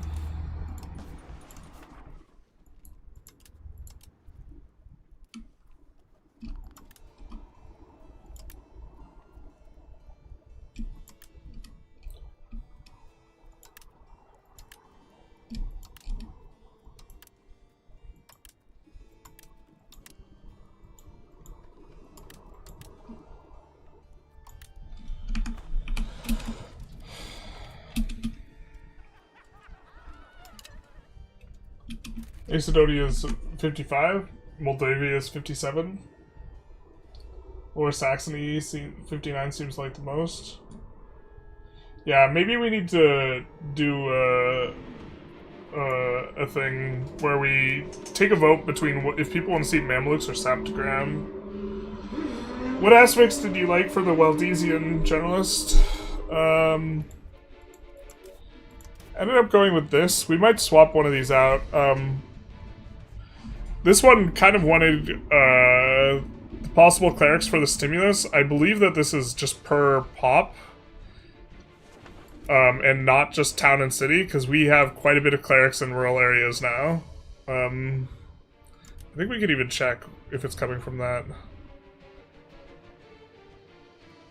So the religious aspect is giving us, yeah, more pop potentials, and this is actually making it so that a big portion of the tax base is actually heading their ways, and then we're taxing them, which is going to make, like, increasingly it's seeming to be the case that taxing the crap out of the clergy is going to be useful, but also we need that one to get up to 35% political power, or it's going to make it easier to get up to 35% to flip into theocracy.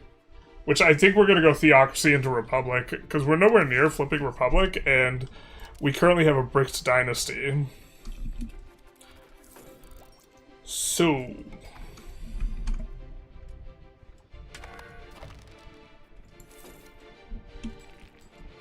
I did not bother to check. General's Gaming scammed me by counting the lakes. Get wrecked.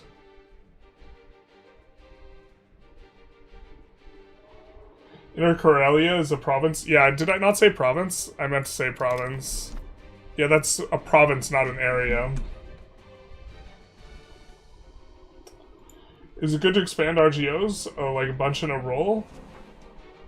Well, we were looking by the ones that were adding the most to the tax base, and we expanded that way. You mean max some of them out?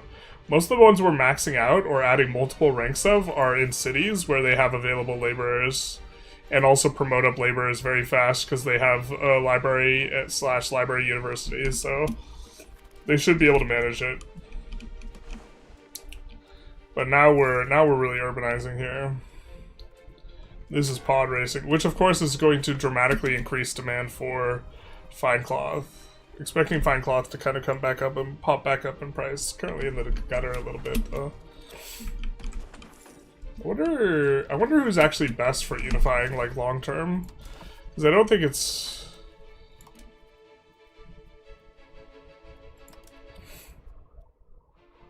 Fine cloth output's really nice. And I think this is one of, like, I think this is a top 10 advance in the game. And you start with both. So you got some, like, really nice stuff going on as Venice. Free gov reform. Milan's also got a little bit later. So infantry power early is kind of nice. Did they not get one of these? No, they have it somewhere. Where is it? Yeah, there it is. Verona has some of the very best, like, in terms of advanced density, I think that they have the best of the game. Like, the power level of their advances per advance that they have. Urban building cost, prox cost through land. Monthly prosperity. The Merc maintenance is kind of whatever. Tactics and antagonism received, nice. And then legitimacy, Republic trad, nice.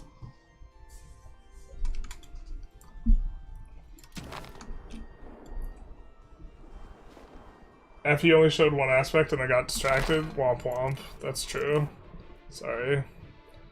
Estate satisfaction, equilibrium, max literacy. I think max literacy 10% is really nicer than the prox cost. No idea why it counts lakes.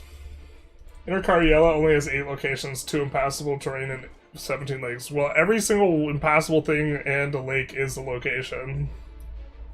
They're just not a location you can settle. What's the province with the most locations you could build on? I think it's in central India, probably. I mean, we could take a look. But I believe it's one of these, like 18 or 19. I mean, we could swap, but then we'd have to reload the game again. I don't know if people want that to see that bad. No, are we Sunni? No, we're Waldensian. To be fair, I think Sunni would be better. We just didn't do it.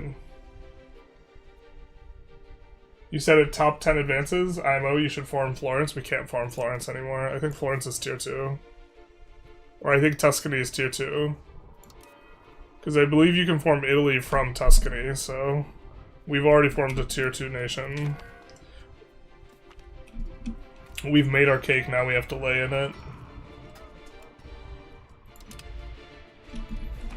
Unfortunate. Wow, we still don't have antag issues.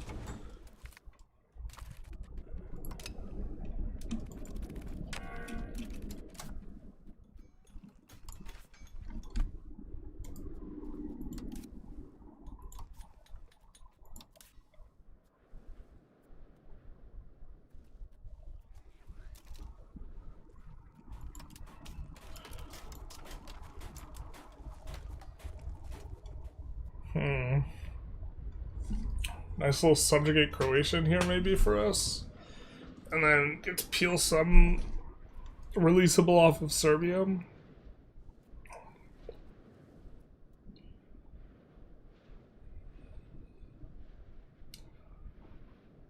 Something like this.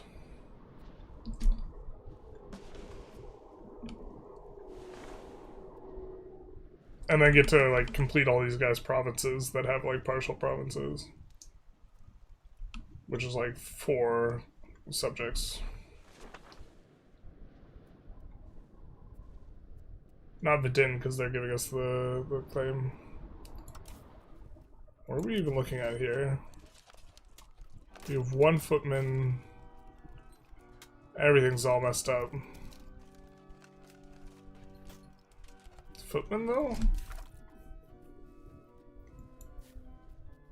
We just not get an upgrade? I suppose that makes sense. We just, like, the issue is we just can't assault anything.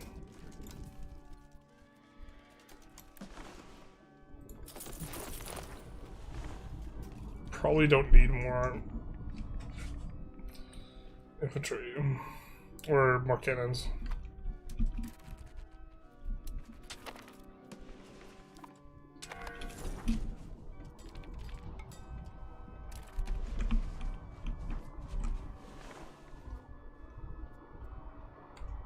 Wow, they are culture converting at a decent clip just all by themselves.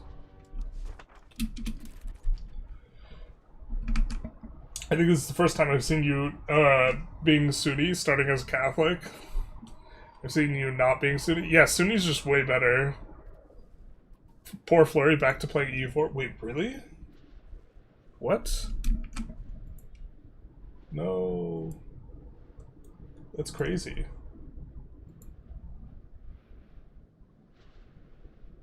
Why is he doing that?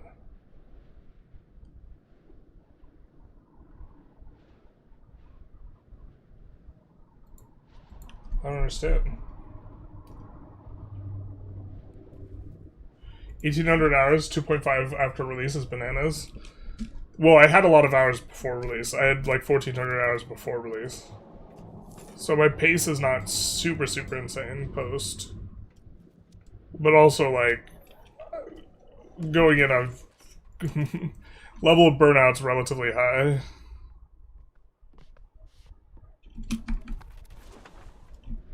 Got 6,000 in EU4, but that was almost 10 years. Yeah. We actually, I think we might be closer to 1,900 than 1,800 at this point as well.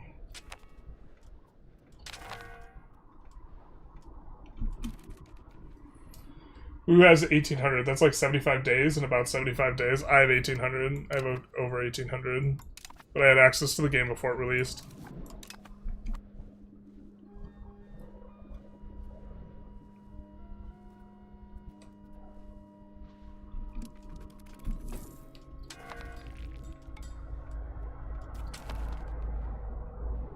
Oh, what the hell?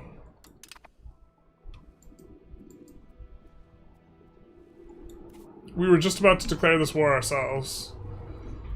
Oh, and we get auto-pulled in by the favors, dog. I hate that so much. I might reload just so I can deck them. I guess maybe this is the punishment for having allies. We could separate piece these guys. It's just the problem is this gonna be some stupid ass war goal. Yeah, you just know CB'd his ass.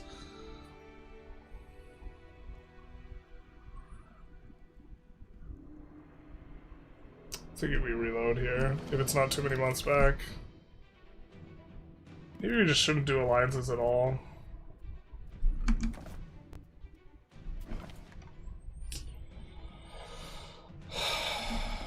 I really wish you had, like, the option. The thing is like, fighting in a war led by the AI is just like, really stupid about peace deals. Sometimes they give you shit you don't want and just give you a bunch of antagonism for no reason, too.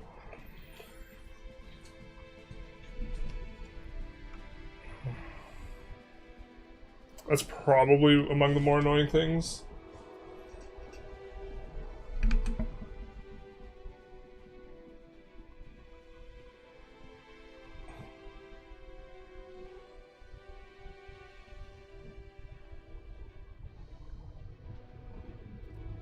Well, he does not stream on YouTube.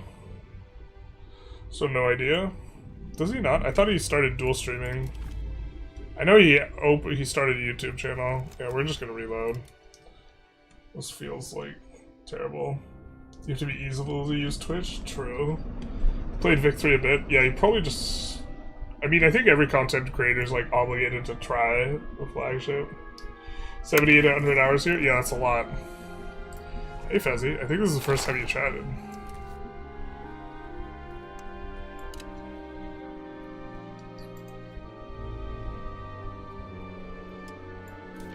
Yeah.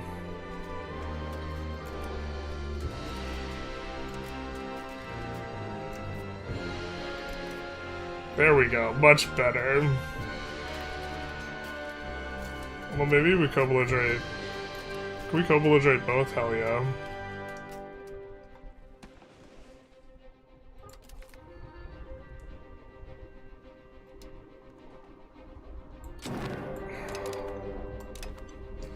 I just don't want to have like a really unfun experience with some silliness and also getting a truce.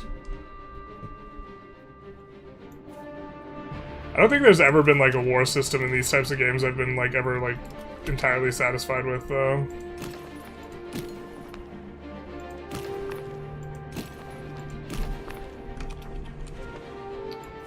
Might be the last march of the us using conscripts as well. Probably not, but...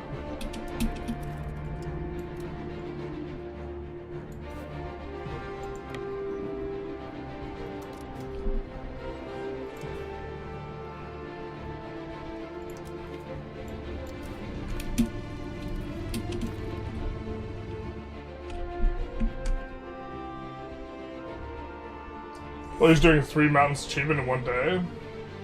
Twitch is the better streaming platform, banana me. I think that Twitch has, like, more stuff for chatters and, like, this type of stuff. But, like, the YouTube, like, viewer thing is, like, better. I have the same philosophy. Alliances and AI are just annoying. I don't know. I feel bad doing it. Maybe I just shouldn't make these alliances anymore. Because, like... Look, I actually don't want the alliance for anything other than generating favors so that I can improve cultural opinion and, like, maybe cheese him by asking him for money. But it's mainly just so I can click this button, which is kind of silly, because we don't need him from a power level perspective. I also don't want Bohemia expanding into Hungary, so I want to defend him against Hungary, but that's kind of a whatever issue. Ooh, wait, what?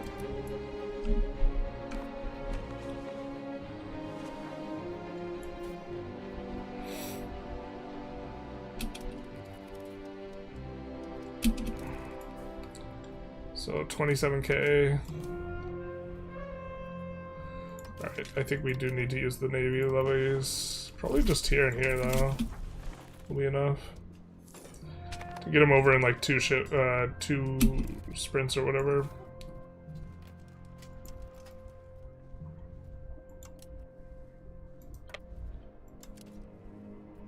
At 28,000, that'll be enough to bring the entire thing over.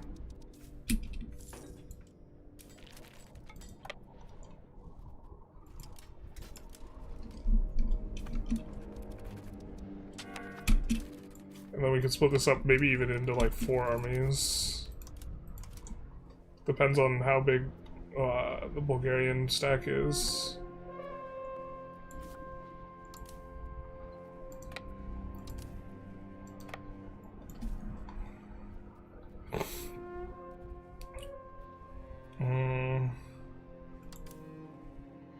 Okay, wait, let's try the thing chat was trying to get us to do earlier. I think let's maybe...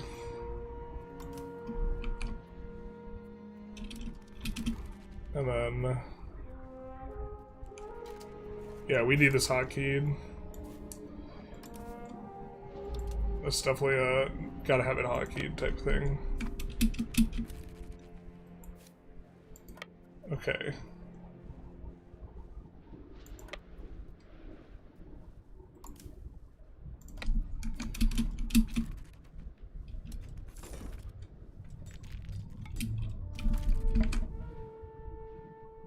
He tried to do Tall Greenland and Ireland, with the Ireland run stopped because the navies were silly.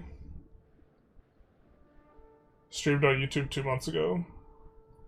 That's the video title, isn't it? 1800 something something.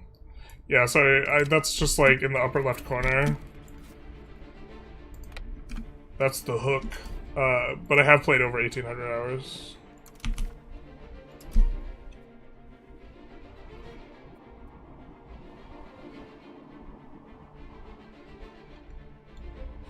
There's no way this allows you to upgrade conscripts, right? 1 trad galley to mad. Yeah, okay, I understand.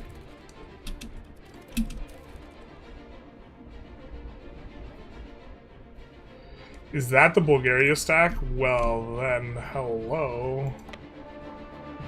Nurse.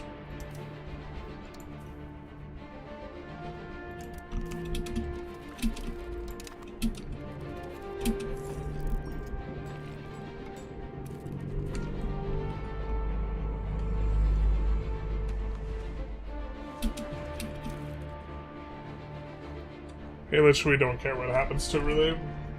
The NoCB is wild at the moment. Had France drop NoCB on Hungary over a vassal with 1 tile of border on France vassal with half Europe. Was fighting for 15 years. Yeah.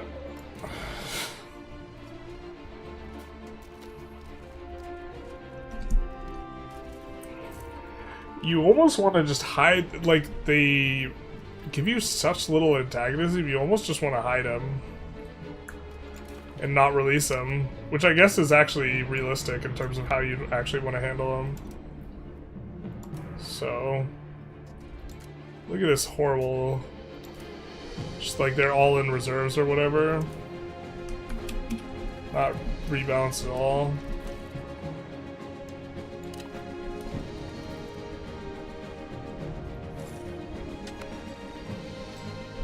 Playing, at the moment, it got Imperialism on Kiev, Smolensk, and Muscovy with lots of good micro. Nice.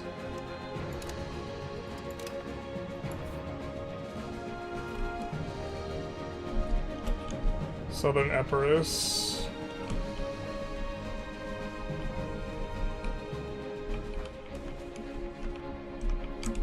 What are we? We're looking for this. What is this about? We should have de-urbanized this before the annexation finished. I didn't even notice that. Urbanizing this because it has the good harbor. Maybe we want to take a look at docks though.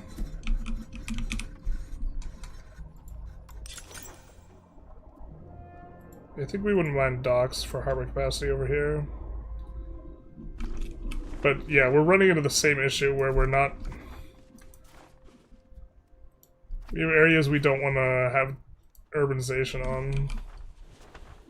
And we're not pulling the trigger on deleting it because of cognitive biases and just being bad. I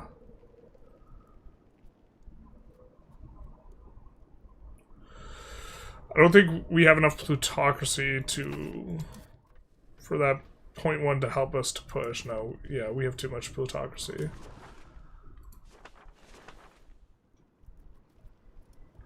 Gravel road network, I don't think it's useful, so I guess it's between conduct census and support the state. She's 51, she's getting up there.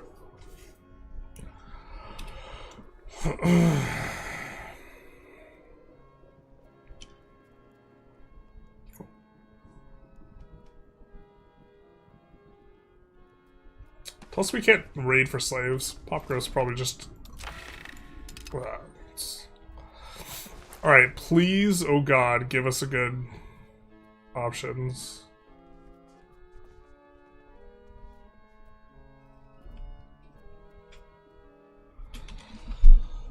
That's like 6 really bad parliaments in a row, man.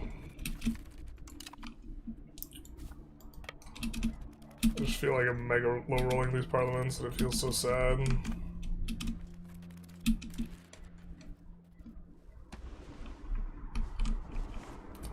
Guess it's not that big deal, grand scheme of things, but it feels bad.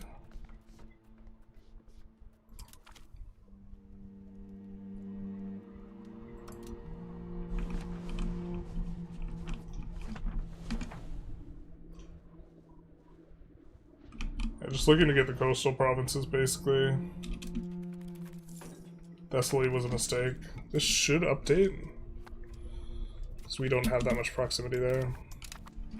It's no longer a proximity source.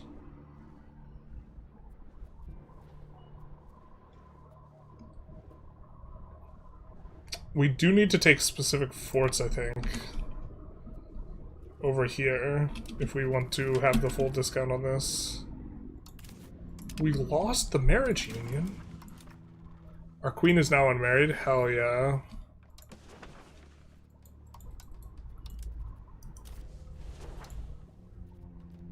Let's marry a strapping lad.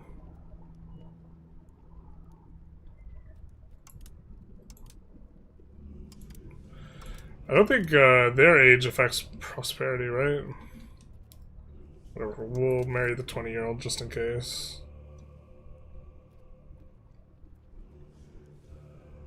What if they become the heir? We want to marry someone with a house then?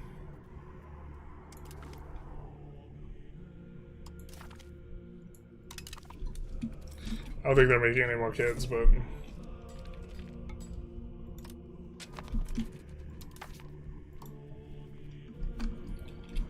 Yeah, cannot make anything that will give us an heir, so we'll just get a random regent, and then we can promote that regent, and hopefully he has, hopefully he's part of a noble house, and then we can actually get crown power again.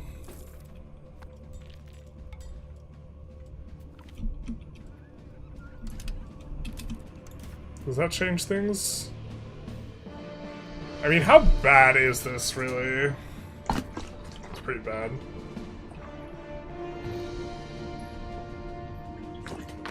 It's pretty bad. Relative to getting it on the peasants. I'm just frustrated. Our parliaments have sucked so hard that I just want to click into something.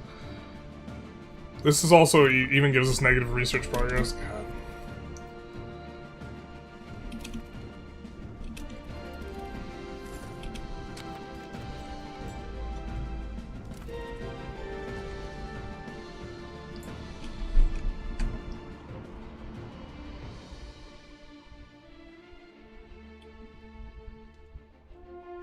Do you think having unions are worth staying a monarchy? Not really. It takes forever to annex dudes, in that way. And it might not even be efficient for the diplo. Like, it might be the case that if you gave me the opportunity to diplomatically annex Poland, like, just for free, I wouldn't want it. Or, like, I wouldn't use it, because it costs so much diplo. And I think managing subjects that are closer to your territory and this type of stuff might just be more valuable.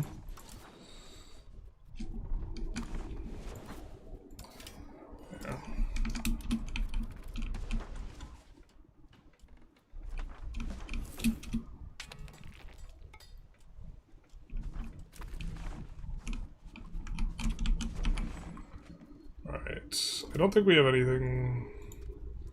One of these is fresh.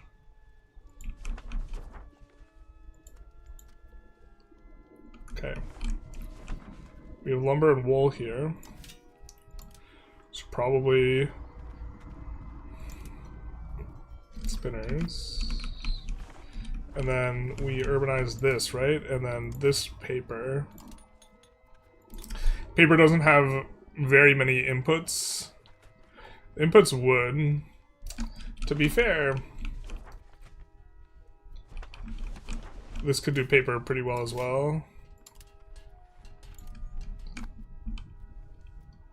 But it's a relatively low proportion because eventually you get rag paper. Rag paper is just better, but you can't get cotton. Cotton's not an RGO. It's a produced good, so most of the proportion of it is coming from other stuff.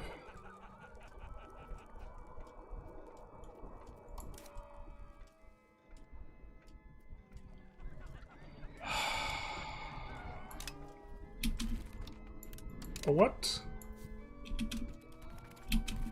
Alright.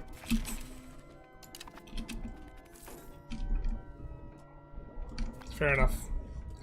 They got us, Captain. It is nice that we could just resolve the war on these guys once we know what we want. What do we want?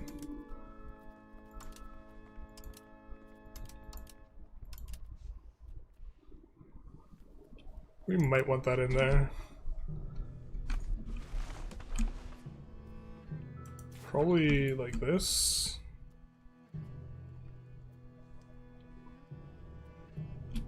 Wait, can we just subjugate him?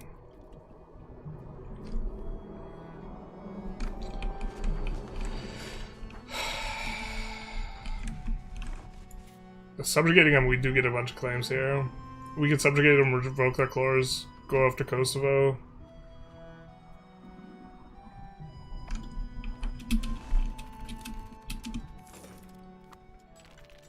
You do have to take the capital first, though.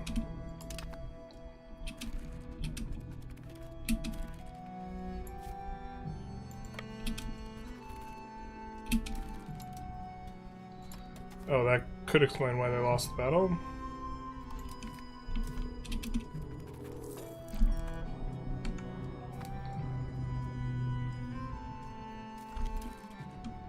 Another reason to be allied with Hungary, admittedly, is we won't generate antagonism on them. So one of our plans was the fact that we could just rampage through the Balkans and not generate a coalition on someone big. So maybe that was a really dirty reload, not just a kind of dirty reload.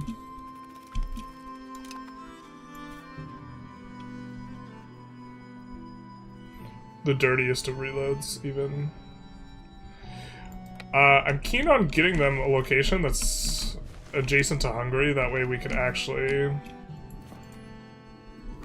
kind of defend them.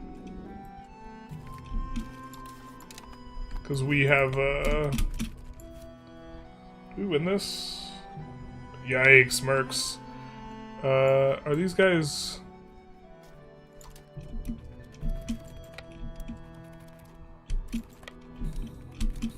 No, they don't want to attach. I don't think we beat that force. We are not as regular heavy as they are merc and regular heavy. So I guess we'll just help these guys siege and base race until we can get this freed up. Or this, I guess.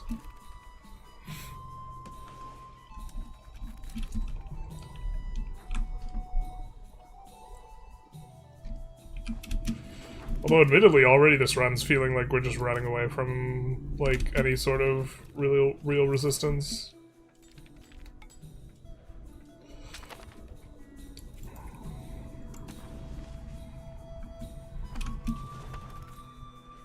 You do have to make these guys fiefdoms, specifically. Hey, nice stream today? Hey, Gideon, how's it going? Why no take Rome yet? Just felt a way to do it. He has no ambition for reuniting the fatherland. That's true. Do you recommend playing in Arabia? It seems quite terrible. I do not recommend playing in Arabia under, like, any circumstance. I think that seems like an unfun prospect. The game revolves so much around wood that, like, not having wood is actually just, like, really obnoxious. So...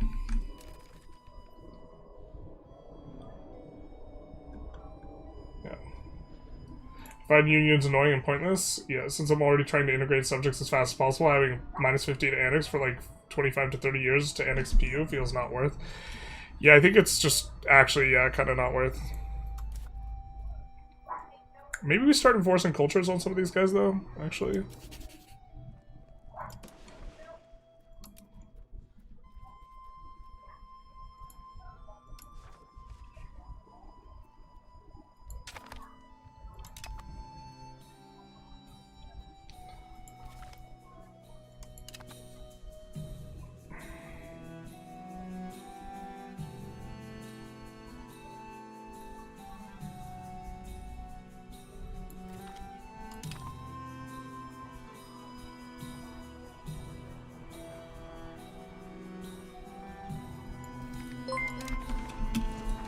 Because we're in the beta, so apparently it's fixed where they won't convert guys to your culture.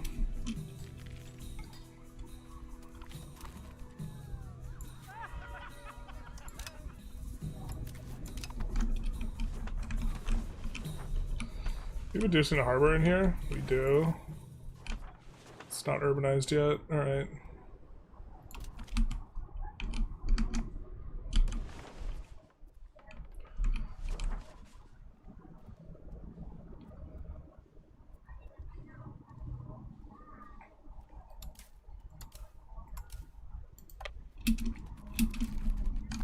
Should be good for us. Agent Chowder? Chowder? I don't know how that's pronounced. Thank you for the Prime subscription, though. Much appreciated, my guy.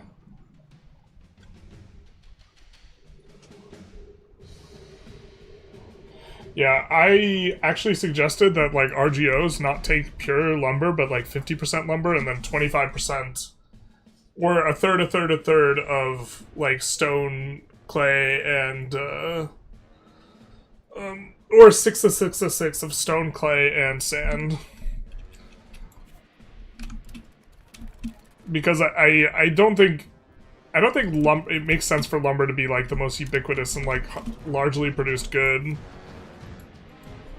when, like, a lot of people built stuff out of not wood. This seems like... You know, this seems like,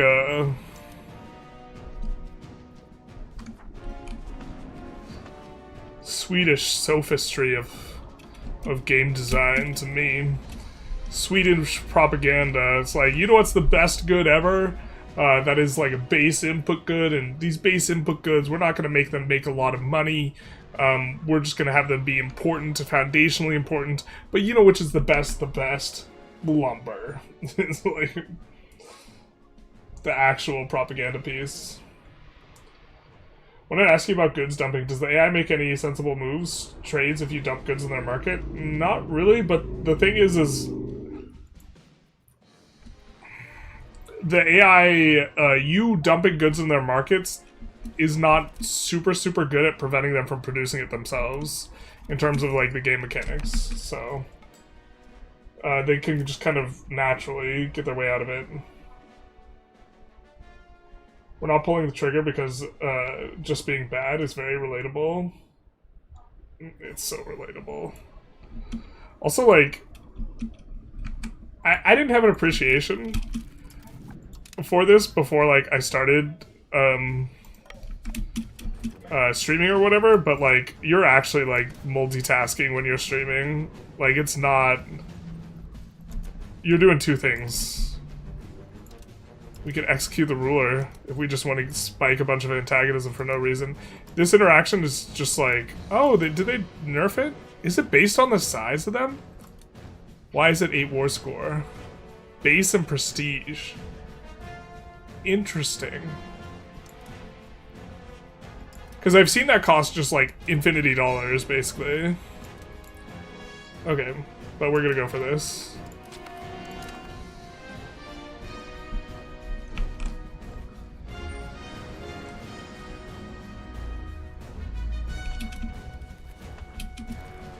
But that's super nice, because that's like no antagonism on anyone, because Hungary's not there to antagonize.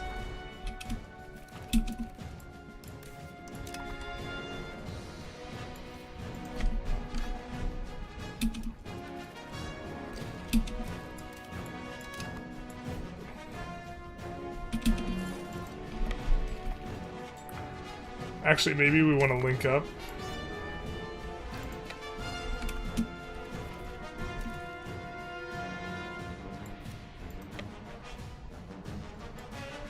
Two armies, so we can actually handle the other army.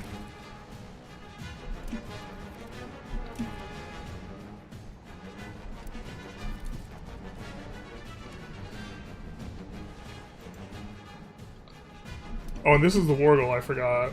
Whoopsie. So...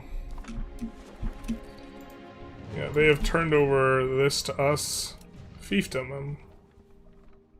Who gets pissed? Kosovo gets pissed. When Serbia gets subjugated?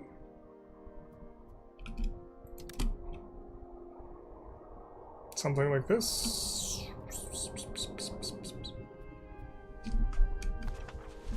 I think we could just wait a little while and get a little bit more gold out of them. Maybe we don't want our subjects just tripping up on going after them, though.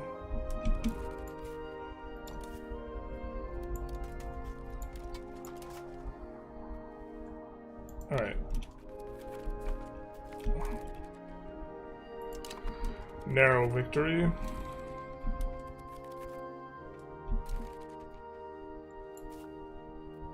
Did you refill the garrison, my friend? You did. Sad times.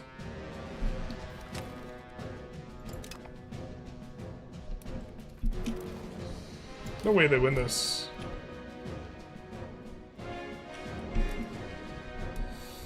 Oh, no way. Hold, hold. No, no, no, no. Alright, retreat onto our guys.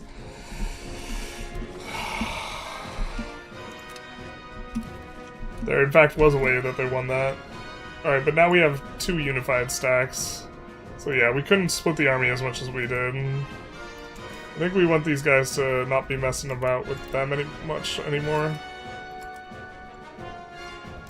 So let's go for war reparations and this.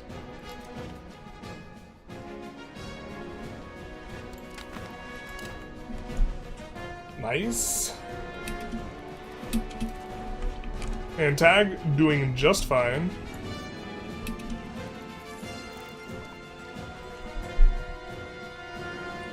Oh, did we misclick vassal? We meant to make fiefdom. Hopefully that's not a problem.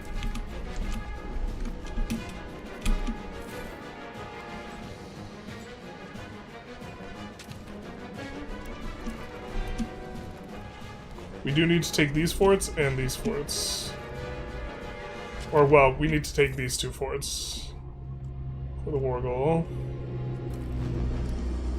And these to make the peace deal cheaper. Because what we want to do is take the rest of this province, this province, this province, this province, this province. Oh, does that cut them off? That cuts them off. They don't want to be cut off. But you didn't have to cut me off. We could take a chunk of this and release Wallachia, though. So this might be the peace deal that we look for here. Barely makes Bulgaria pissed. Wait, is antagonism not working? Why is Bulgaria not pissed from us subjugating Serbia? Goes from 0 to plus 51 to 51? Is antagonism not working? Is antagonism bugged on the beta? Is that why all this feels so free?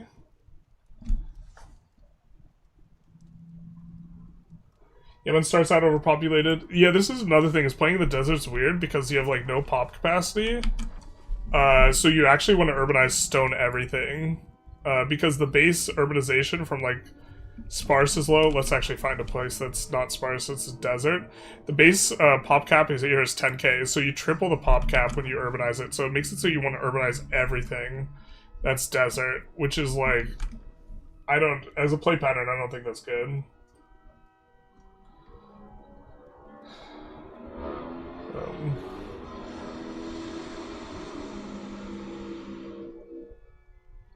And subjects in your own market, and have them debit to 20 before you annex them, turbocharged core. Basically. There are 2 wood tiles, 1 lumber tile, both in Yemen. I mean, hyperbolically, there's no wood in Arabia.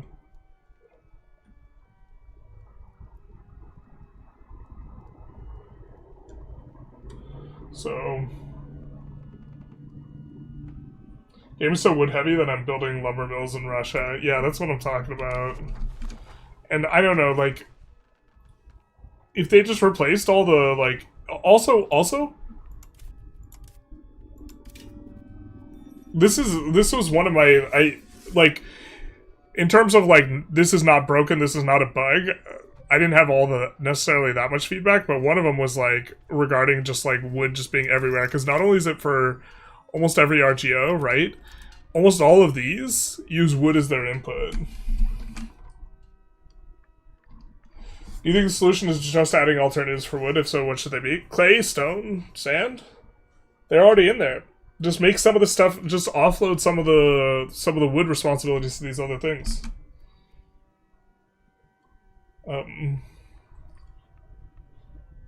is a close second? Yeah, but iron to me makes some more sense than, like, people, you need iron to do to make steel, right? You don't need wood to build a house. You tried using trade goods in a circle? I have not, but it should actually be pretty effective, especially at the lower rungs. The lower levels, when the like modifier that makes things more stable kind of fiddles around with stuff. No, not like this. This won't be the worst market in the world, because moving a market up here is kind of like okay, but we did not want these guys to make a market. We should have given them market capacity. I don't think that would have worked though. Okay, but it's not the worst. Dubrovnik is... Yeah, okay, it's not the worst. This is fine. It's all fine. It's fine. It's fine. It makes sense because it's RGOs. Not sure how much scaffolding was made from stone. I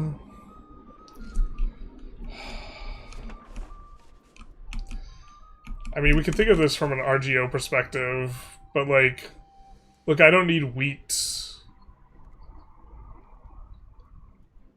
For wheat, you can make like a stone silo for grain. And I think you actually would have built the silo out of grain, so like, for grains, it maybe would make more sense if stone was the input.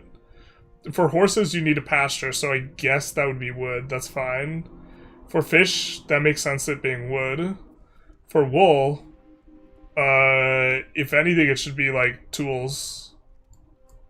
I guess you have enclosure, but in terms of herding pops around or this type of thing, you know, for silk, it makes sense as wood. For iron, it should be tools, but it's wood. But that's all not necessarily the biggest deal in the world, but it makes it so... Well, it's a big deal that it's uber punishing to not have wood. But it's nice from a gameplay perspective that you know once you collapse the wood, you basically get to build everything, but not like furs. Or, you know, the other things that require specifically tools.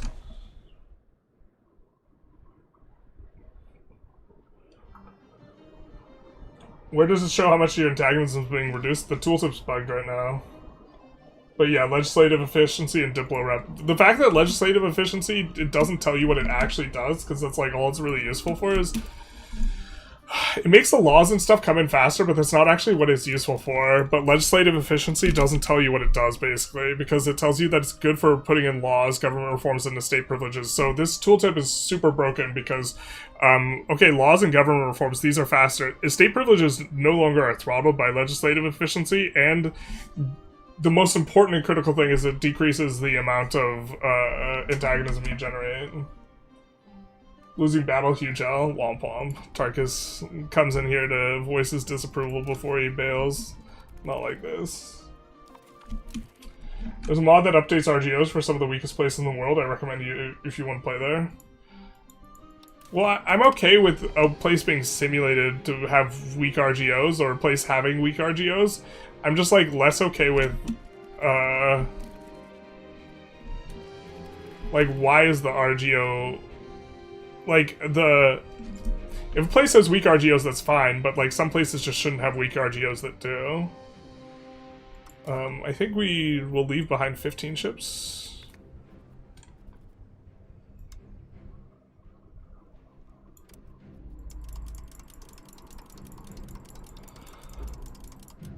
Alright. Something like that.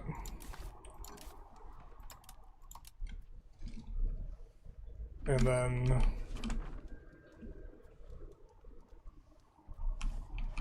we could try and go around. I don't know if going around is faster for us. But I know this segment's going to be important, so...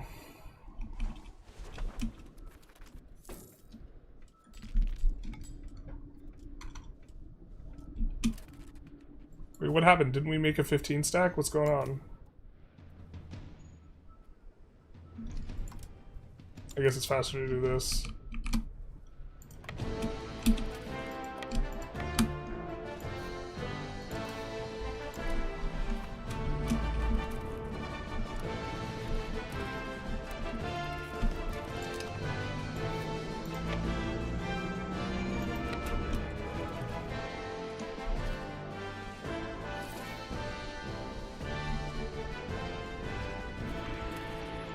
Oh, that's kind of annoying.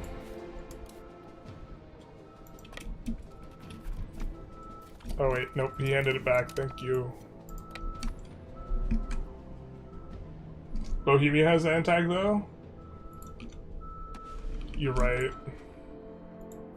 But why did we generate... It said we were generating plus 20, but we just didn't. None of it stacked up yet. Where he took 25 allocations from Overlord and generated no antagonism even with the subject. Overlord didn't care. In addition... Yemen's architecture is all clay on top of stone. Like Old Town Santa's looks awesome, or looked. Yeah, this is... In terms of all the buildings, like, stuff taking a bunch of wood, it's like, historically, if places didn't have wood, they just used other stuff. Generalist is a lumber denier. He refused to accept how important wood is. Paid off by Big Mason. Not like this. Chat never believes me. Womp womp.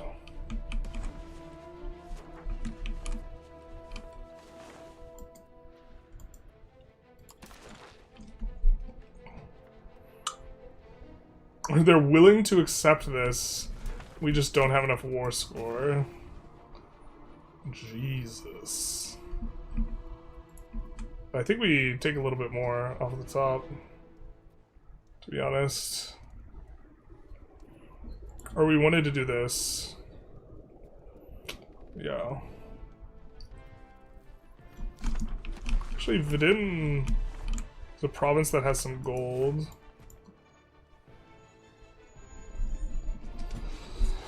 This maybe makes some sense. The thing is, we're gonna have Antag with Bulgaria, but we don't care because we'll just finish off Bulgaria.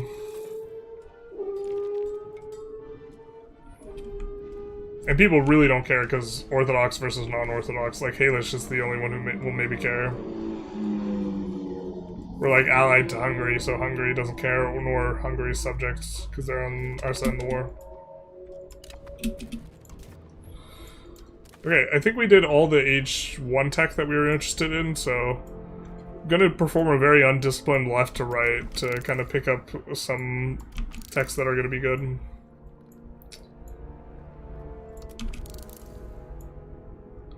Very undisciplined.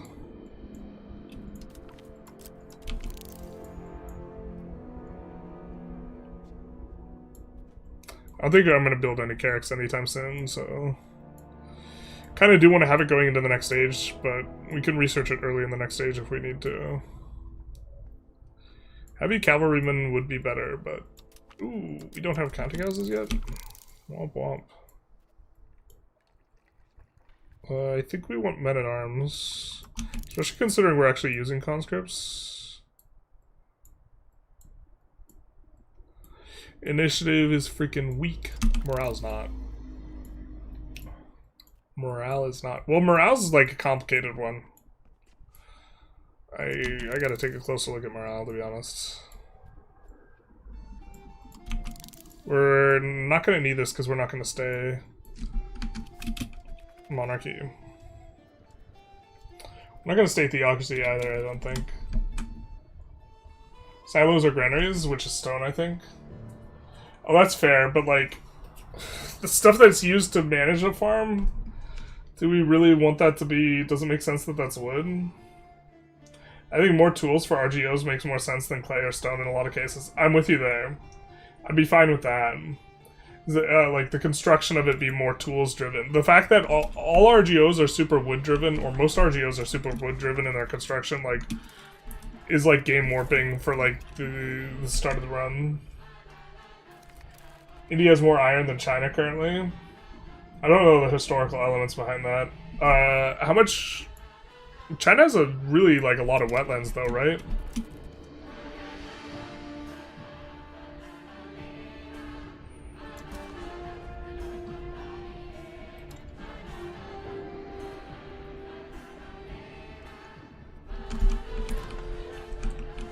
So we're gonna have assimilate area. I think we're gonna assimilate that.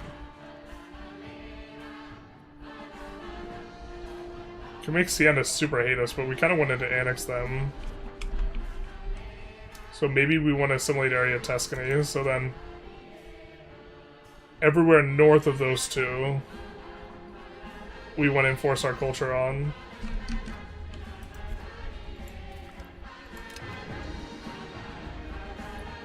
We're probably going to need to enforce multiple times on Ferrara as well.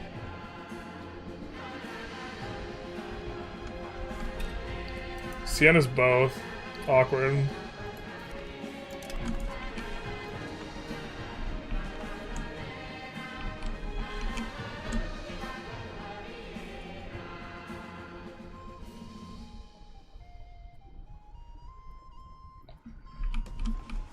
Oh, we definitely should have done that on Achaea, though. That would have made them faster to annex. I think they still might be faster to annex. Because we'd get plus 100% instead. The thing they'd get ubered soil. But their loyalty is really high.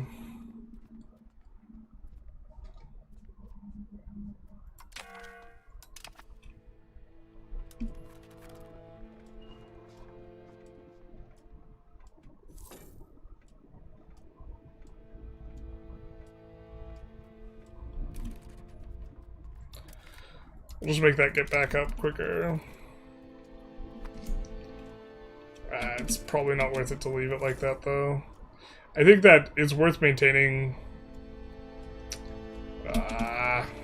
It's so not worth it for us to be doing that. That was a waste. It does make it so that we don't spend the diplomacy for the annexing them, though, anymore. And when we do get to annexing them again, it'll be way faster. But all these guys are Greeks, who we do not assimilate naturally. So maybe we want them to just flip culture for us. We're running out of what have you.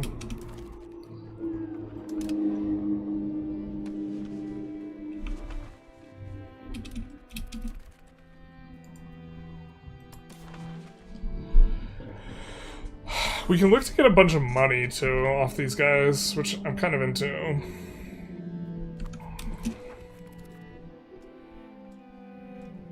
If we just, like, take the war goal, because currently, yeah, they have huge defender ticking. Do you think an export-based can be decent? Right now, trading creates weird incentives that, like, doing just trade seems not very good because you really have to create local demand and local supplies, I think. Because if you import something, the price is going to stay high. You have to import a lot of it to get the price down. And you need to get the price down to arbitrage. Like, if you, like, there's no Silk Road mechanic functionally, because if the Timurids import silk from China, right? Then effective demand will make that silk price very expensive. And then they can't push it forward, because it's going to be expensive there. They can't, like... There's no daisy chaining trade together, because of the way effective supply and demand work. It has some advantages, but, like, it's, like, really, like, one singular market to market, not, like, organically, that good. I don't know the way to fix it, because it is doing some useful things that you care about that are good. But the fact that the trades count half for supply and demand, if they're actively traded, creates weird price effects. And if you really want a robust economy, you need to create demand locally, and you need to create supply locally. And so trade is like... it plays a supporting role, really. More so than a primary role in a lot of cases. Alright, that wasn't the droid we were looking for.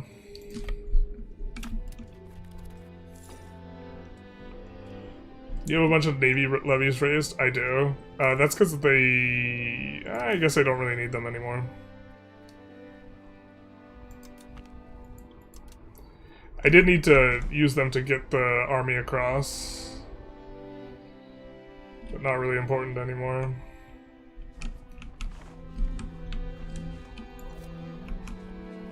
Why does your dev suck balls? Are those woods? Has road on the coast.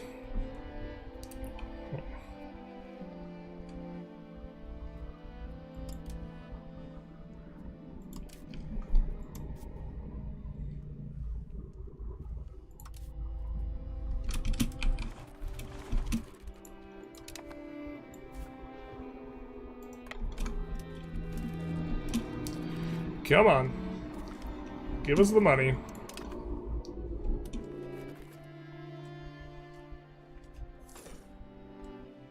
Just need this to finish.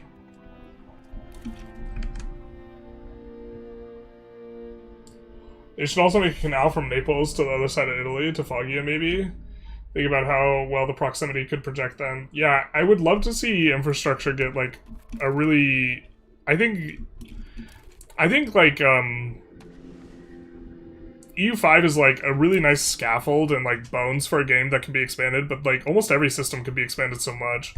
Like, would love to see, like, an infrastructure rework, and there to be a bunch more buildings and options and, like, choices and this type of thing. Rather than, like, oh, this is a good building, you build it everywhere. This is a good building, you build it everywhere. Having to make choices about your buildings would be more interesting. But maybe you're already playing too much city builder in this type of thing. I think I care about the city builder and eco stuff a lot more than the average player, so... Johan should probably not listen to me in terms of, like, trying to... those types of things. John's out here saying you can make things houses other than lumber. What are they gonna do? Make it out of bricks? Not in the United States. We only make houses out of paper mache here.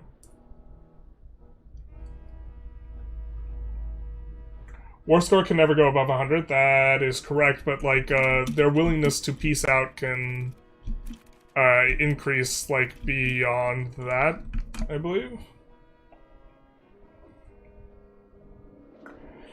I feel like what people make houses isn't very relevant. Aren't mines held up by mud or strong lumber?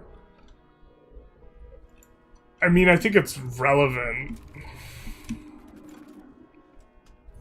I don't think it's, like, necessarily, like, one-to-one type of thing, but I think it's, at the very least, relevant, yeah.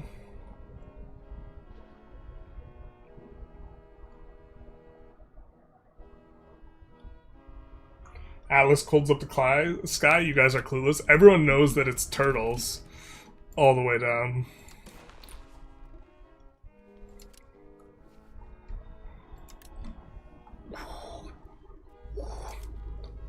Alright, we can get everything we want now.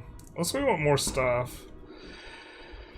I guess if we're looking to hard annex them, we maybe would actually just want the more stuff. We could give Wallachia an entire province instead.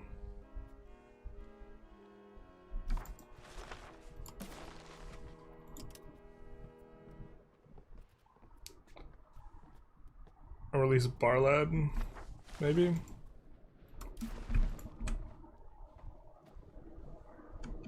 Take less money. But we want the whole money, so we'll wait for this to finish.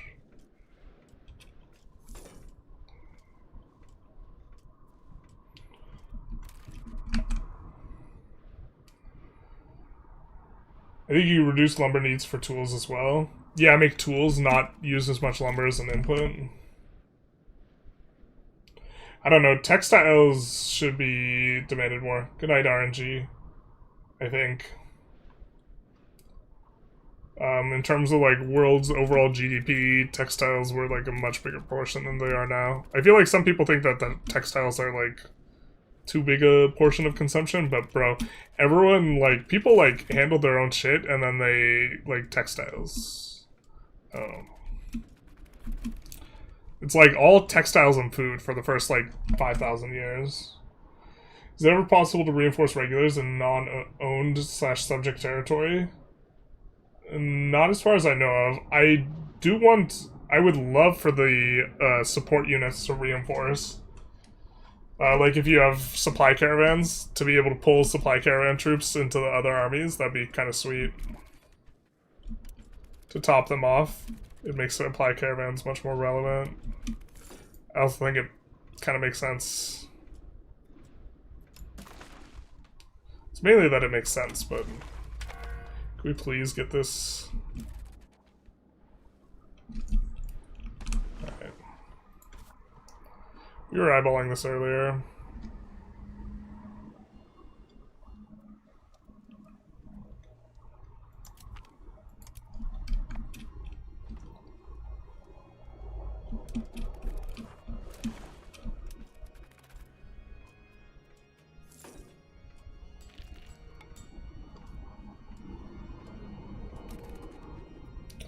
We do want to start annexing someone.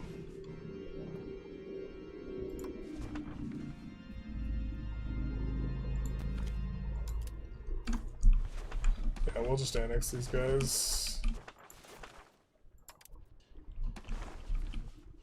I think we have a city here. I think we're going to downgrade it. I think it's going to be really awkward. Because I don't think we want a city there. Unless they have a really good harbor. No, they don't. Well, I mean... No, I think we want to downgrade it, yeah.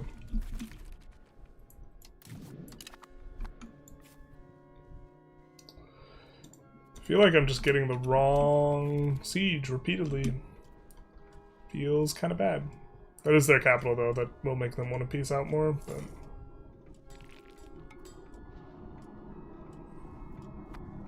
How many times can we roll 28% and not get it?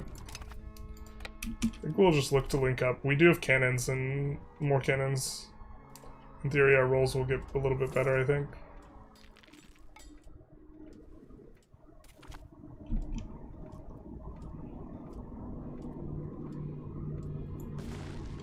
Here we go.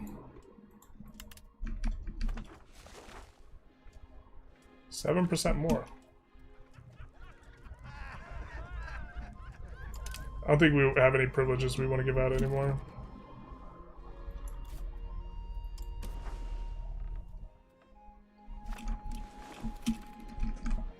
It's hilarious if you have larger provinces with severe winter and the forts far away from the front.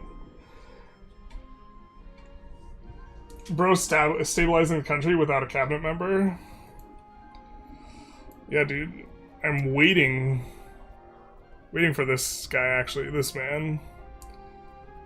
I was waiting for a Crown Power character or a character that's a member of the Burghers. Waiting for a hero.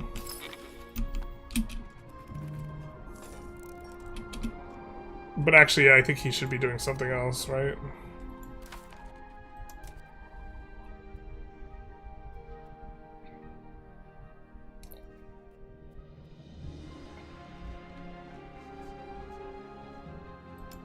We're doing conciliatory.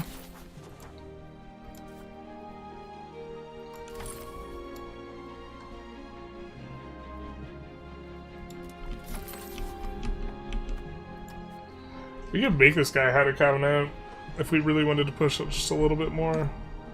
I don't think it's that important. At the opener, it's kind of more interesting a choice. It feels like in some ways we've made a lot of progress this session, in some ways we haven't. We haven't gotten any closer to what I really care about, which is getting off of Monarchy. Instead, we've only gotten closer to forming Italy. Yuck. And like a lot closer. God, no one's mad at us and we've just like gone after half the world.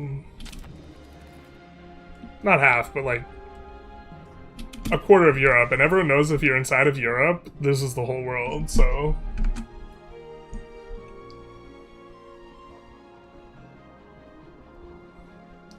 All General Slumber goes into making money, he just burns on stab. Basically.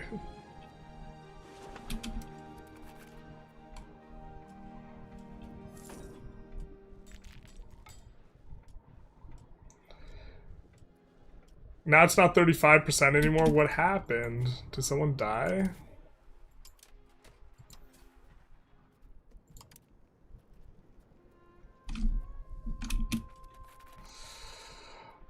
Oh.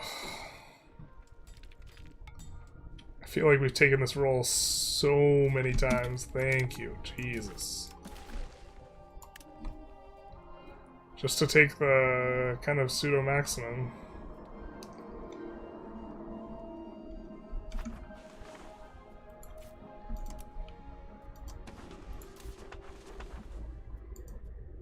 So this won't be all of the din, but it will be a nice little chunk.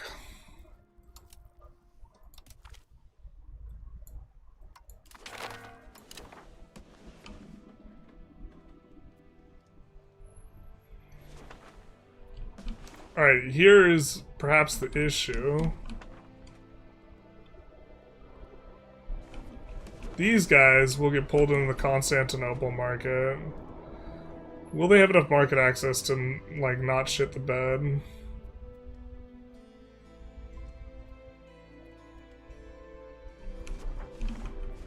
Maybe. We maybe should have taken Tarnovo just for the purposes of controlling the market.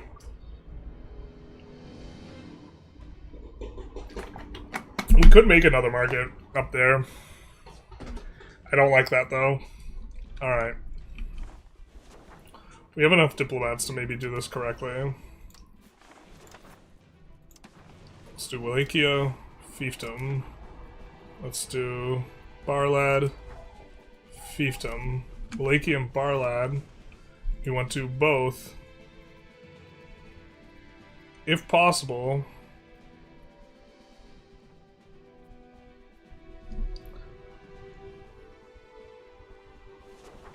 give priority into our market. Looks like we can't. If they each make a market, I'm gonna scream. I'm not going to, but I'm going to think about it.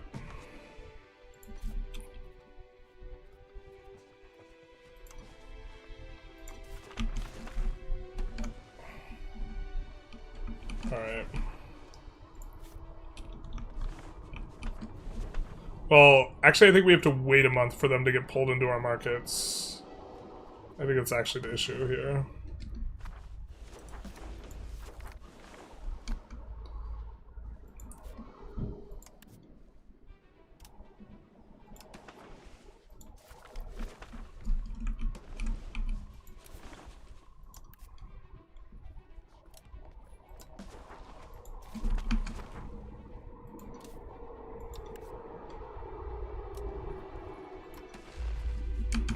Wait, that's 3 provinces? No. I just clicked location instead of province. Okay. Give myself, like, whiplash there. It's like, no way that is 3.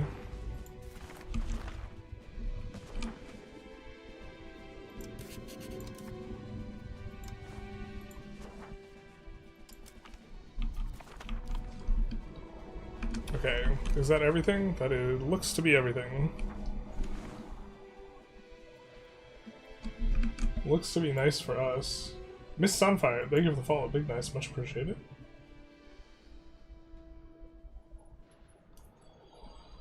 Trade it as a supplement income. Unless your market has an RGO, your neighbors don't want it. It not that big, but markets are silly good because they give market access. Markets are good, market access is good, but having your demand and supply in the same market is really valuable too. Which is why we didn't make another market here. Okay, so we have to wait a month.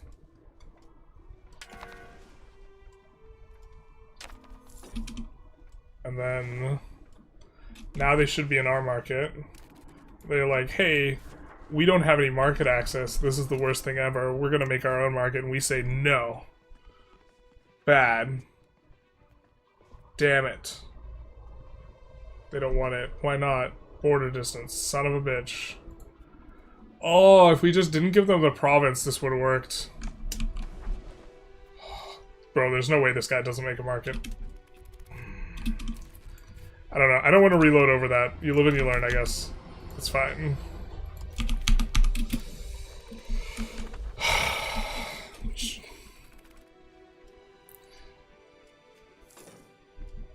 Maybe we can improve relations with them fast enough where they won't get the 800 gold beforehand, but feels bad.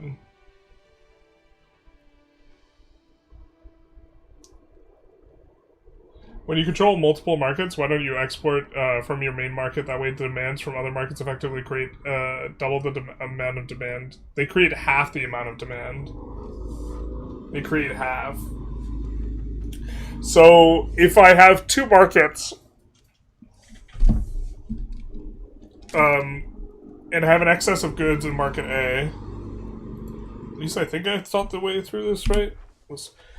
If I have an excess of goods in Naples and I export it to Constantinople, what I will get in Naples will be half a buy order, and then I will get half of a sell order here. And one full good will move. If I instead just satisfied my demand in Constantinople through locally sourcing it, I would create one demand in Constantinople. So, but Constantinople's not going to have as much control.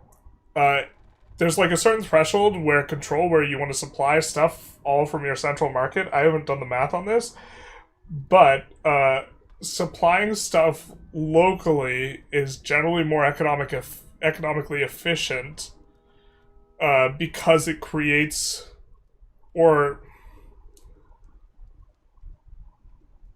maybe I'm not thinking about this the right way. Well, I think it's net neutral, actually. Right, because I create half a supply and I create half a demand when I build something in one place and then export it. Or create a full demand and a full supply. But the full demand and full supply will tolerate... No, okay. Yeah, the full demand and the full supply from Constantinople will tolerate price collapses more. So if I make 50 supply and 50 demand versus 100 supply and 100 demand, overproducing more goods, I can overproduce the goods more. Oh no, that doesn't work either, because I could produce double the amount of goods and trade them. It requires double the amount of trade capacity, though. I'm thinking in circles here. I gotta do some math on some of this stuff. So... trade maintenance makes cheaper RGOs, not great to export-import. Yeah, because it's a flat amount. One thing EU5 needs to explain is this. When you click Found City on a location, why is it so expensive to find it? True, big true. Someone's finally asking the real questions. Thank you, Sarkis. Someone is asking the real questions. Yeah, God. If we just kept that location, we would be able to do this.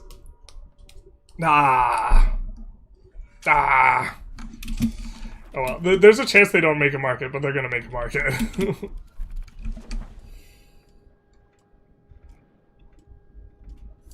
Trade maintenance makes minus 75% first minimal profit, even with a minus 60% trade maintenance and trade range to the entirety of Europe. That makes sense to me.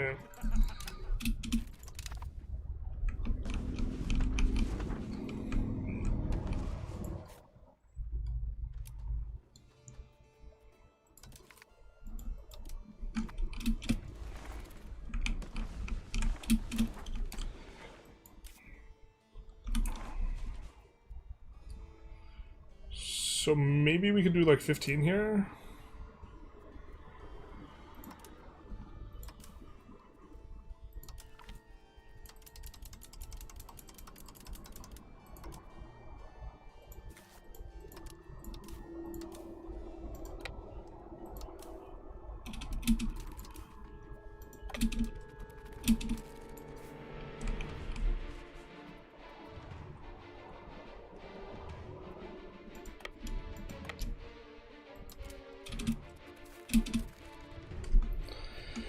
Let's do a little bit of this, and then I think we want more barks.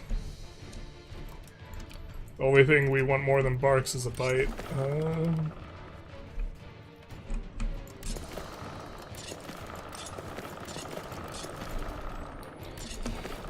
But it is coming along here. Quite a bit of access.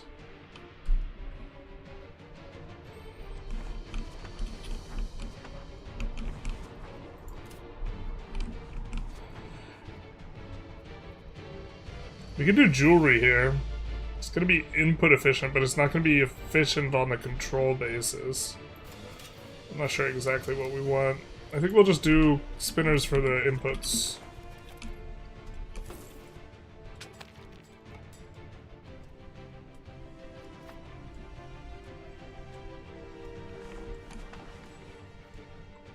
It's cool you can see the places where the ports are, basically. The cities... These things getting citied up and getting up to like 100 is also nice. We've consistently not been able to get the lumber price down.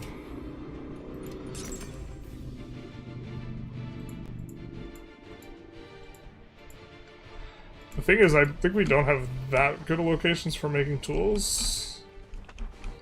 This is okay for making tools, but it's in the wrong market. Oh, just kidding, it's not. There you go.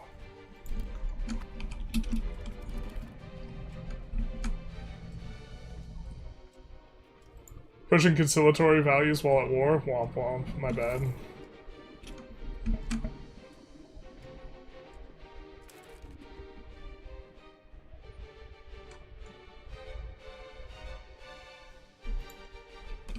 Played 2 Sicilies, but up to 1532. Unfortunately, I made too many fiefdoms, and now most loyal is plus 35. Ugh. Even with support loyalists, because they are too strong. Any way to reduce? You could release subjects is the most effective, but you could also just come in and delete all their urbanization. So, like here. Let's say we don't want this wheat, just delete it. Yeah, and if you delete their urbanization, you really cut their legs out from under them in terms of the amount of manpower they have to support armies and also their tax income. So, generally speaking, that bricks them well enough that you can kind of get your thing done. But also, I would focus on annexing them if you can, to try and give yourself breathing room so you don't have to delete their cities and stuff. You can go find a city right now, it's free. I step outside my house, boom. I found a city. No, you didn't, because you already knew it was there. Come on, Tarkus. Try and keep up. You can't find something if you didn't lose it. First you gotta lose a city. And then you can find it. Come on now. Did we start making a spy network and forget about it? No, we didn't. Okay, good. I was concerned.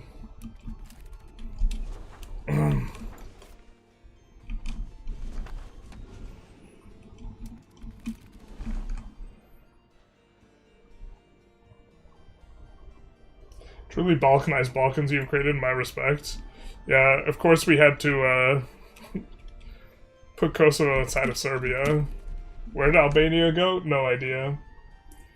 Can we get a dramatic reading of all your current queen's titles? No, absolutely not. First of her name. I'm here to do my daily complaining about subjects. How's it going, generals? Hey, Playmaker, how's it going? What complaint do you have? That it's just way better than taking the dirt yourself? That you just feel so handsome, way too handsome when you have a bunch of subjects? I agree. So got many back for free and they just faster integrate once you pass rapid. It's good to make a lot of demand in a region and export into it, and others try and grief you by also exporting into it. Yeah, there's no way to force yourself to be the exporter, and you can't really move prices that much. I don't know. I have to take a look at some of this. We're getting close. God, that's so obnoxious. We're 0.11 off of being able to slot in the thing. I have a strange question. I have a strange answer. Where even large surpluses of fine cloth Constantinople is importing fine cloth from Kaffa because wool fine cloth is much cheaper than silk fine cloth? What? Well, it sounds like it's cheaper from Kaffa, right? That's what you're saying. Or am I misunderstanding? Oh, what are we doing?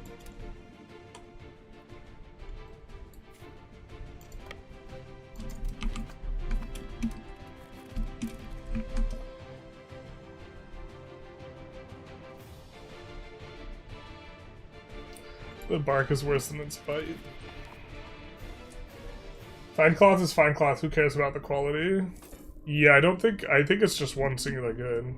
Unless I'm losing something. I think he's saying that their PM is better, or they can make the goods better with their PM than he can. Which might be true.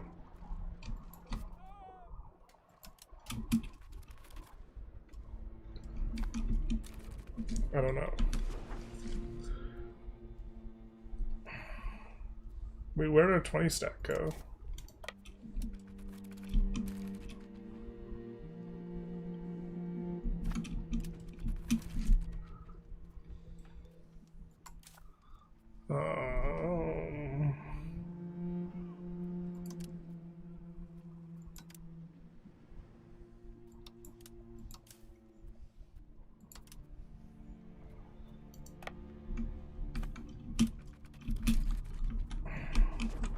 Yeah, okay. Remembering the provinces right. Everyone got to get after that province micro.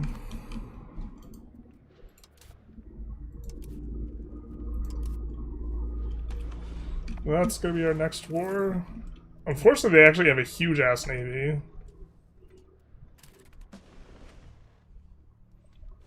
And are gonna be quite strong.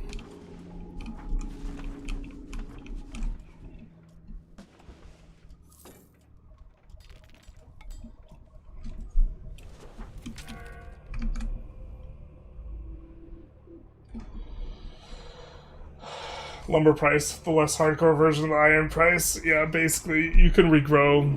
When you pay the iron price, you can always regrow it. Or sorry, the lumber price. I think we're just gonna go rural noble authority. Unless we see a really tasty option. But I can't remember the last time I was like, wow, I want to do anything other than rural noble authority. Gives us progress towards serfdom, so I guess there's reason not to do it early. Huge brain with the losing city to be able to find it. Yeah. I thought you might like that one. Gotta open up your mind, Tarkus. Alright.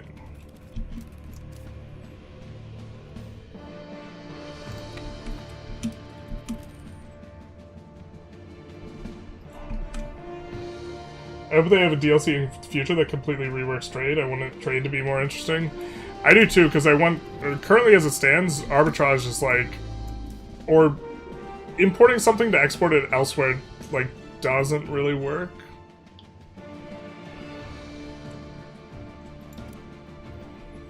So... I'd like to see it function better. What are we doing here, actually? We should just make sure this guy gets back up to 100. No! We produce the ships.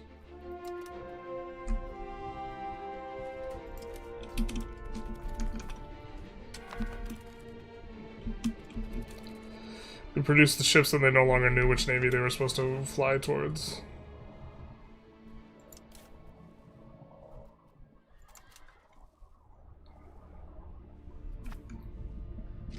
I would say small subjects have too much control. Yeah, they're really good. They're mostly just circumvent your cabinet member limit. Yeah, I would not be against annexing requiring a cabinet action or something like this. I'm not a fan of the cabinet, to be fair. I would prefer to be able to convert in core.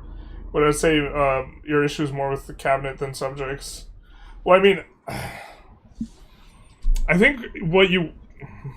I have a feeling, Playmaker, that from a balance perspective, what you want is that you want subject expansion to not just be, like, way stronger than just taking the stuff yourself, right?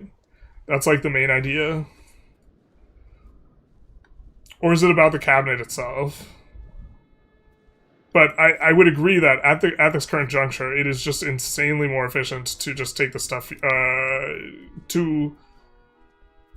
You unless it's like a market center, you basically 100% of the time it's better to just like release subjects up until the 5th age, which I don't know is the good design idea, but before you get like the integrate area and this type of stuff, it's just better. You need like full area integration, and then you can't, you can only use one assimilate area cabinet action as well, so I don't know if that's the design principle though. I think it seems a bit strong. If it's not intended, but I don't know if that historically like makes sense and is what they want. Imagine if the court would just jump to the next action on this priority list automatically. The court.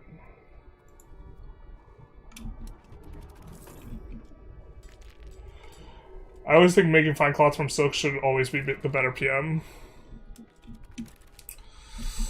What if you don't have enough silk? I mean, more silk should flow from the Silk Road as well.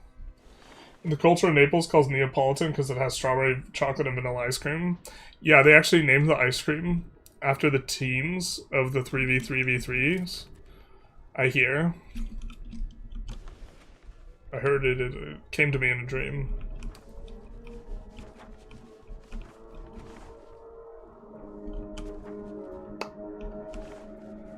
We could bailiff this. How bad is our proximity there? Pretty bad.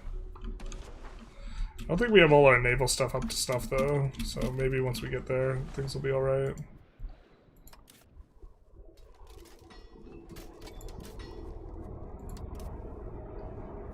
Oh, why is this? We have good relations with Papal States? What?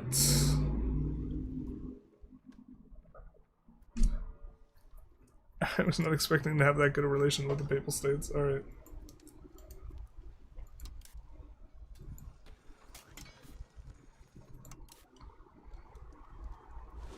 Kinda don't super feel like fighting them though. I want to fight the Papal States. Maybe you just insult them and eat the stab. I think I'm fine with that. Like, because I want to remove the Papal States from the map rather than take huge shots on Milan and want to get this war in the next 12 years. We might do both the wars, but Papal States is 1 or 2 wars from annexation, and I just want to get them annexed, so...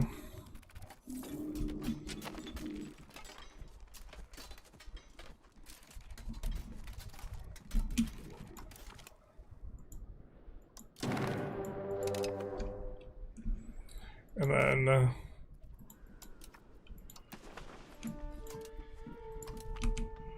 but yeah, it seems to be like, I prefer expanding with subjects. It seems to me that it's like, it should be more contextual than it is. It seems like there's no context where you don't want to use subjects. But I don't know if that's part of their like feudalism design principle or not. That's our 50. Hell yeah. And now we finally roll a decent parliament. Naval support. Alright. We do have to get... now we can put it in.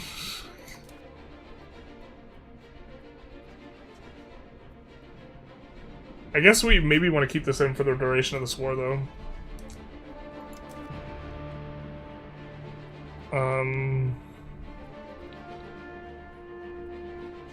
Alright, so we can definitely get enough to change the law if we want.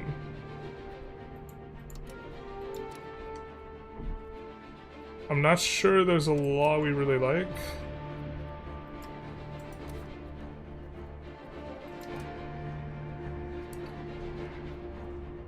Oh, we want to get off Martial Society? Fair.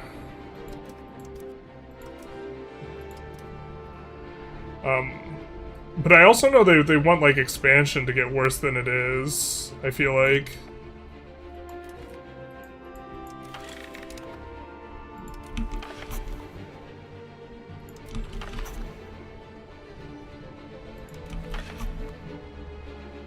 We don't mind tax exempting them, we'll just request additional taxes, tax exempt them. We really kind of, it's a bit unfortunate. We wanted to see if we could peak any spiritualist progress. I guess actually kind of playing with fire a little bit here.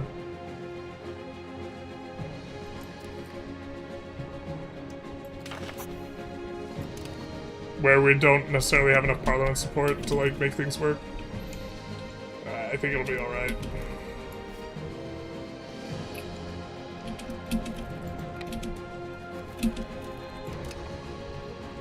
I think we win these naval fights, unless they have a shitload of heavies.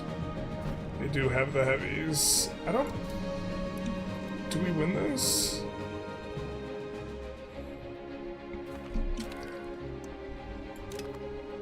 Yeah, we have way more saturation than they do.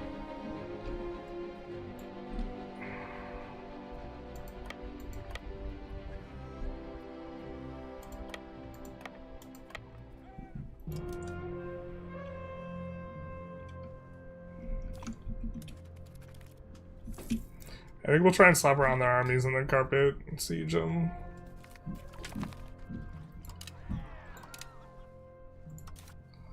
We can't afford to roll bad twice. It's gonna be a little expensive to give them.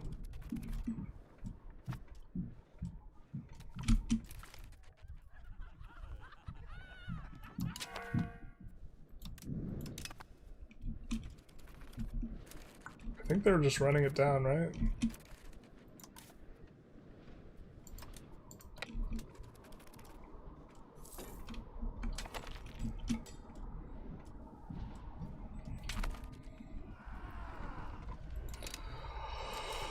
Oh no!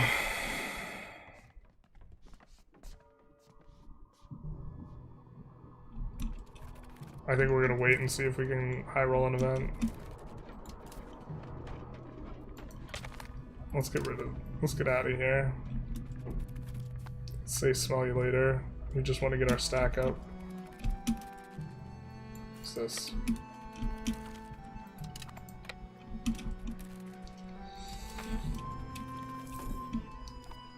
I do not want to have to click another button, man.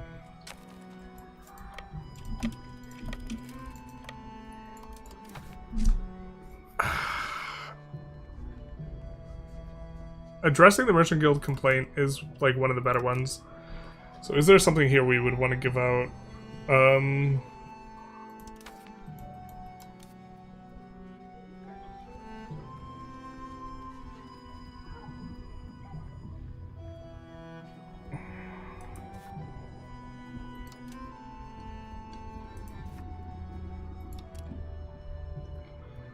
I guess we want to give out this. That's not going to help us though, is it?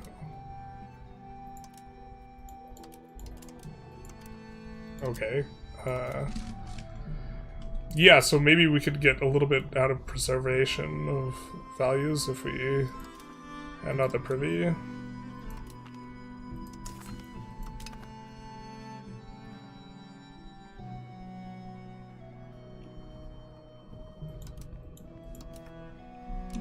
No.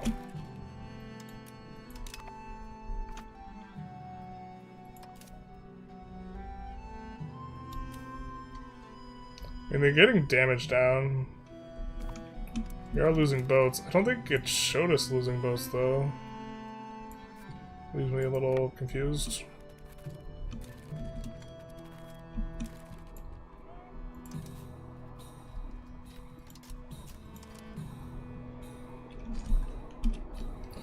I think our 15 stack can take any of their stacks, so why don't we mix it up a little bit, and then that guy's a general. We need Spoleto.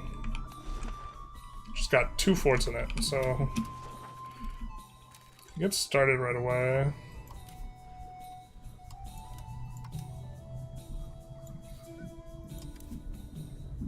And then I think we need more galleys, man.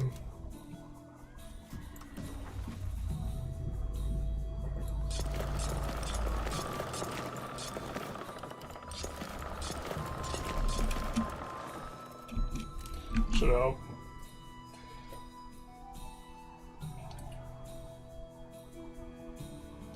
Such a strange thing that trade does not change supply and demand 1-to-1. I mean, there's reasons to do it that way that like are not insane. Gotta keep an eye on this one.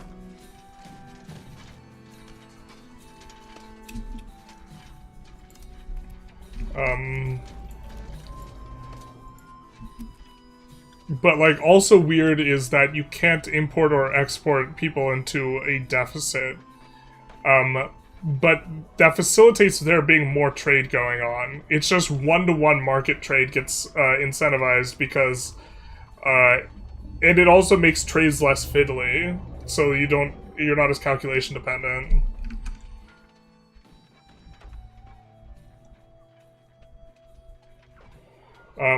Because like the trade goes in and it doesn't suddenly equalize the prices between the two markets. I think that's the main idea, is you don't want to just equalize prices all over the place.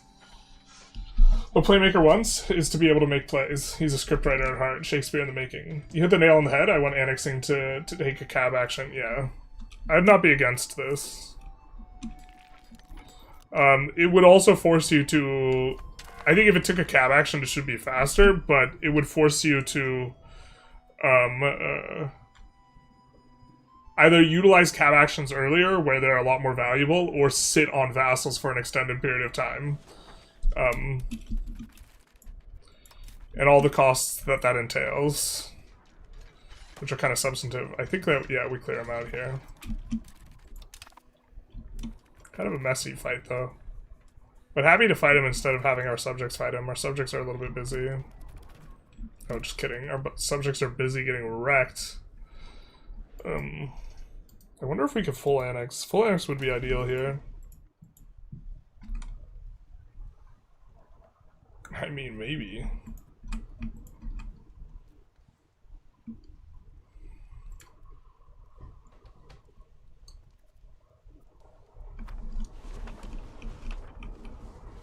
We also, if these guys are subjects of the Papal States, we don't need to annex them. Because I think the Papal States have a subject somewhere. Don't look like they are there, though. That would work for us. And then the Papal States would just get booted out of Italy, which is exactly what we want. Oh, this is their subject. Their subject's Mantua. I believe we get their subject. It came to me in a dream. I'll take it came to me in a dream over ChatGPT told me.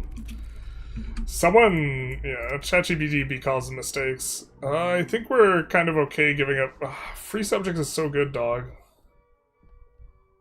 We could just click, well, we could click this button. We have a few days to figure it out. Ooh, actually dangerously low there.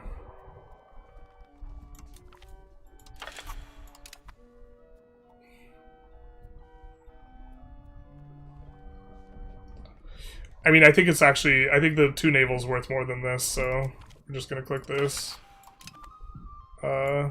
We actually did that in a little bit of a bad order, because I think we might give out something to try and get these guys happy. Elite Council, after the Parliament's already done. No, I think we'll just eat our double rev, which looks like how things are gonna shake out here.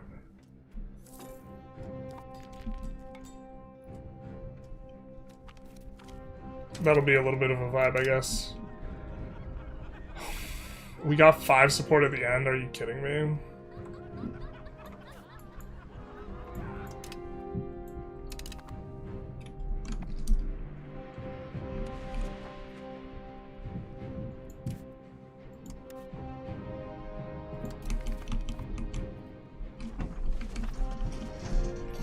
Are you kidding me?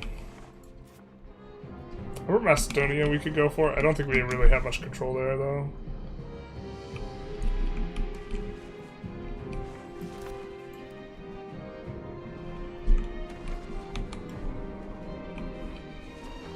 I think we want Siena, but Siena is not willing to be annexed because they're disloyal.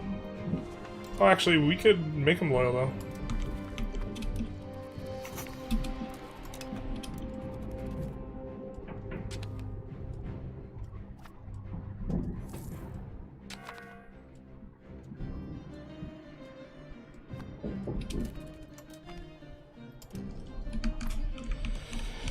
Well, I don't think they got likely too much culture conversion and stuff in. Better push 20 dev and 20 devs and 30 devs, or push in one area. Around the capital is really good. Probably one area, because it still gives you a force multiplier. I would say I like the U4 subject balance more, where you had sort of a hard limit of 4 to 5 subjects before it actively hurt you, which incentivizes bigger subjects and therefore more difficult annexations. Yeah, like right now the annexation, the speed bonus you get on small, like, small guys is maybe game warping slightly. Like, I think the bigger guys should be much faster, and I think the smaller guys should be much slower as it stands. We do have the penalty for multiple annexations. We could get up to 37% there on that guy. Kind of sequenced that poorly, though. We should have flipped him before we started.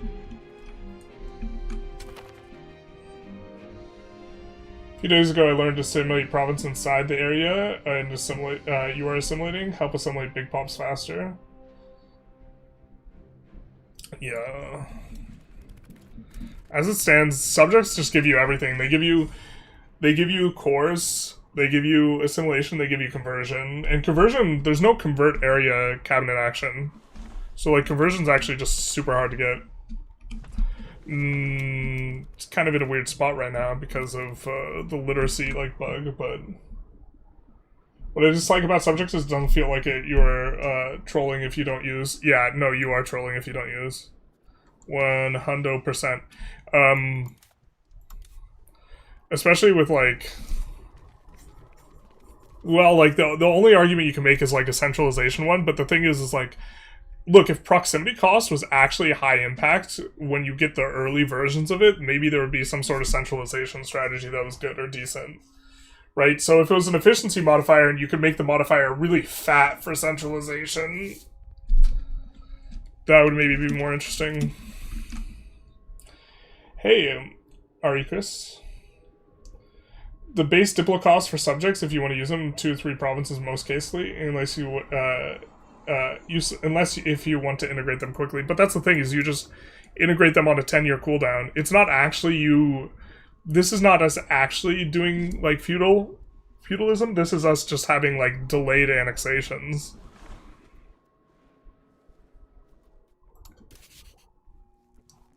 The dip cap at the floor is, like, really low. To be fair, I think it should be really low at the floor. I don't think it scales as hard as it should. Like, Serbia should probably cost more dip cap than he does. Really like the early access subject capacity nerf that got reverted. I liked it too. I thought that subjects should be harder to hold on to. I just specifically wanted, like, Bohemia and France to have, like, a slightly different start or something where that wasn't an issue. Because they were just, like, really uncomfortable on the start, like, where, like, they don't have the proper tools for managing it, but instead they reverted it, and I was like, well, I mean, that partially solves the problem. Also, my beef is that I think the floor is too high, and this, like, the scaling is too weak. So this number should be lower for the really, really weak guys, but up here it should be way higher. What do you think of max building universities and then giving out the ban law?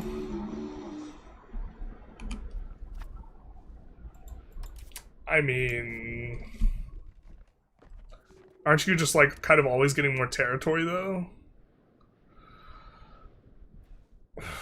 I mean, I think lecture oaths is good. Like, if you ignore the universities. If it really lets you ignore the can't build universities, then I guess. I think it's actually spectacular if the clergy will still build universities. I don't know if they do, though. I haven't tested it. Trade maintenance and capacity should limit equalizing markets, not some arbitrary your goods are worth half when exporting. I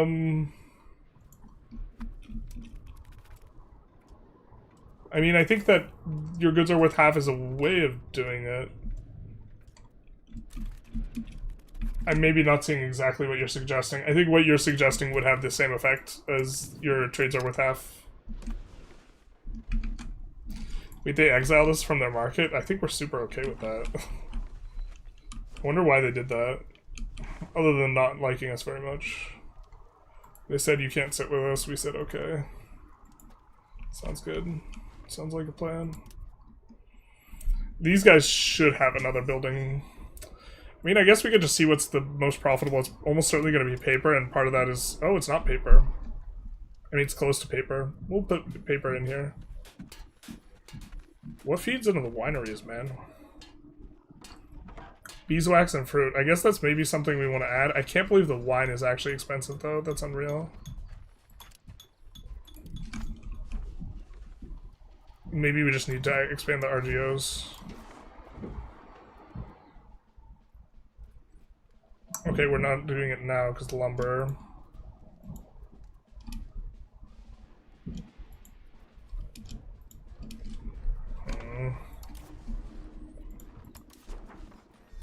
Starting to get to the phase where we start shift clicking a little bit more, I think.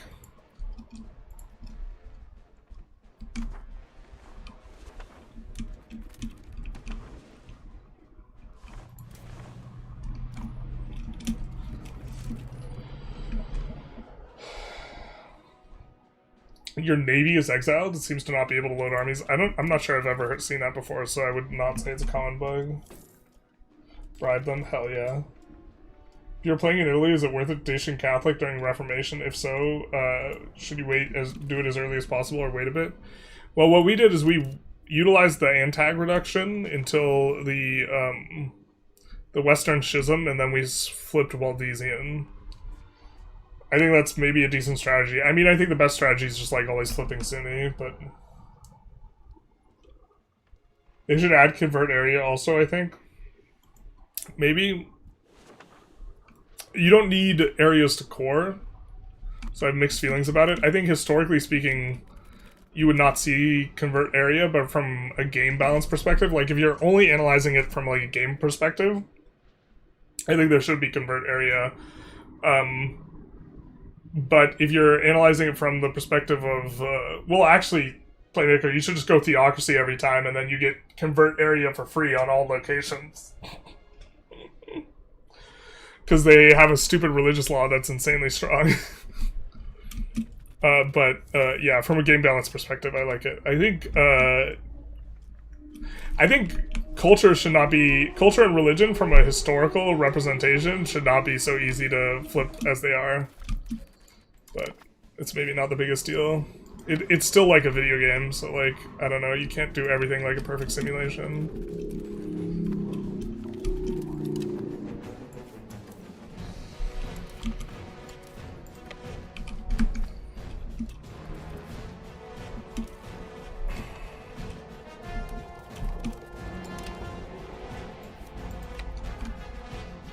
Oh, I didn't mean to click that guy.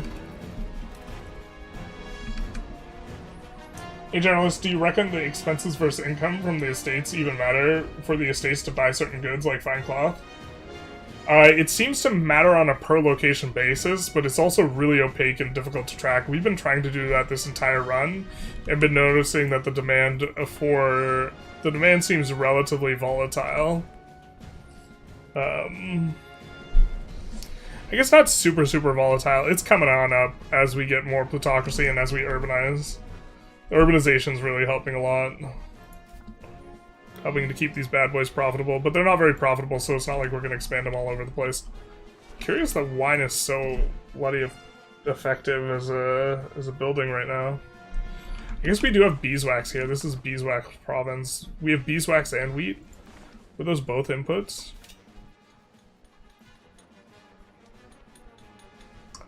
Beeswax and lumber. Beeswax and fruit or plus lumber. I mean, this has beeswax, lumber, fruit.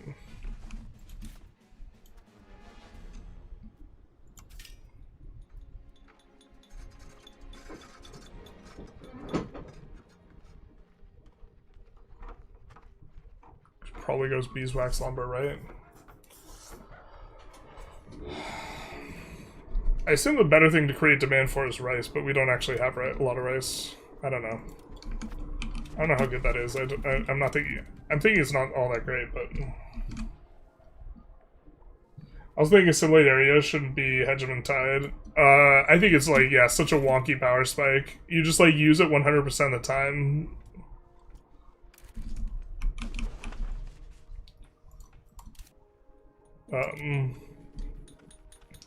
I'm okay with, I think previously you said that you wanted it unlocked in Age of Absolutism and then not gated like the number that you can have, and I think I'd be okay with that. That seems like good to me as a way of treating it.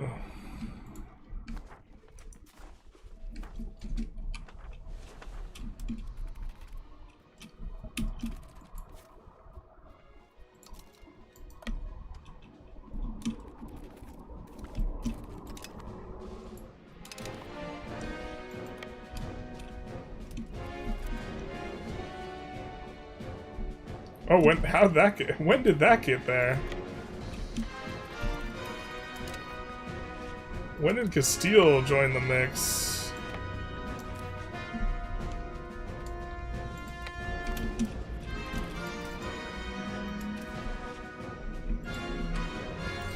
Alright, well, we do have enough to full annex them, so that's probably what we'll look to do.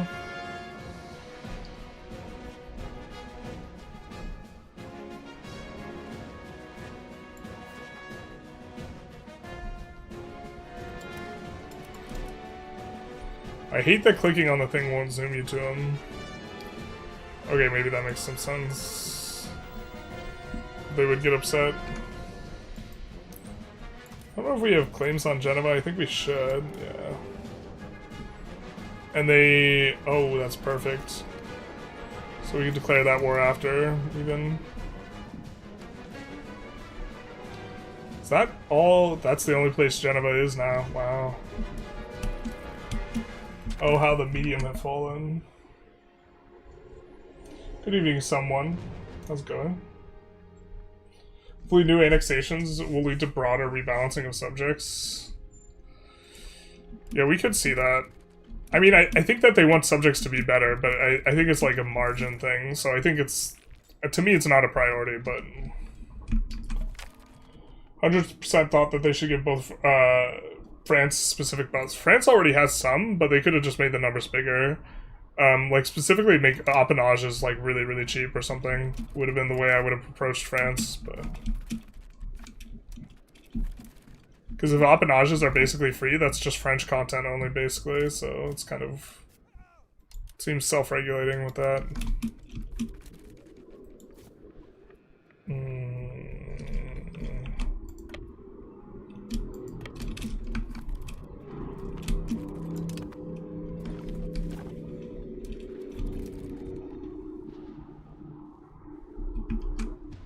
Diplocap is heavily affected by their country rank over all else.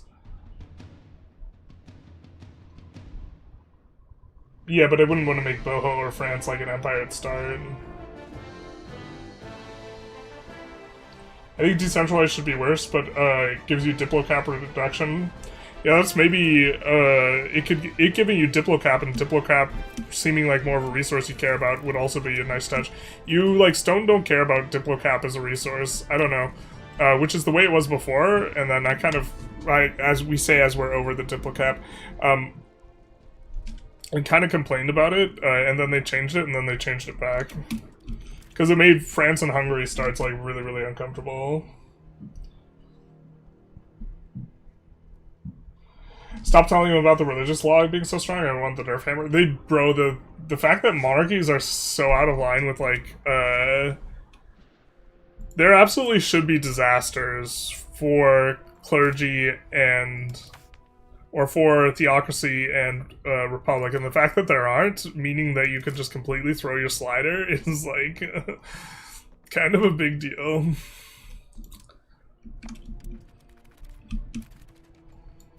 This is, like, not in line.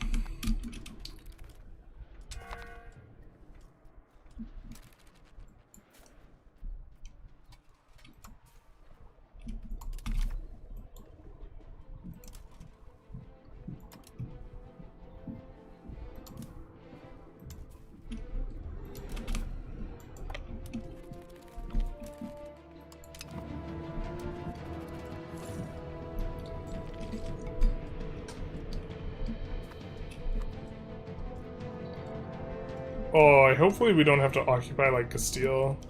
I don't even know how Castile got pulled into this, because they weren't part of the alliance matrix of, the Papal States. They must have just, like, had favors or something.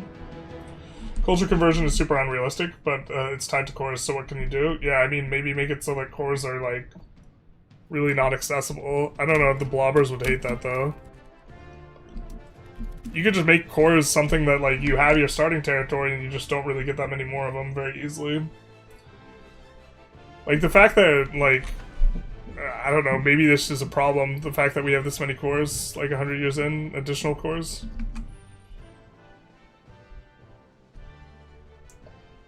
Culture's probably the hardest to flip IRL, probably. Well, like, also some of the cultures are, like, ethnically, like, different. So converting people to the culture, like, doesn't necessarily make all that much sense. Vicky 3 has had some growing pains in that department, and I think kind of come to good solutions where, like, there are different types of groupings that you can convert across, but not all. You know.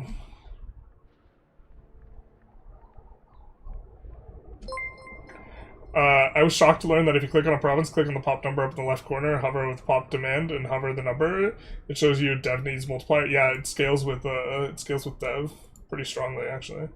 Scythe the Massacre. Thank you for the follow. Much appreciated. When flipping theocracy, you have a good way of getting clergy up over 35 estate power. Yeah, you could take a bunch of loans.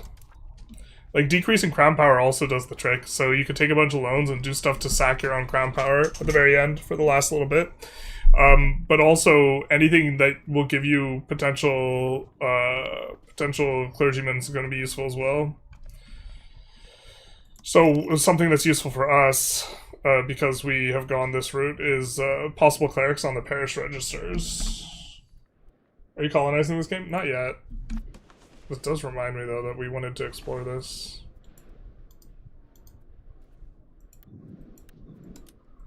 Because we have to have vision on the Azores to possibly...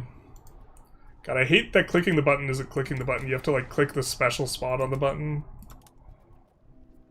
I mean, you do have to click the special spot on the button. Maybe that's okay. Alright, fair enough.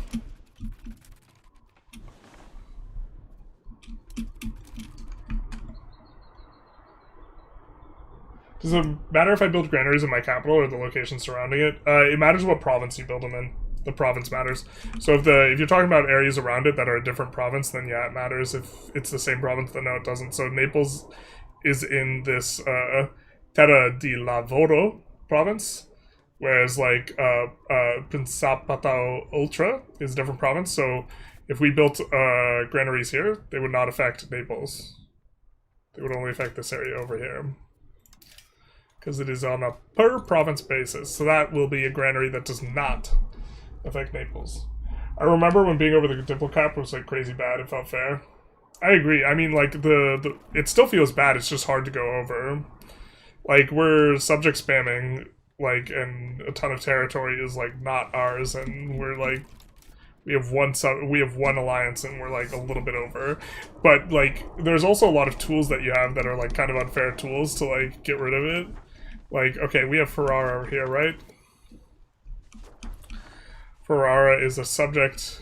What we could do is we could just, like, de-urbanize stuff.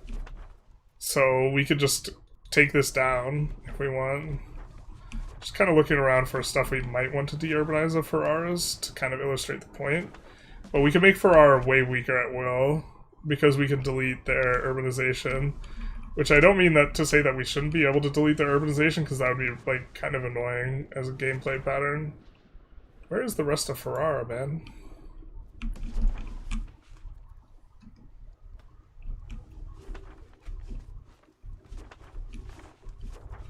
I guess this is kind of maybe the only place where we would want to have more access to more silks instead, so we just go whomp, and then delete. Oh, there goes half of Ferrara's economy. Let's take a look at Paul Allen's tax base. So, we crashed it from 130 to 112? Or 112 to 106. Maybe it's not that huge, but... Okay. We can also improve relations with them. But the point here is that this point 8 something, yeah, went down to 0.76. And this is with 1 decrease, so we could de-urbanize a whole bunch of stuff if we want, and it'll help out quite a bit.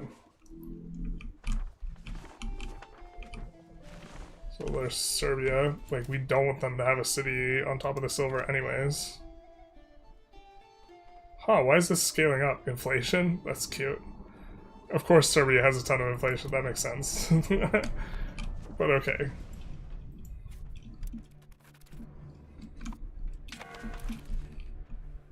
Just absolutely getting wrecked. I don't think the AI knows how to handle inflation very well. I really don't understand how to remove Sons of the Oak Major reform from Navarra playing Catholic. Any advice? I'm not sure, because I haven't started Navarra. I would advise flipping off of Monarchy, though, either way. I think that might get rid of it. Throwing sliders not a big deal. For monarchies, can get positive legitimacy pretty easy with 0 slider use. It's pretty difficult to get over 1 legitimacy gain.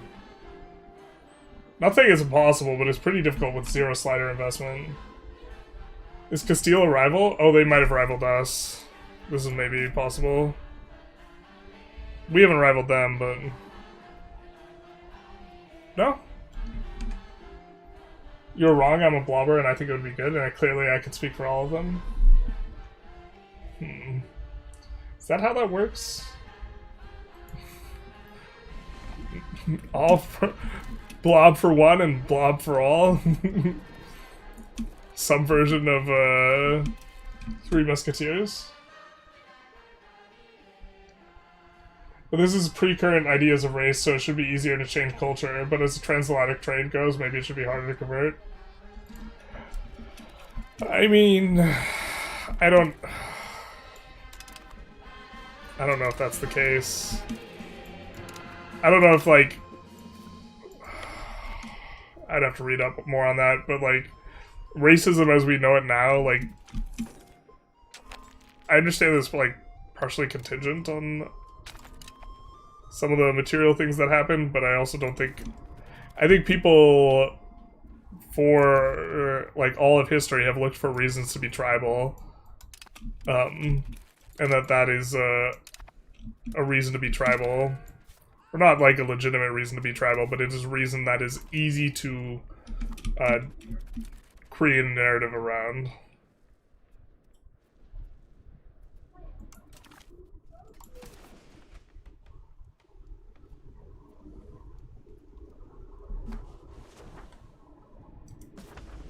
Yeah, these guys aren't feeling it yet.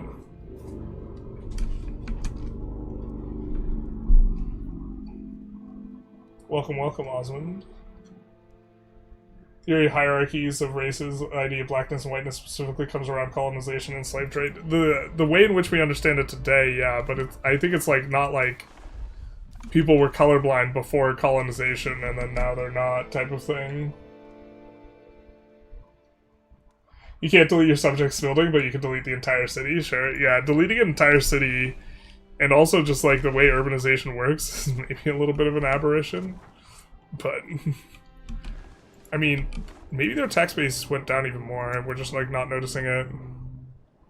No, but their tax base decreasing by like 10% just because we can click a button is a vibe.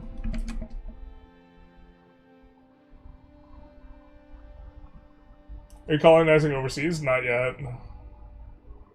I think you need to be 2 regions away. North Africa's too close. Depends which North African region. We might be able to release... Oh, yeah, region. Yeah, yeah. We could release colonies in Anatolia, though. Probably Egypt, too, even. Wow. Maybe Naples is better. Because if we could go to Egypt and we can make plantations, that's a vibe. If you want to remove that as Navarre, just become Dominion of England. Not that I had a choice in the matter. Womp womp. I'm doing something wrong in game mechanics. Or is food just a dead mechanic where I can urbanize almost everything and still reach like plus 8k? Are you playing in the Asia? Because you can super ignore it in Asia. In other areas you can't ignore it as much. But in Asia you're like, what's food? I don't care.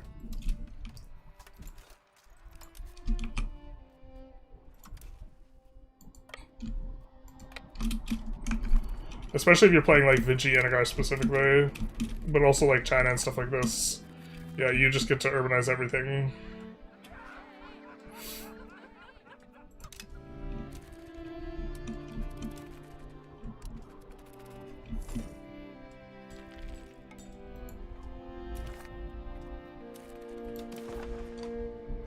Alright, we've progressed 7 towards a full annex.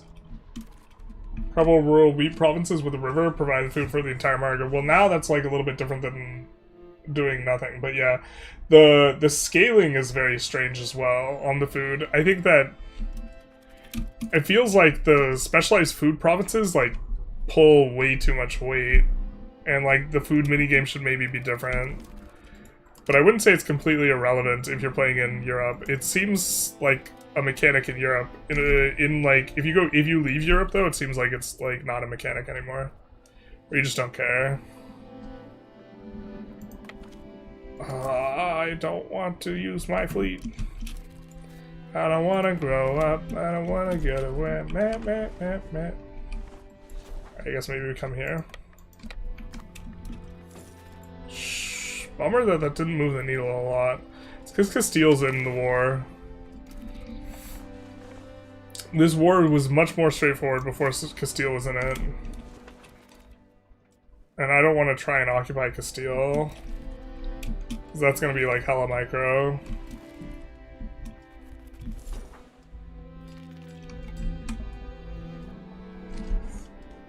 Tons of subjects being the meta triggers you so much. Food and pop growth. I kind of don't like that the number of cabinet actions you get just scales with subjects. So like we get like infinite dev provinces for having subjects. I kind of don't like the cabinet actions just in general. I think. Or like the way they scale or the way they work as a resource kind of just feels a little bit bad to me.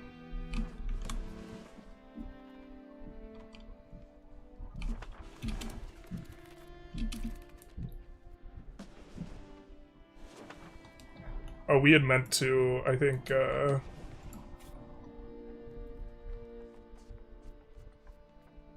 support loyalists on this guy. He went down quite a bit, though.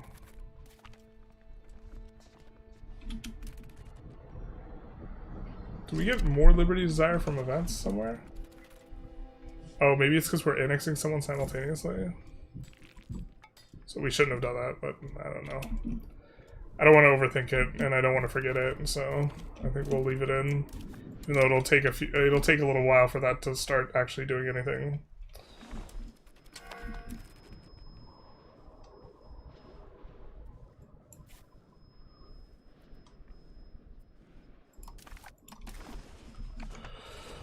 Okay, I guess we're gonna have to occupy part of Naples. Is there any chance we can get access through here?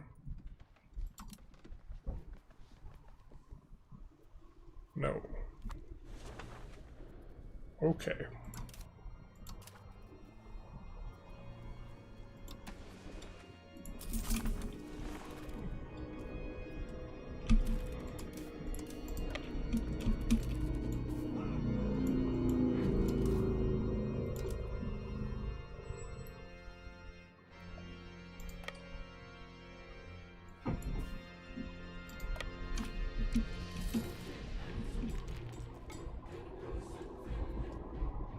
I need to set a hotkey for the disembark stuff.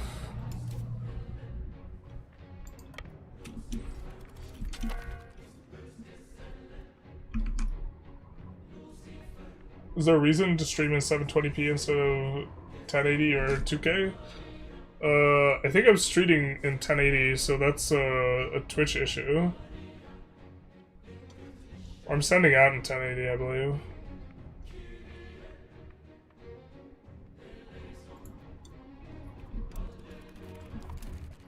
Also subject meta, less micro in wars when they flood your enemies. That's kind of a nice thing. I kind of like that. Sometimes they go real stupid though, and then it's like a different issue.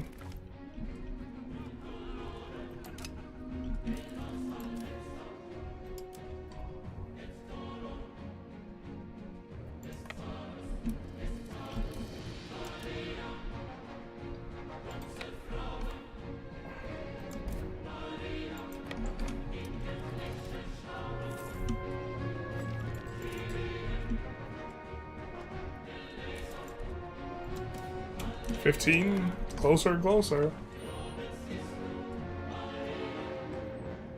Nice that this has already gotten a decent chunk of progress here.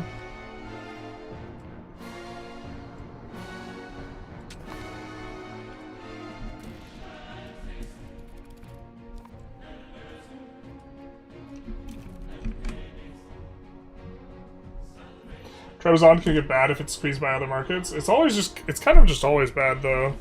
Because the issue is that the terrain here is just god-awful. There's no really good way to get good market access everywhere. You could maybe move Trebizond over here, then it's stepping on the toes of the Constantinople's market, but the more I think about it, the more I really like moving it to Smyrna, the market capital, because then you can even shift over Trebizond, and then Trebizond doesn't feel so bad. Because the issue is going through rough terrain, like, just breaks your market access so fast. So, like, just two locations over in Siran, they already have lost 20% market access, basically. So, like, it would be much more comfortable to, like, have this not be there, or have it even be here or something like that, or in here, or even, like, over here. I don't know. It's a super feels bad market, but there's not, like, a way to rectify it. It's not that it's scrunched between other markets, it's that the market access is terrible. When you do it like this.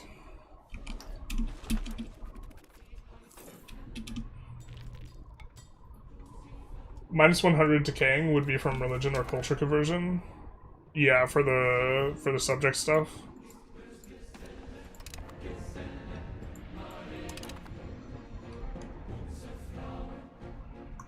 We don't need it in Naples, but we're gonna build this in kind of a few places that I know we're keeping urban.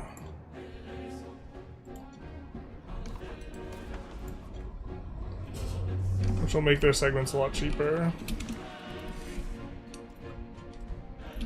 Oh, fuck this, just make food production to be provincial and not tradable. I don't like that at all. Then it would be just a nightmare game. And also some, like, historically not accurate. Speaking of, how are we doing on the food? Yikes, we're losing it. Yeah, maybe you're just not farming the higher tier pops hard enough.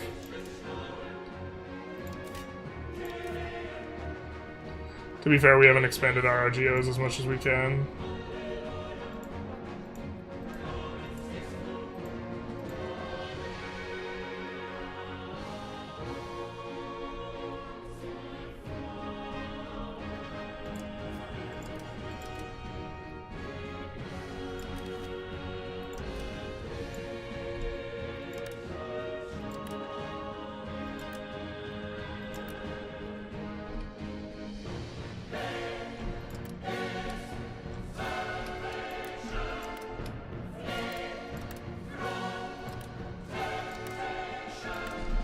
Do that.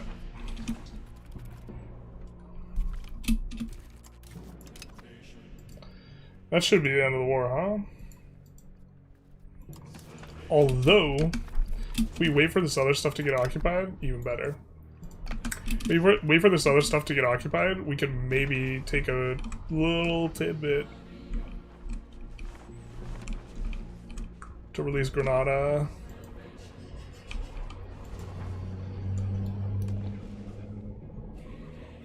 They have the capital in Cordoba, yuck. So we do this, and then that is enough to release Granada, giving us a leaping off point for colonization eventually. Oh bro, could we just take Sevilla? Just yoink it? Yeah, that's quite a bit more of an ask. We would want to just take Sevilla to be able to have a better leaping off point for colonization.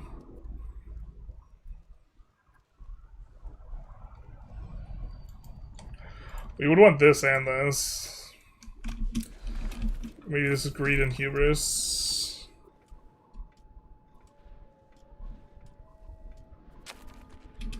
We'll wait to see once the full occupation comes through, what they're willing to accept.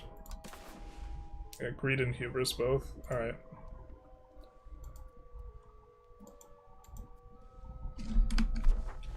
Looks like if we just wait a hot second, we can at least get the, what the hell? We can get nothing. Nothing? Yeah. Yeah, that's just kind of expensive.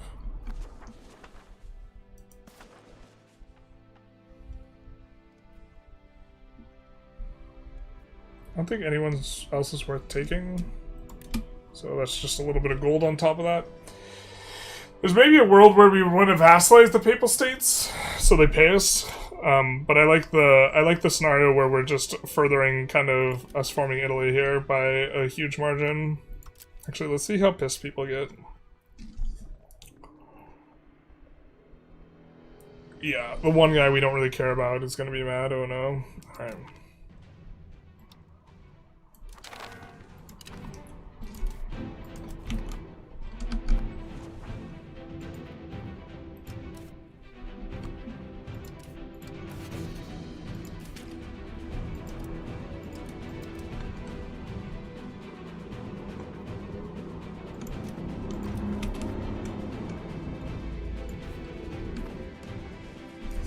Let's see who spat them out. They're gone for now.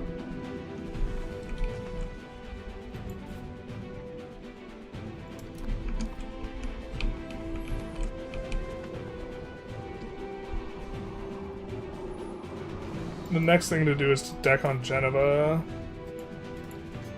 so that we can co-belligerate this guy, this other remaining guy in Italy. Here.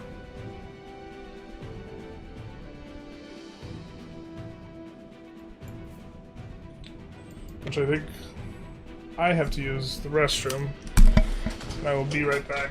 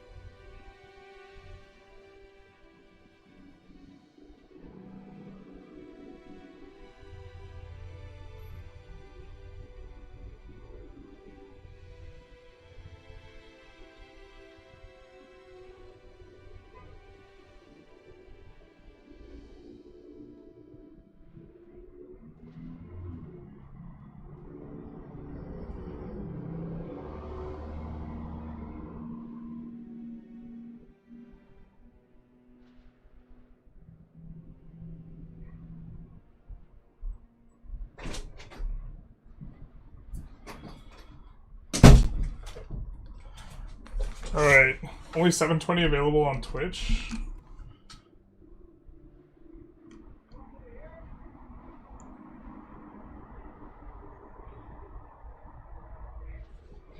You just wait a bit to get 100? Makes no sense. One RGO per... Wait, what? Oh, for them to get like enough war exhaustion for it to be maxed. Yeah, maybe that was the way to go. It's hard to monitor exactly... Or, I don't know how to monitor exactly how long it's going to take for that to happen. Are you aware of how big of the nerf to the country color once you form Italy? It is a big nerf. And by nerf, I mean buff. Shout out to green. Okay, so...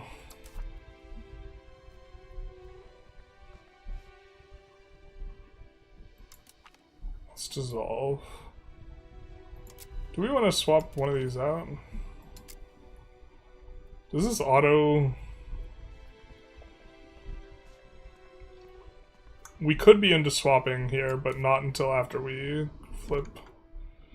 Alright, we gotta handle some stuff though.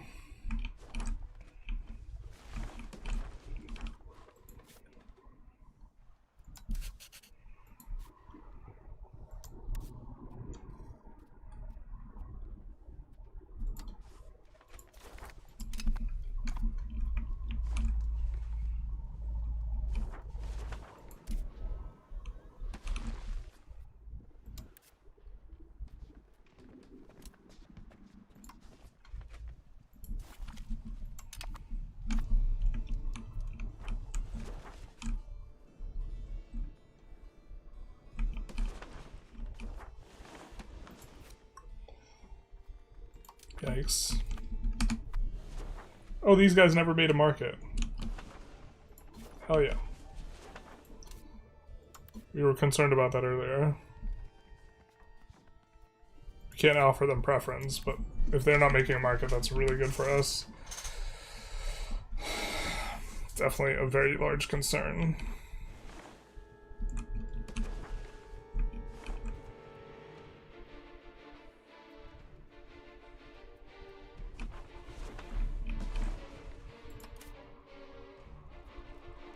Wait, can we release the Papal States if we don't unpause?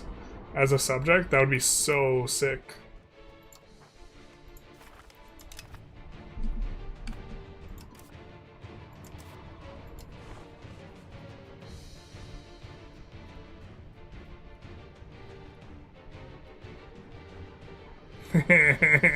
Papal States cannot be released that way.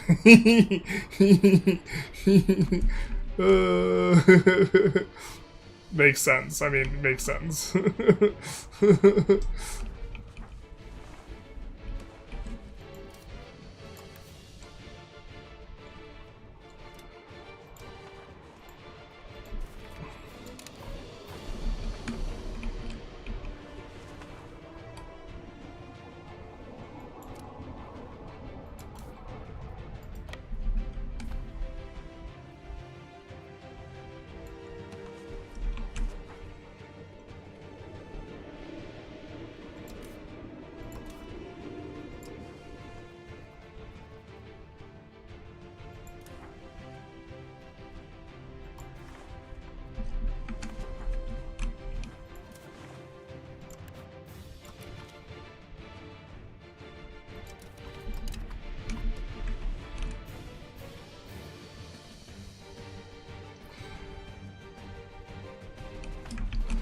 See, so we have 2 more subjects to release here. Oh, we got this too.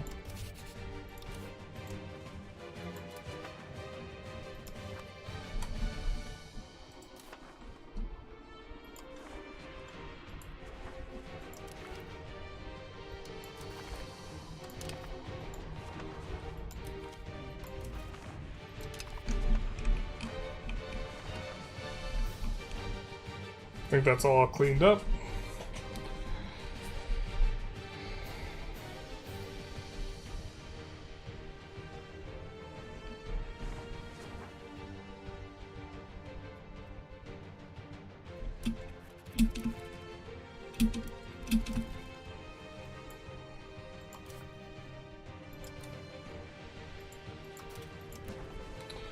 I think we maybe want to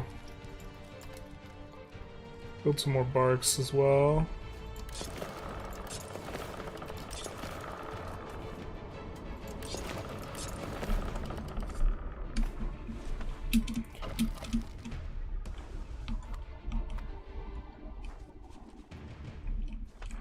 Eat a bunch of rivals. Womp womp.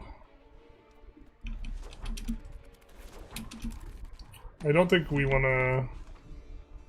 It doesn't really matter if this guy joins the coalition, but I think we do want to get the ball rolling here pretty quick. In terms of turnaround.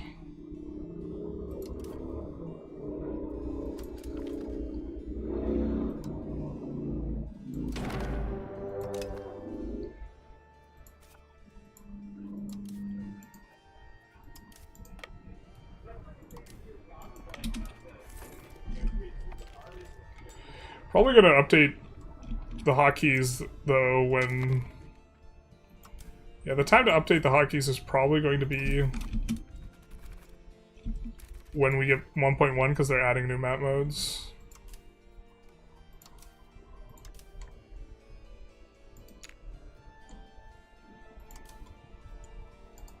Gonna have to try and figure out what's important.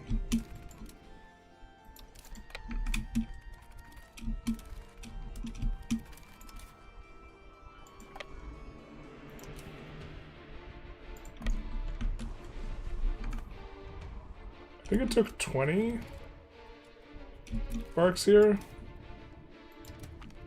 Do what we wanted them to. We gotta make a new unit like this, I think. Otherwise it's gonna... the barks that are reinforcing this area are not gonna work.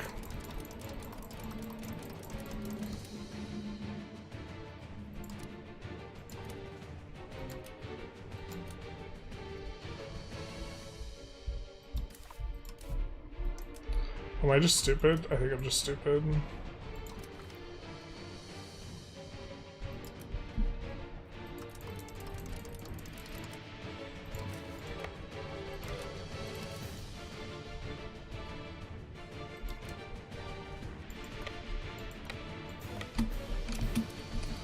That should work.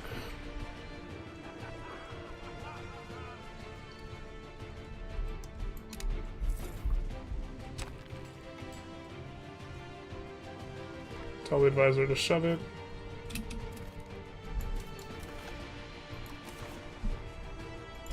I think almost certainly we want to vassalize Geneva, but also probably kill their core that they have on Geneva.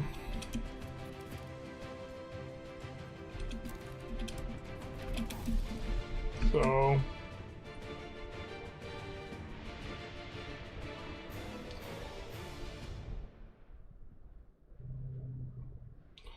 I think it's only a simulation of reality, but what's holding back huge urbanization was food, and urban cities didn't really get kicked up their growth without potatoes and new farming tech.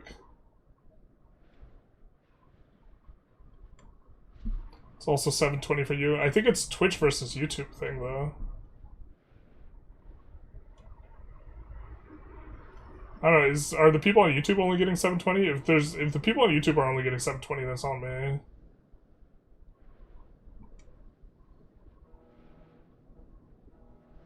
Could have just vassalized them in a peace deal, though, if you wanted them.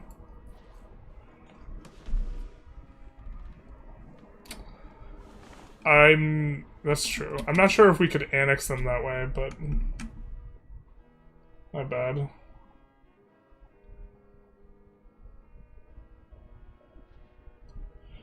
I think towns in an entire location really isn't very urban at all, and the restriction of 30k pops slows down a lot of true urbanization. Yeah, I mean, I think the urban minigame in its entirety could get reworked. I just don't have a system to, like, propose instead of it. Like, it feels like almost every system in EU5, like, they could rework it to make it a lot more interesting and, like, this type of stuff. And, like, its strength is that it has so many systems, not necessarily on the back of any system, other than the thing that is absolutely tremendously insane, and no one ever talks about it, is, like, the sheer number of locations is absolutely bananas. There's like 30,000 locations. Yeah. I like how a 30k city is like, ooh, yeah, we starving, but 500k? Yeah, the scaling is wonky as hell, because the scaling is such that the more pops you get, the more peasants you have, and the higher peasant density you have, like, the easier everything gets. Terror shows are the best unit in the game, thoughts? Absolutely not. They're really good, though.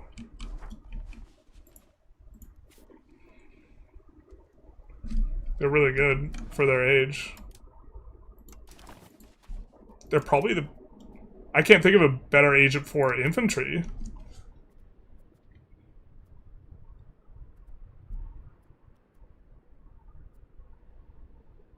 Oh, where are they under? Are they under Castilian?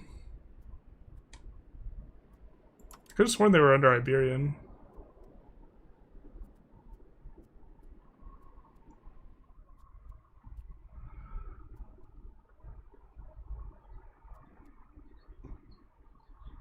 Solid.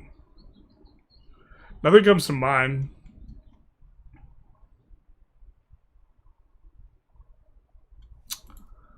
But I think the unit that stands out the most... it's not that it really matters at this point, is Experimental Riflemen. Plus 150% flanking bonus, plus 10 initiative. I guess initiative's really not that strong, and flanking's not strong until you're already winning. I guess you could make that type of argument for them, against them, but in terms of, like, how their raw stats are, like, just completely flipped on their head.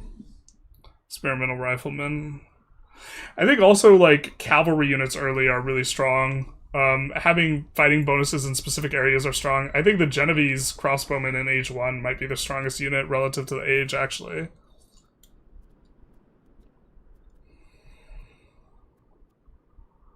Can we take a look at these?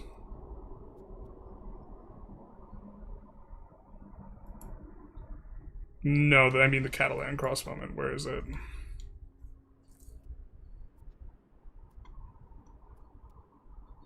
But best relative to age and best overall are two different questions. So this is an age 1 infantry unit that has 150 strength instead of 100 strength. So it's just 50% stronger. Like, if you were stuck in age 1... Except if you were stuck in age 1, you wouldn't have any manpower, so you'd suck anyways, but... That might be actually the biggest standout. In terms of, like, just getting extra stuff on top... But yeah, morale damage down is probably more valuable. But I'm not entirely sure. If you have a lot of units, morale damage done and taken modifiers get a lot weaker. Like if you have a lot of units in reserves. Because you getting a damaged unit to retreat actually brings more stats to bear onto the front than not. But the thing is, if you don't have enough units, then obviously, like, you lose. But, like, if you're retreating and fighting multiple battles and you're looking at an attrition aspect for manpower, then maybe not. But you get a bonus towards siege if you fight over a territory and then win, so maybe losing the siege bonus is not worth.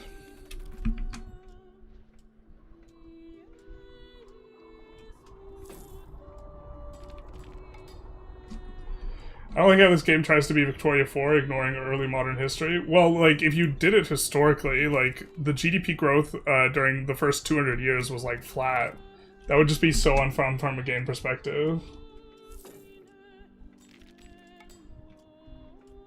I think the Kimchi Cav are pretty hot. What, who are they from? 8K food in the market should absolutely be 2% growth, not 5.56%. Yeah, I don't like that the food production doesn't drive growth as much as the food storage. To me, that seems like a weird way of simulating it. But, like, that might just be a concession to it's too hard to balance, but, like... I don't know.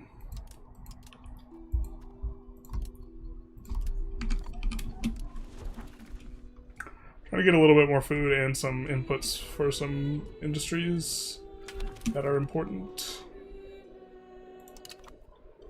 Alright, who are we fighting? Alright, we can vibe with this. Automatically in exchange for favors we joined. We might be kind of getting over our Hungary alliance, though. I think we do want to fight Bulgaria one more time while allied with Hungary, so that we just don't generate anti on them. 720 there, too? Oh, no.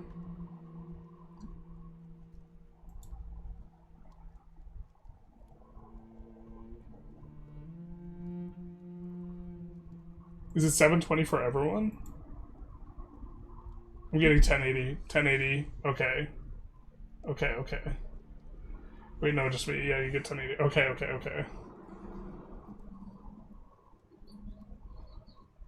I don't see why there should be an urban system at all. Yeah, I mean, you could abstract it differently as well.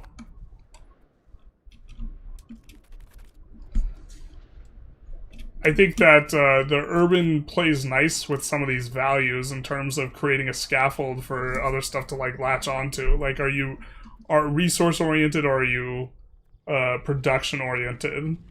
I think is a question that you can ask, and the urbanization helps to form as a lever for paying out on this.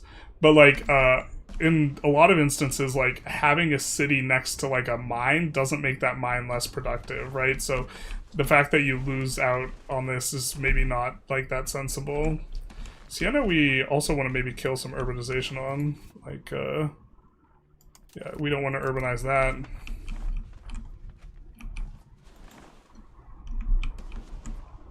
I have these three as well. Don't think we want the dyes urbanized, especially 10k pops. Yuck. Stone we're okay with. Try not to abuse the urbanization, you annexing guys faster when they're less urbanized by just deleting everything, but if we're not going to keep it urbanized, we don't have a problem deleting it ahead of time. You think the road builder could use some tags, like the building tab? I don't want to expand my subjects' lands if I don't want to. Maybe. I think that'd make it more complicated.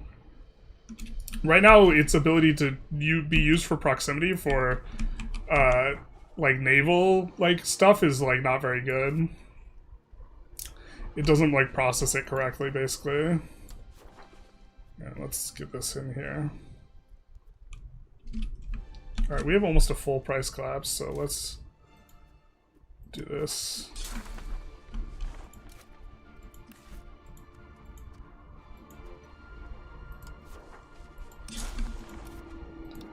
And get our road bonus.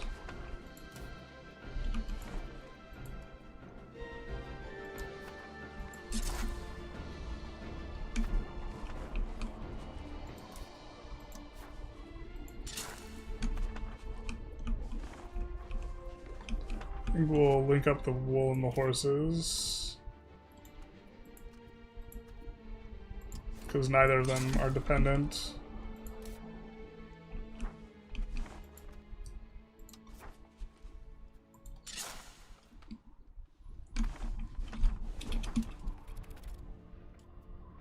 That'll help with market access too.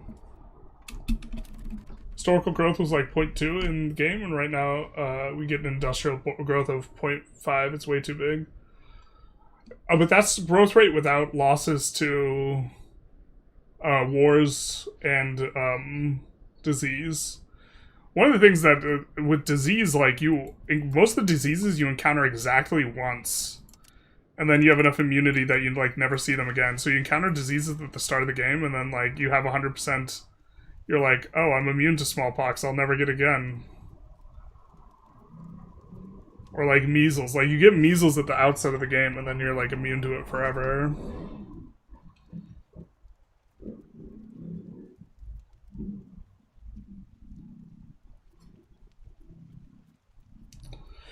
But it doesn't include like death from disease, this type of stuff.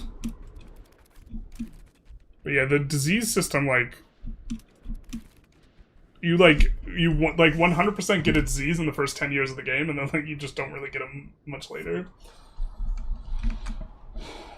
So bouncing back after the plague is good examples, mostly based on just carrying capacity from food. Historical abundance of produced food not stored in granaries made pop growth. Every breakthrough in food production was a big population boom. Yeah, it should be. I just think that game mechanics wise, it would be too like you would have to change things, because if you just made it work that way now, some places would just be able to go absolutely insane in pop growth and would be incredibly strong. And like rice would become the best RGO in the game and a whole bunch of like other things like this. You would never urbanize anything that was like grain oriented. You'd just print as much pops as possible. You'd be hitting pop cap very, very easily in a lot of spots. This type of thing. So, yeah. Persian tier 6 infantry is insane if you play that late.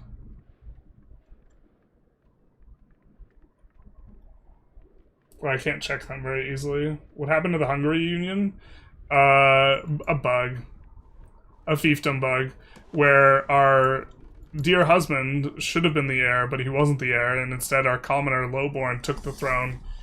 She was ineligible.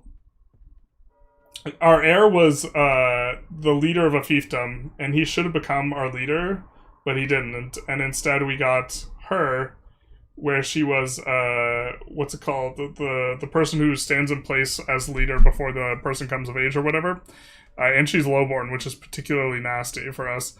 But this guy should have been Carioli. He's even the right dynasty, but it didn't work out. Stay losing. Hashtag monarchies.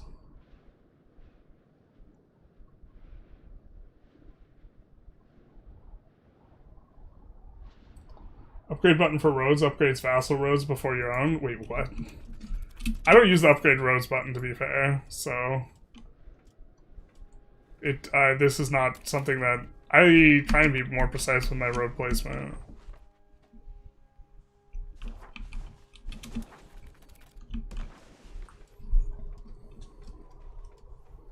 Getting some good proximity here, though. Ottoman's Third Age cavalry? Yeah, let's take a look at that.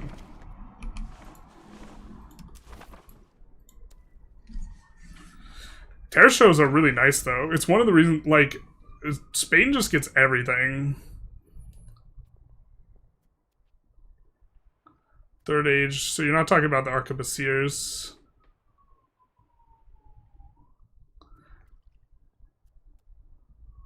But Terror shows are better than these.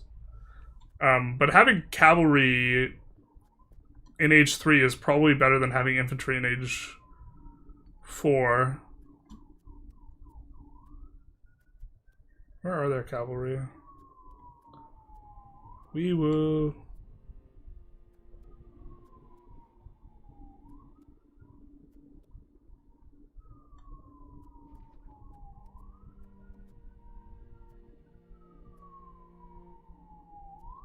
I'm not seeing their cavalry. I know they have a cavalry unit. What's it tied to? Turkish? Oh well. I know they have a really nice cavalry unit. If I recall correctly. Maybe I'm just like... Yeah. 250% flanking though. Maybe that's not as good as I think it is.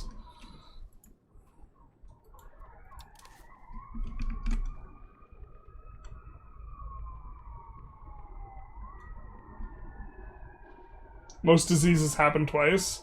You just haven't played Absolutism and Revolutions enough to see it.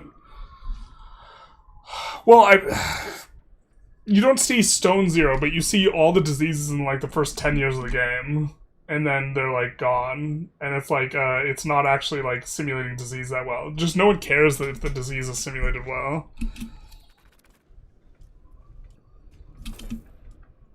Don't hospitals take the teeth out of them?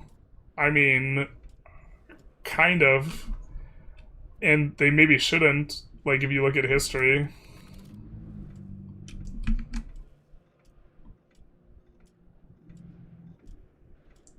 Lowborn Regent, wow. Yeah. Wow. For dry eyes. Regent's the word. Bird. That's why Asia was a huge problem, because rice exists, and look at the look at it that way. If you cannot print 1K food, and industrialized food would be making it better.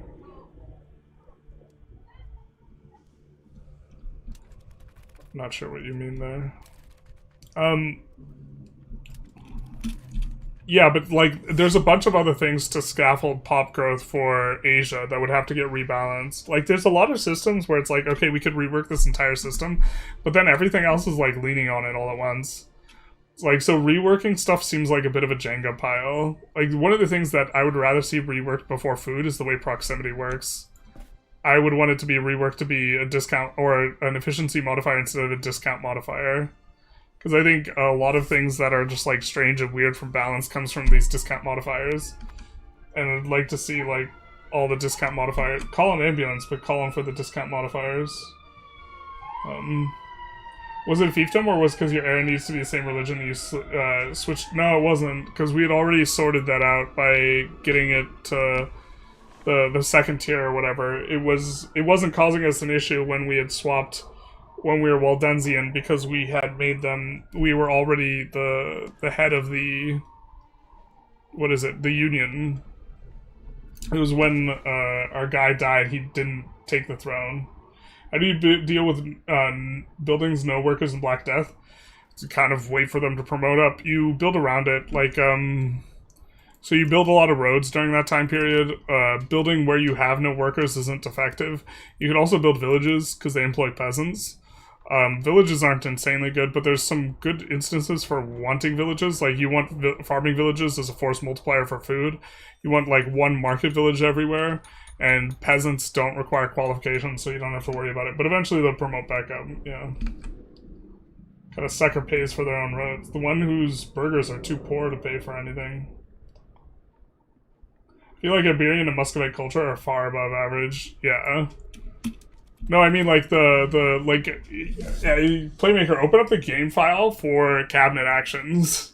Like 1/3 of them are from the Muscovite privilege. Like in the entire game. Or 1/3 of like the unique ones.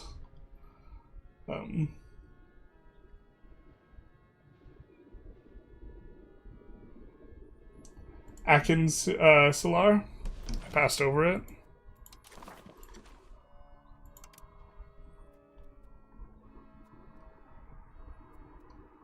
What are we getting here? Yeah.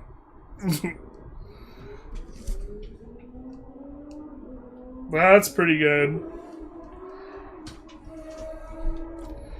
I don't think it's as good as the British one, but it's, to be fair, age 2 and age 3 units like are probably just the most valuable ages to have, the units, like by a huge margin.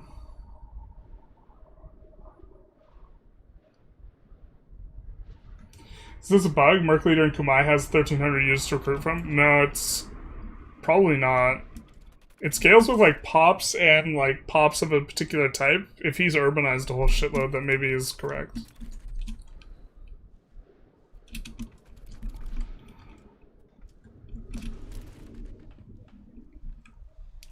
We got so much more of the Italian peninsula today than I thought we were going to. I think it's because we're belligerent. We're not used to getting like this amount of war score of stuff. Not for long though, we're pushing conciliatory now, but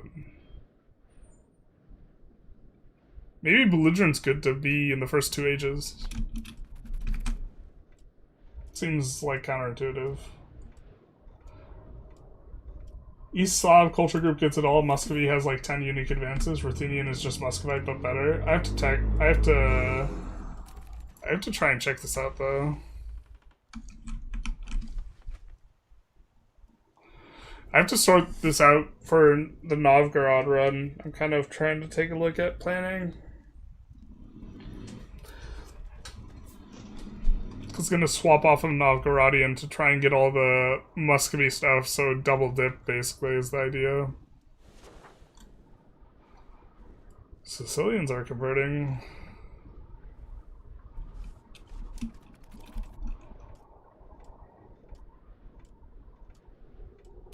Profitable buildings make you promote slower, apparently. So you should close the bad one. Do they really? I'm not sure I've seen that modifier.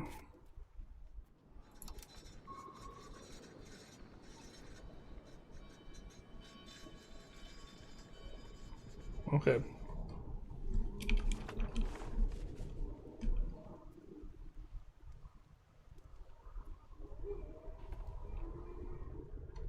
We have so much more literacy than the rest of the world. Hungary's sitting over here with 10. God.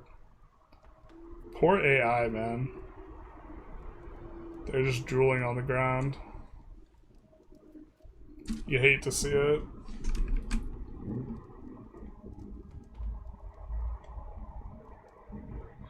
Yeah, they feel so good with the cab actions. I wish more nations had some. I do too, but not Iberia. Iberia has enough. Iberia can calm down. Iberia is already... You already got enough.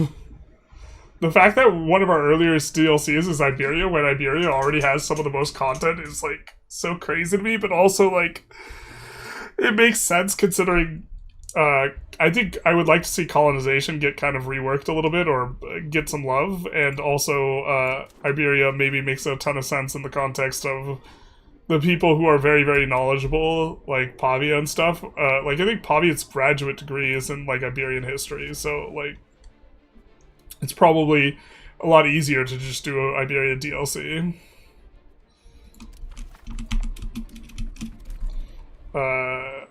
I think he has like a PhD in like early modern history with like emphasis in like Iberian history or something.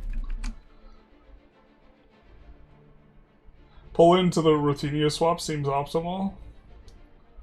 For Novgorod? For Novgorod, I was thinking of getting really cute. So there's a ton of wetlands over here. I was thinking of forming Netherlands and then flipping Muscovite was my plan.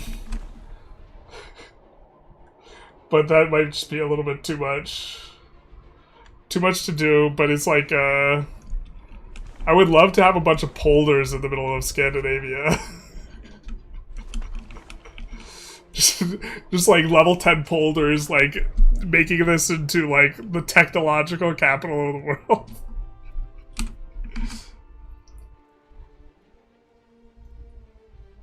Mortal playing more than me who does for a living, and I had early access. Past 800 hours today, feeling like I have no life. Yeah, that's more than I have done post-release. I've played like 400 to 500 hours post-release.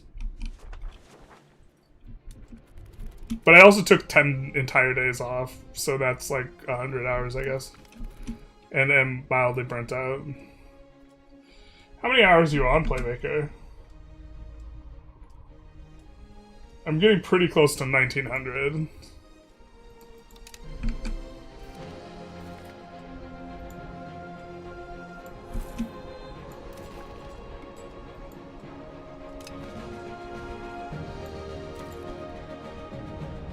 Yeah.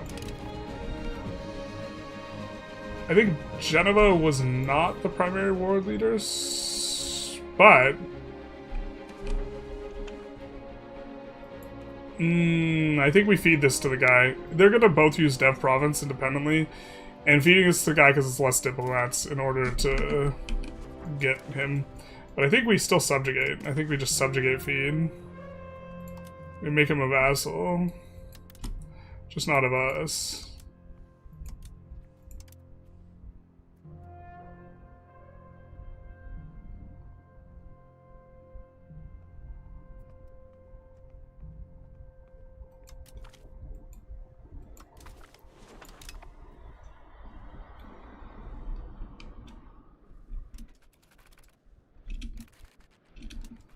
Oh, how the mighty have fallen with regards to Genova.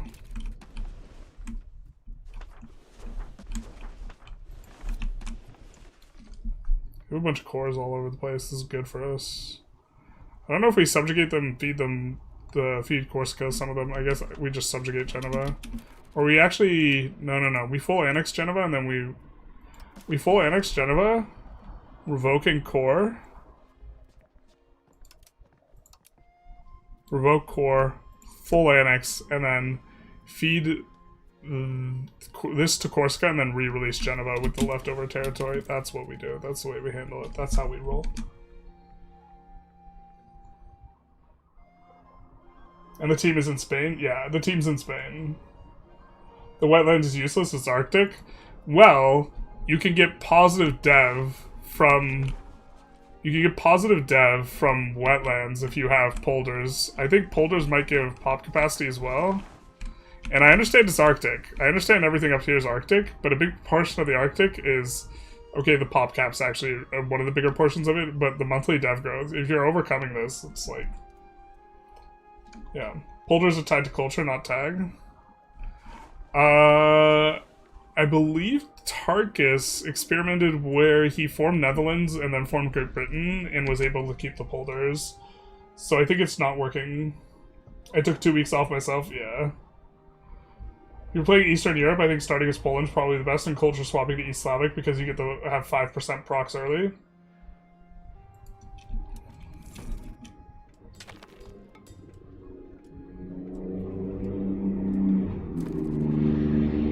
I'm just thinking through that.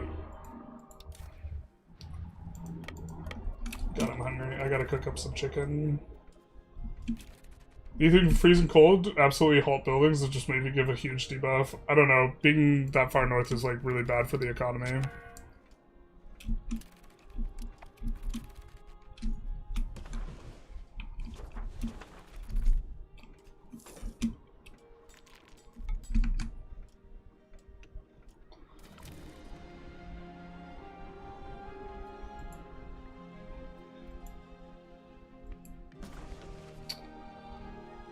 I wish this created demands for something other than paper, but it's probably okay.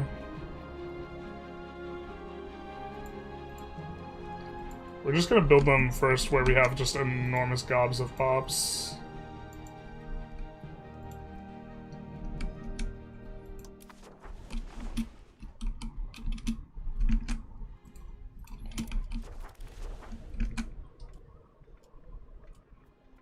You get a bunch of Muscovy country stuff when you form Russia, yeah.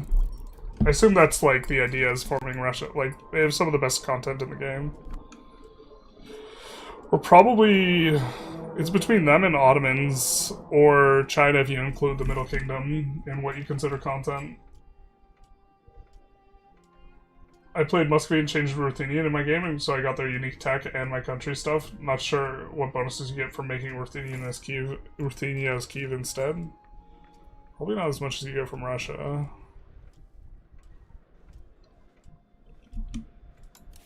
What's our crowd power look like? 23 going into this. This is like 15% of our pops is in like these provinces.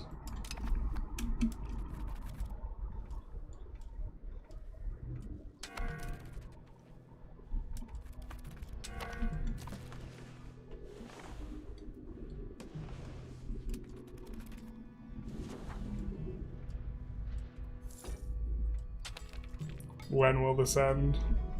Oh, I'm not even in the right sea zone. Whoops.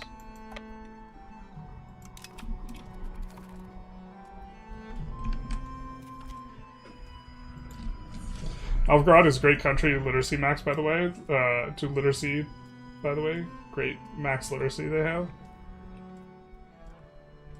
Yeah, I mean, I think that the literacy gain is also really important. With the, considering like the literacy bug. Probably overly important.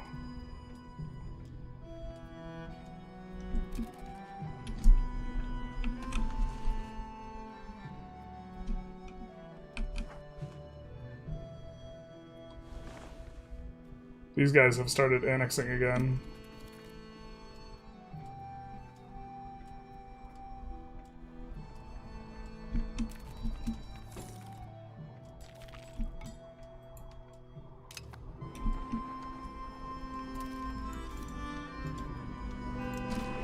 Sue for peace.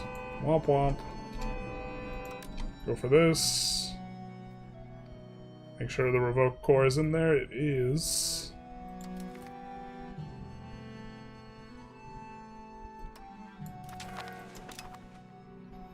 Although this does have the disadvantage of making them not a merchant republic. Or is that a disadvantage? That might not even be a disadvantage. That might be a good thing.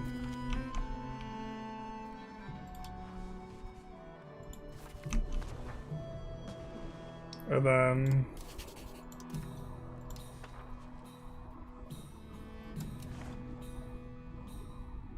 I think we make them a vassal. Maybe if they're a vassal, they're a merchant republic anyways, because it releases them more with their content if you do releasing the tag normally. No. Monarchy. Oh well.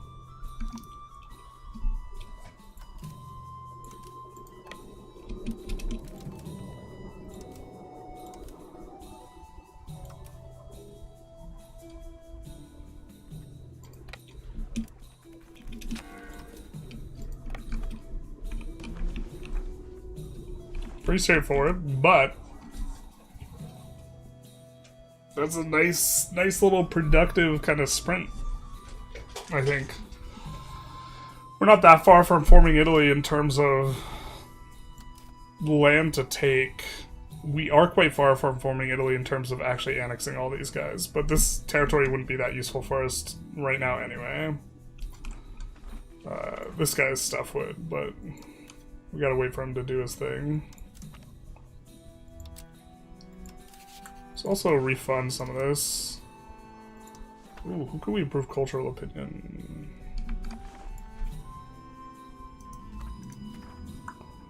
Not sure we want to do that. We can do that kind of anytime. I was looking for this. Just to see if anyone's at 200. So we can cancel. But damn, you're still going? I was about to finish up. I came to Twitch thinking, too bad I missed the rest of General's run earlier. No, you're catching the tail end here.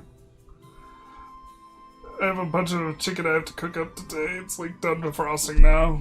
God, chicken defrosts so slowly if you don't like lay it flat. Like if you just like, I have a package of chicken from Costco, and it's like a bag of like chicken, and like if you just like put it in a Ziploc, which is what I did, it doesn't defrost very well because it's just like all clumped up. I should have been more disciplined about laying it flat. I feel like the literacy gain should be 0% a base and increased by laws, etc. Yeah.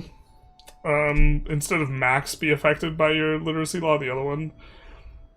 I think I'm okay with like the way like literacy gain works right now, except for the obvious like if you make a new pop group, so if you convert their culture or if you convert their religion, it breaks their literacy is just like actually really, really painful. Which is one of the reasons why we're not trying to convert pops to Waldensian faster. It's because we're trying to hold on to our Christian literacy that we've developed. Because if all these guys, if we full converted provinces extremely quickly, we would just be in the absolute gutter on literacy. Yeah. I know exactly what Costco chicken bag you're talking about. Yeah. So I cut them in half, right? And then, like, just put it in a Ziploc bag. So it's this giant clump of chicken. It takes forever to defrost. If you put your chicken in a bag of water, they defrost pretty fast. Assume the bag is waterproof. No. I mean, to some extent, you really, like, having it flat so that the surface area to volume ratio is, like, really high is, like, one of the most key things. Flat chicken discipline modifier, basically. Gotta put it in the fridge overnight, yeah, but now it's been a few nights, because 1 or 2 nights is not enough when you have it all clumped. So that's the way that rolls. But things are looking pretty good. Like, the Korea run we started just absolutely flying is, like, already so much stronger than this, just, like, 15 or 20 years in. Which feels crazy. Considering Naples is, like, one of the better starts in Europe, I think.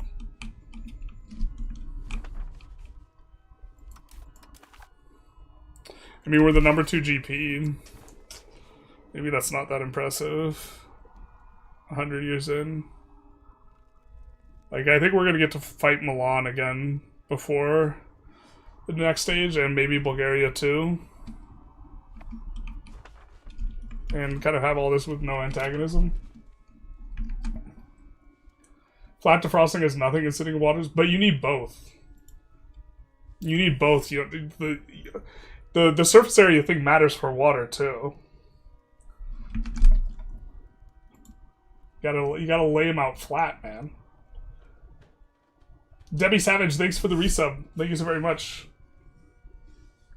I apologize. I gotta fix that. That's on my to-do list. I've been saying that for forever, but now there actually is a to-do list, and it actually is on there. We should double put it on. We should schedule it. Fix it by this time. I'm planning on that being something this Sunday. You get all of China in one war with Korea? Yes. Yes. We could actually even show a game where we could show the audience, we could show the rest of the class what this guy's talking about.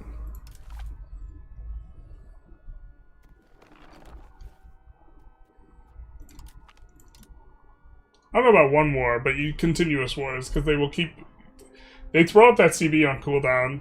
They throw up that CB on cooldown. I don't know if they used to do that, but it used to be a complaint that China never unified, so I think that might have been an adjustment to the complaint that China never unified, but now China is like one of the most, there are 3 starts, there's a trio of starts that are probably the strongest start in the game, and that's playing as China themselves, playing as Delhi, which I kind of think it is, or playing as Korea, which is probably the second, but this is the outcome here. 50 years in, all of China. Because whatever war when they declare on you using their bananas CB that gives 98% reduction to cost, war score cost and otherwise, the CBs work in both directions. I want to see the Korea cheeses. We can maybe take a quick look at where we're at with we're not like too popped off with this practice run. I just wanted to kind of like kick things off. But the main idea is we're going to annex China in that same way. And we flip Shinto. Are the 2 big ones. Paradox is great at making small adjustments. They never overcorrect. Yeah. Well, I mean, maybe it's appropriate for like getting the situation to work properly. But this is where we're at. Making 80 ducats, 1,000 in the bank. Starting to pop off a little bit here. But obviously it's really a lot of this is waiting on the Red Turban rebellion to pop. So we're just making sure, kind of understood the opener a little bit here. Collapsing wood prices is a little bit rough because China demands so much wood. They just like, the burgers import is a lot to overcome, so you have to really produce a lot of it.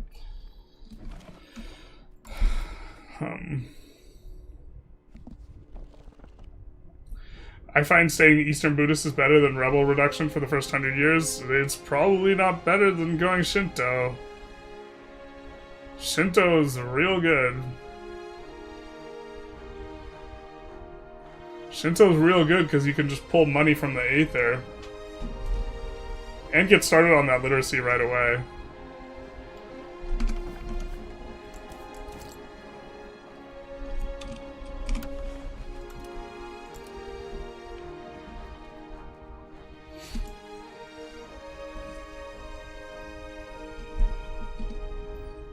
They're pulling money from the Aether. This doesn't take money from the shogunate, it scales with your income.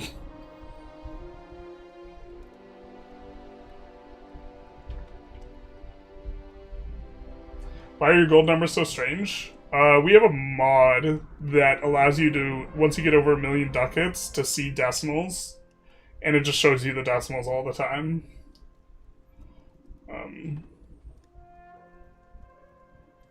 Buddhists get bonus dev and Shinto doesn't. Shinto's got other stuff going on. Shinto gets 10% tax efficiency.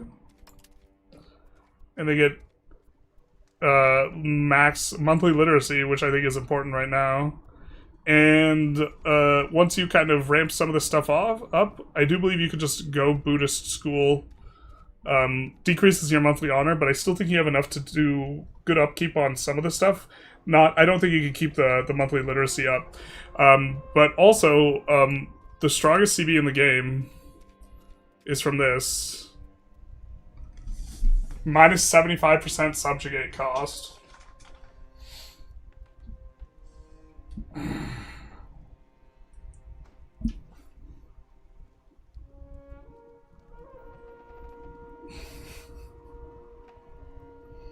I don't know. You boys ever subjugating France in one war? How you guys feel about that? And then you also have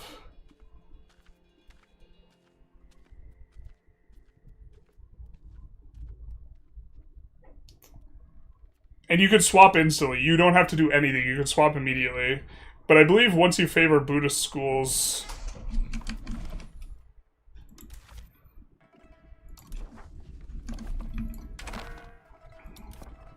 Let's see if they have enough to swap. No, they don't. I do believe you can get the dev growth school. You just can't get everything. When Red Turban pops, will you declare independence immediately through the situation to be at war with China? I don't know if it's necessary to go immediately. I might just wait for the normal independence event and then just get a claim on this and grab this, and then since it's part of China, since it's part of the North China region, if I release it as a subject, they will immediately deck the subject with the Red Turban CB, and then I'll just take, like, infinite chunks of China repeatedly. Yeah.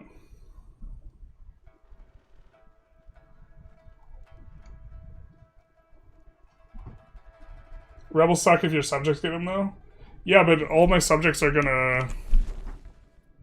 If I release historic subjects, they'll have their own faith, and they will also have their own culture. They won't rev that much. It'll be fine.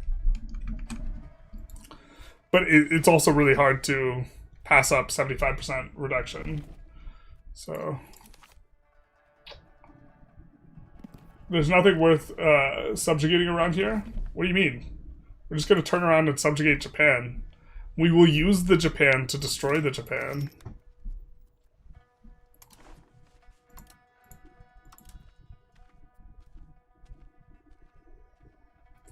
I do think we have to control some land from them first. But I think that's enough for one day. Yeah, you could also just do... I think the strongest start is Delhi and then Korea and then Yuan itself, probably. Or Kumai, but... all with the same ideas that you're going to abuse... you're going to abuse mechanics in China, basically.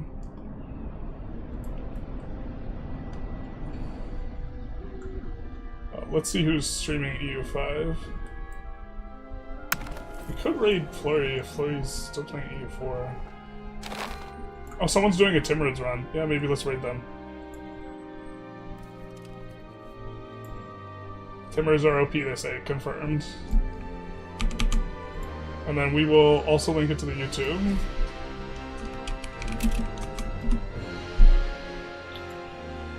And we will bid everyone adieu, farewell, Godspeed. When China falls, you get the infinite stab and change all your laws at once. Calls you to war. You can get infinite stability and change all your laws at once. That would also be nice. Never touching that Twitch slop. Good night. Alright, Godspeed. Oh man, we spent too long today on this.